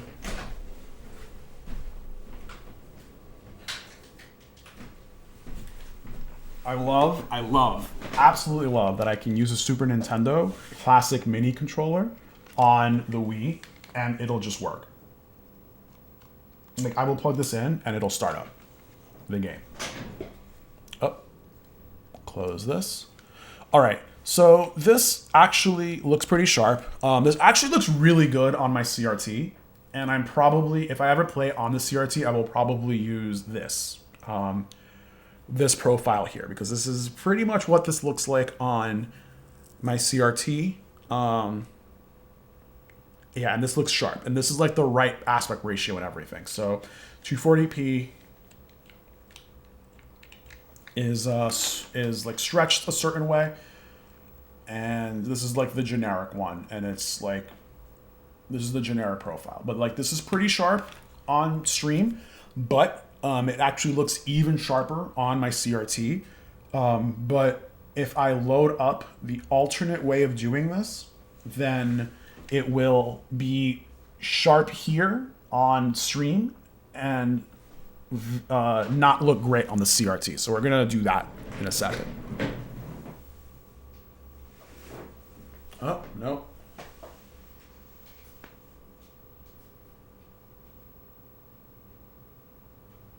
Okay, perfect.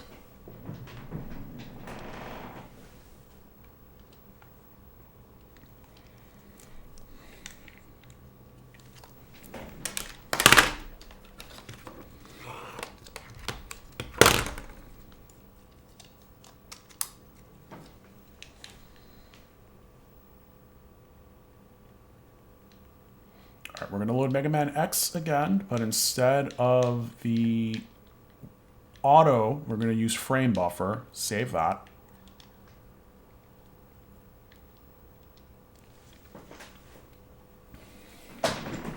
And when we load this up, it's going to say we need the classic controller again. So let's put that on.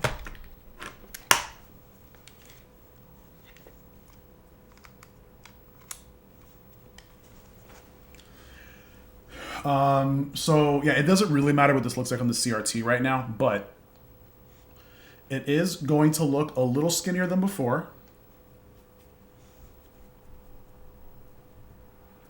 And that's fine because I have, like, Mega Man looks skinny. And he actually looks really skinny on my CRT because this is, you're not supposed to do it this way. But now that I am here on the stream, we can load my profile for Virtual Console, Super NES, and NES, and it'll bring it back to what it should look like on the stream. Like, if you were to see this versus what it looked like before, this would look sharper. But if I were to bring back so that it would play it on my CRT, the other look, the CRT would be sharper. So the CRT is sharp, but it's squished and it's incorrect. This has been fixed. The only problem is if I try to go back to the Wii menu will like also be a little switch. You can't really notice it right now if you don't really know what you're looking for. But essentially, like, this is specifically for playing specifically for playing Virtual Console games. If I were to load up the Super Nintendo, let's do the Super Nintendo.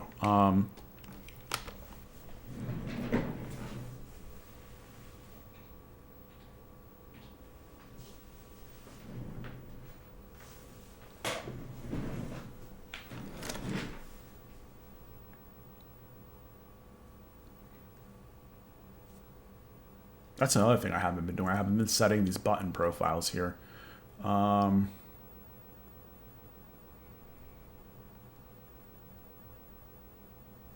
Actually, which one did I write down here?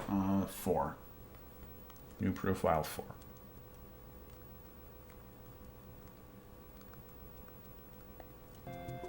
All right, new profile 4. Let's see if I can get the... What does this come back to? Okay, perfect. Where's my Super Nintendo controller that I have had this whole time? Here's my Nintendo Switch one that I can use.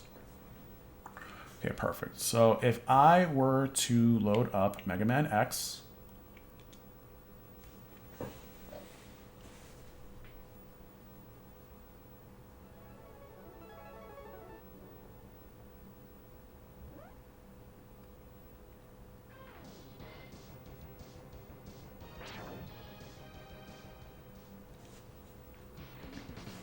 oh, I have noise. I need to get a better cable.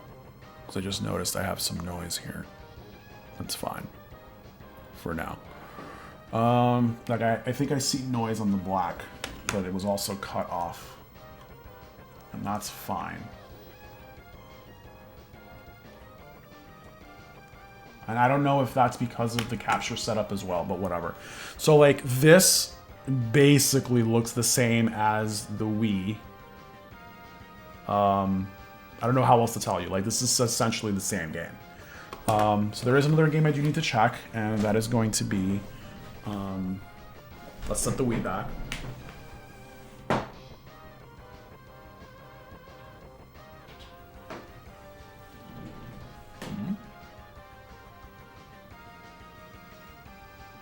Oh, of course. And of course, the things that I forgot to do was also set the audio for the Wii. So let's do that. Shame on you all for not telling me. This is actually what it looks like on my CRT right now. Like, Mega Man is looking a little skinny.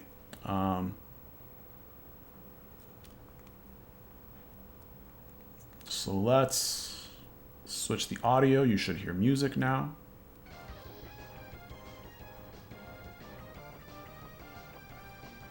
And then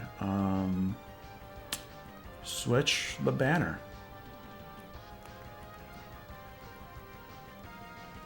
These banners are all custom, so they can be whatever I want.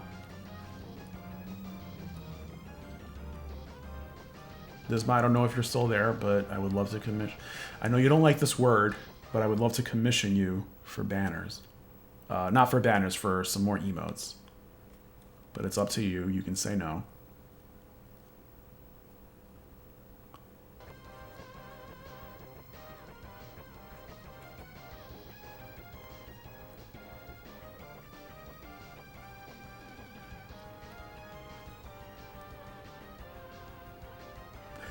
By calling him slim.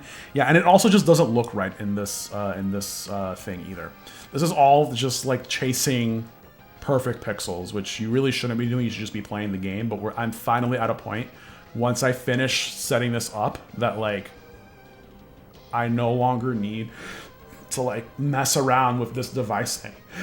Mess around with this device anymore.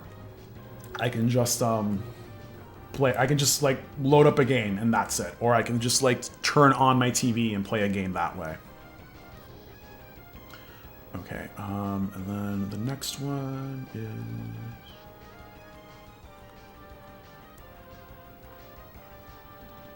this one. Yeah, like I have a weird obsession with quality. Quotation marks around quality. Some people actually really like the way stuff looks with scan lines and stuff. I flip-flop a little bit. With this setup, I don't have to choose. Like, I can play on my CRT, or I can play on my monitor with scan lines if I want, and then I can stream separately anything else. Like, I don't have to pick and choose between these.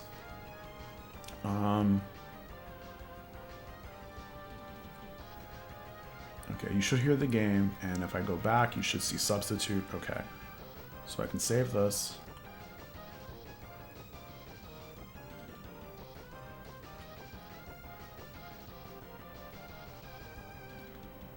And now this is supposed to look correct, but I need to set the audio and the banner.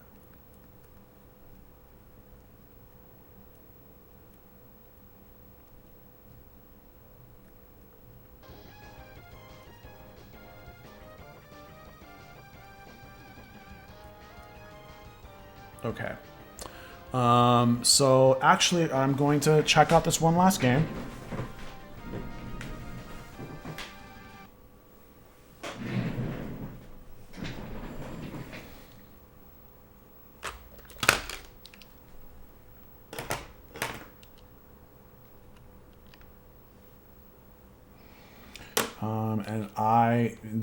This particular game I need to adjust manually because it is using a trick to play the game rather than using any of the automatic stuff for the RetroTINK, and that game is going to be Castlevania Rondo of Blood.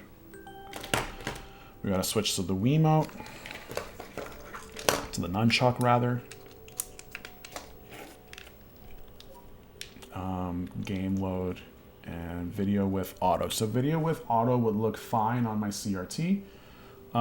Perfect sort. Even without a 001, the 4K makes them look really good. So the issue with the Wii does not present itself in 240p perfect sort, which is the reason why I keep it in 480 in SDTV mode 480i. Like it works the way it should in this case, so I don't have to worry about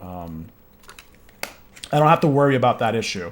So if I play a Wii game, I might consider it, but if I play a is this correct? No, this is not correct.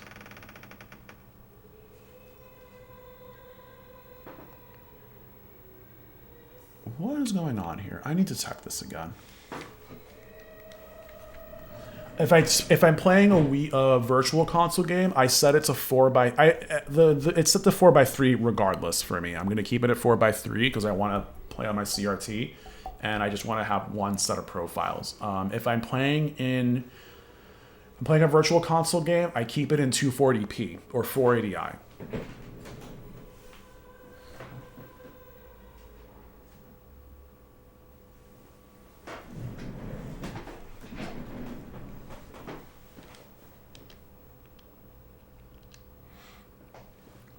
And the virtual console profiles that I have are made for 240p 480i use. So there is that as well.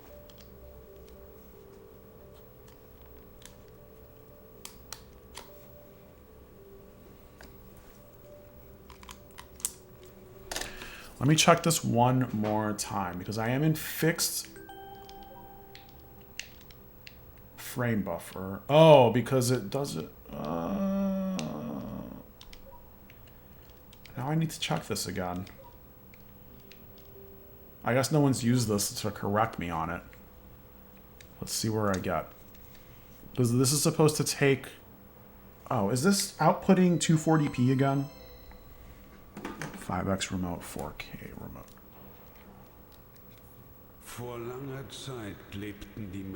Okay, it's 240p, but it just looks squished. Like, it just looks like it's missing stuff on the side.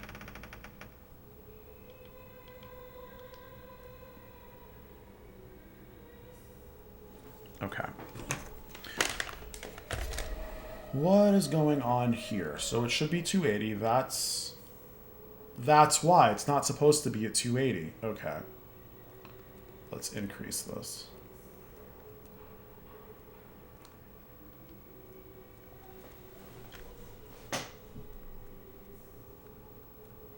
This is supposed to say 320.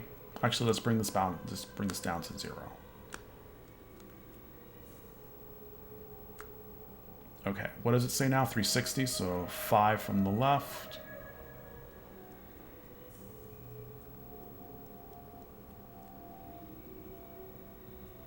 Okay. This profile is a special trick because you're supposed to use... Oh, wow, this is just the 320 profile. Okay. You're supposed to use decimation factor. So normally this game is in 640 by 240, which when you play it this way is okay. However, I saw that there was a trick that you can do. That you bring this down to 10 instead of 8. And you can change the decimation phase until it is sharp for you. It's actually pretty sharp now.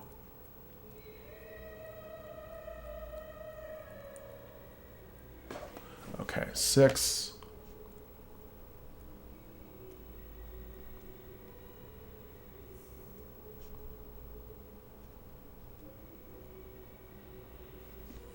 Does this work if I do phase by itself? Okay. This should be fine. This should be fine by itself. Oh, let me connect this controller so that I can play like a decent human being. Perfect, okay. Stage select.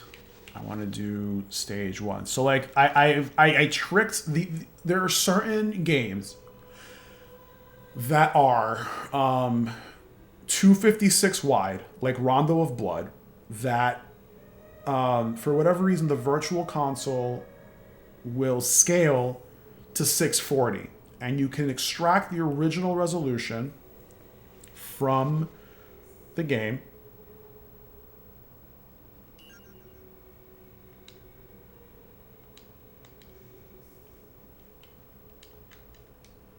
You can extract the original resolution from the game by doing a decimation trick that I find out, and the game will look super duper sharp. This is essentially what this would look like on a TurboGraphics. Let me see, 3200. Okay, so this is exactly where this needs to be. It's just for whatever reason it was scaled, it was trimmed for a Genesis, the original one. So I can save this now. So this is Rondo of Blood. There is a little bit cut off from the left and the right, and I don't know exactly why that happens, but essentially essentially, like, this is as sharp as it's going to get for Virtual Console with GameCube. There's really nothing else I can say about it, but this is as good as it gets. And it looks, the good thing about this profile combination is that I can use this on my CRT and the RetroTINK-4K at the same time if I wanted to. All right, so it actually takes care of every single thing with the RetroTINK-4K. It is 9:30. The real question at this point is, do I want to continue streaming and do this for the 5X, or do I want to come back for the 5X? And it looks like I might actually just come back for the 5X, as I've been streaming, I think, since 5 o'clock, so it's been 4.5 hours. So, at this point, who would I want to send this off to? Have I had dinner, taking self-care time? I had 2 slices of pizza. I'm getting hungry now. I've had 2 slices of pizza for lunch, so I'm really full. Finished my water. So, I think I'm going to end it here and do the self-care stuff, and I'm going to come back to stream my RetroTINK 5X on another day. And that'll probably not be Sunday, because I have a Super Bowl party to go to. Look at me being a social busy bee. Let's put some music on. And the camera. And put the camera back.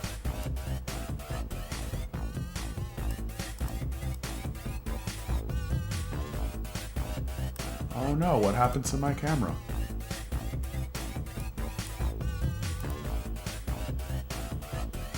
Oh, that was that. Okay, great. So we're back. All right, everyone. I think I saw Sailor Garnet on, and she's playing Mario Kart 8. So let's go ahead and switch over to her. Let me see if this command works.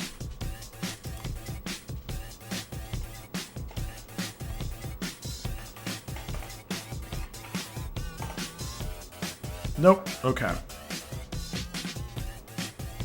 So, I am going to raid Sailor Garnet. However,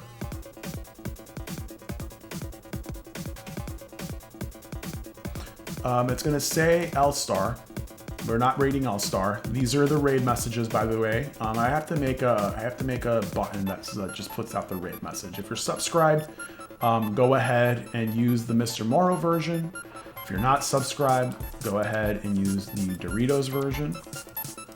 We're going to say hi to Sailor Garnet. She's playing Mario Kart 8. I will be there for a few minutes, and then I'm going to run off to do self-care. So, yeah, let's see where we can get. Thank you, everyone, for coming. I really appreciate it. You guys have no idea how amazing it feels that this is my first stream back since for a very long break, and so many people came to help and support.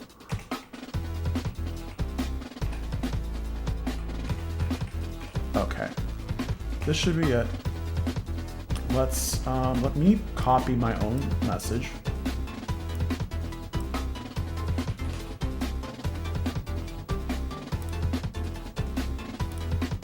Okay, great. We're gonna get ready to raid. Thank you everyone for coming. I will finalize all of these off stream, and then I will do one for the RetroTINK 5X, and I will also do like presets for the 5X as well. So that's gonna be great, and I hope everyone has a really good night and a really good weekend. Guys, follow me everywhere on social media. I think it's been posted already, but yeah, like, for real. Have a good one.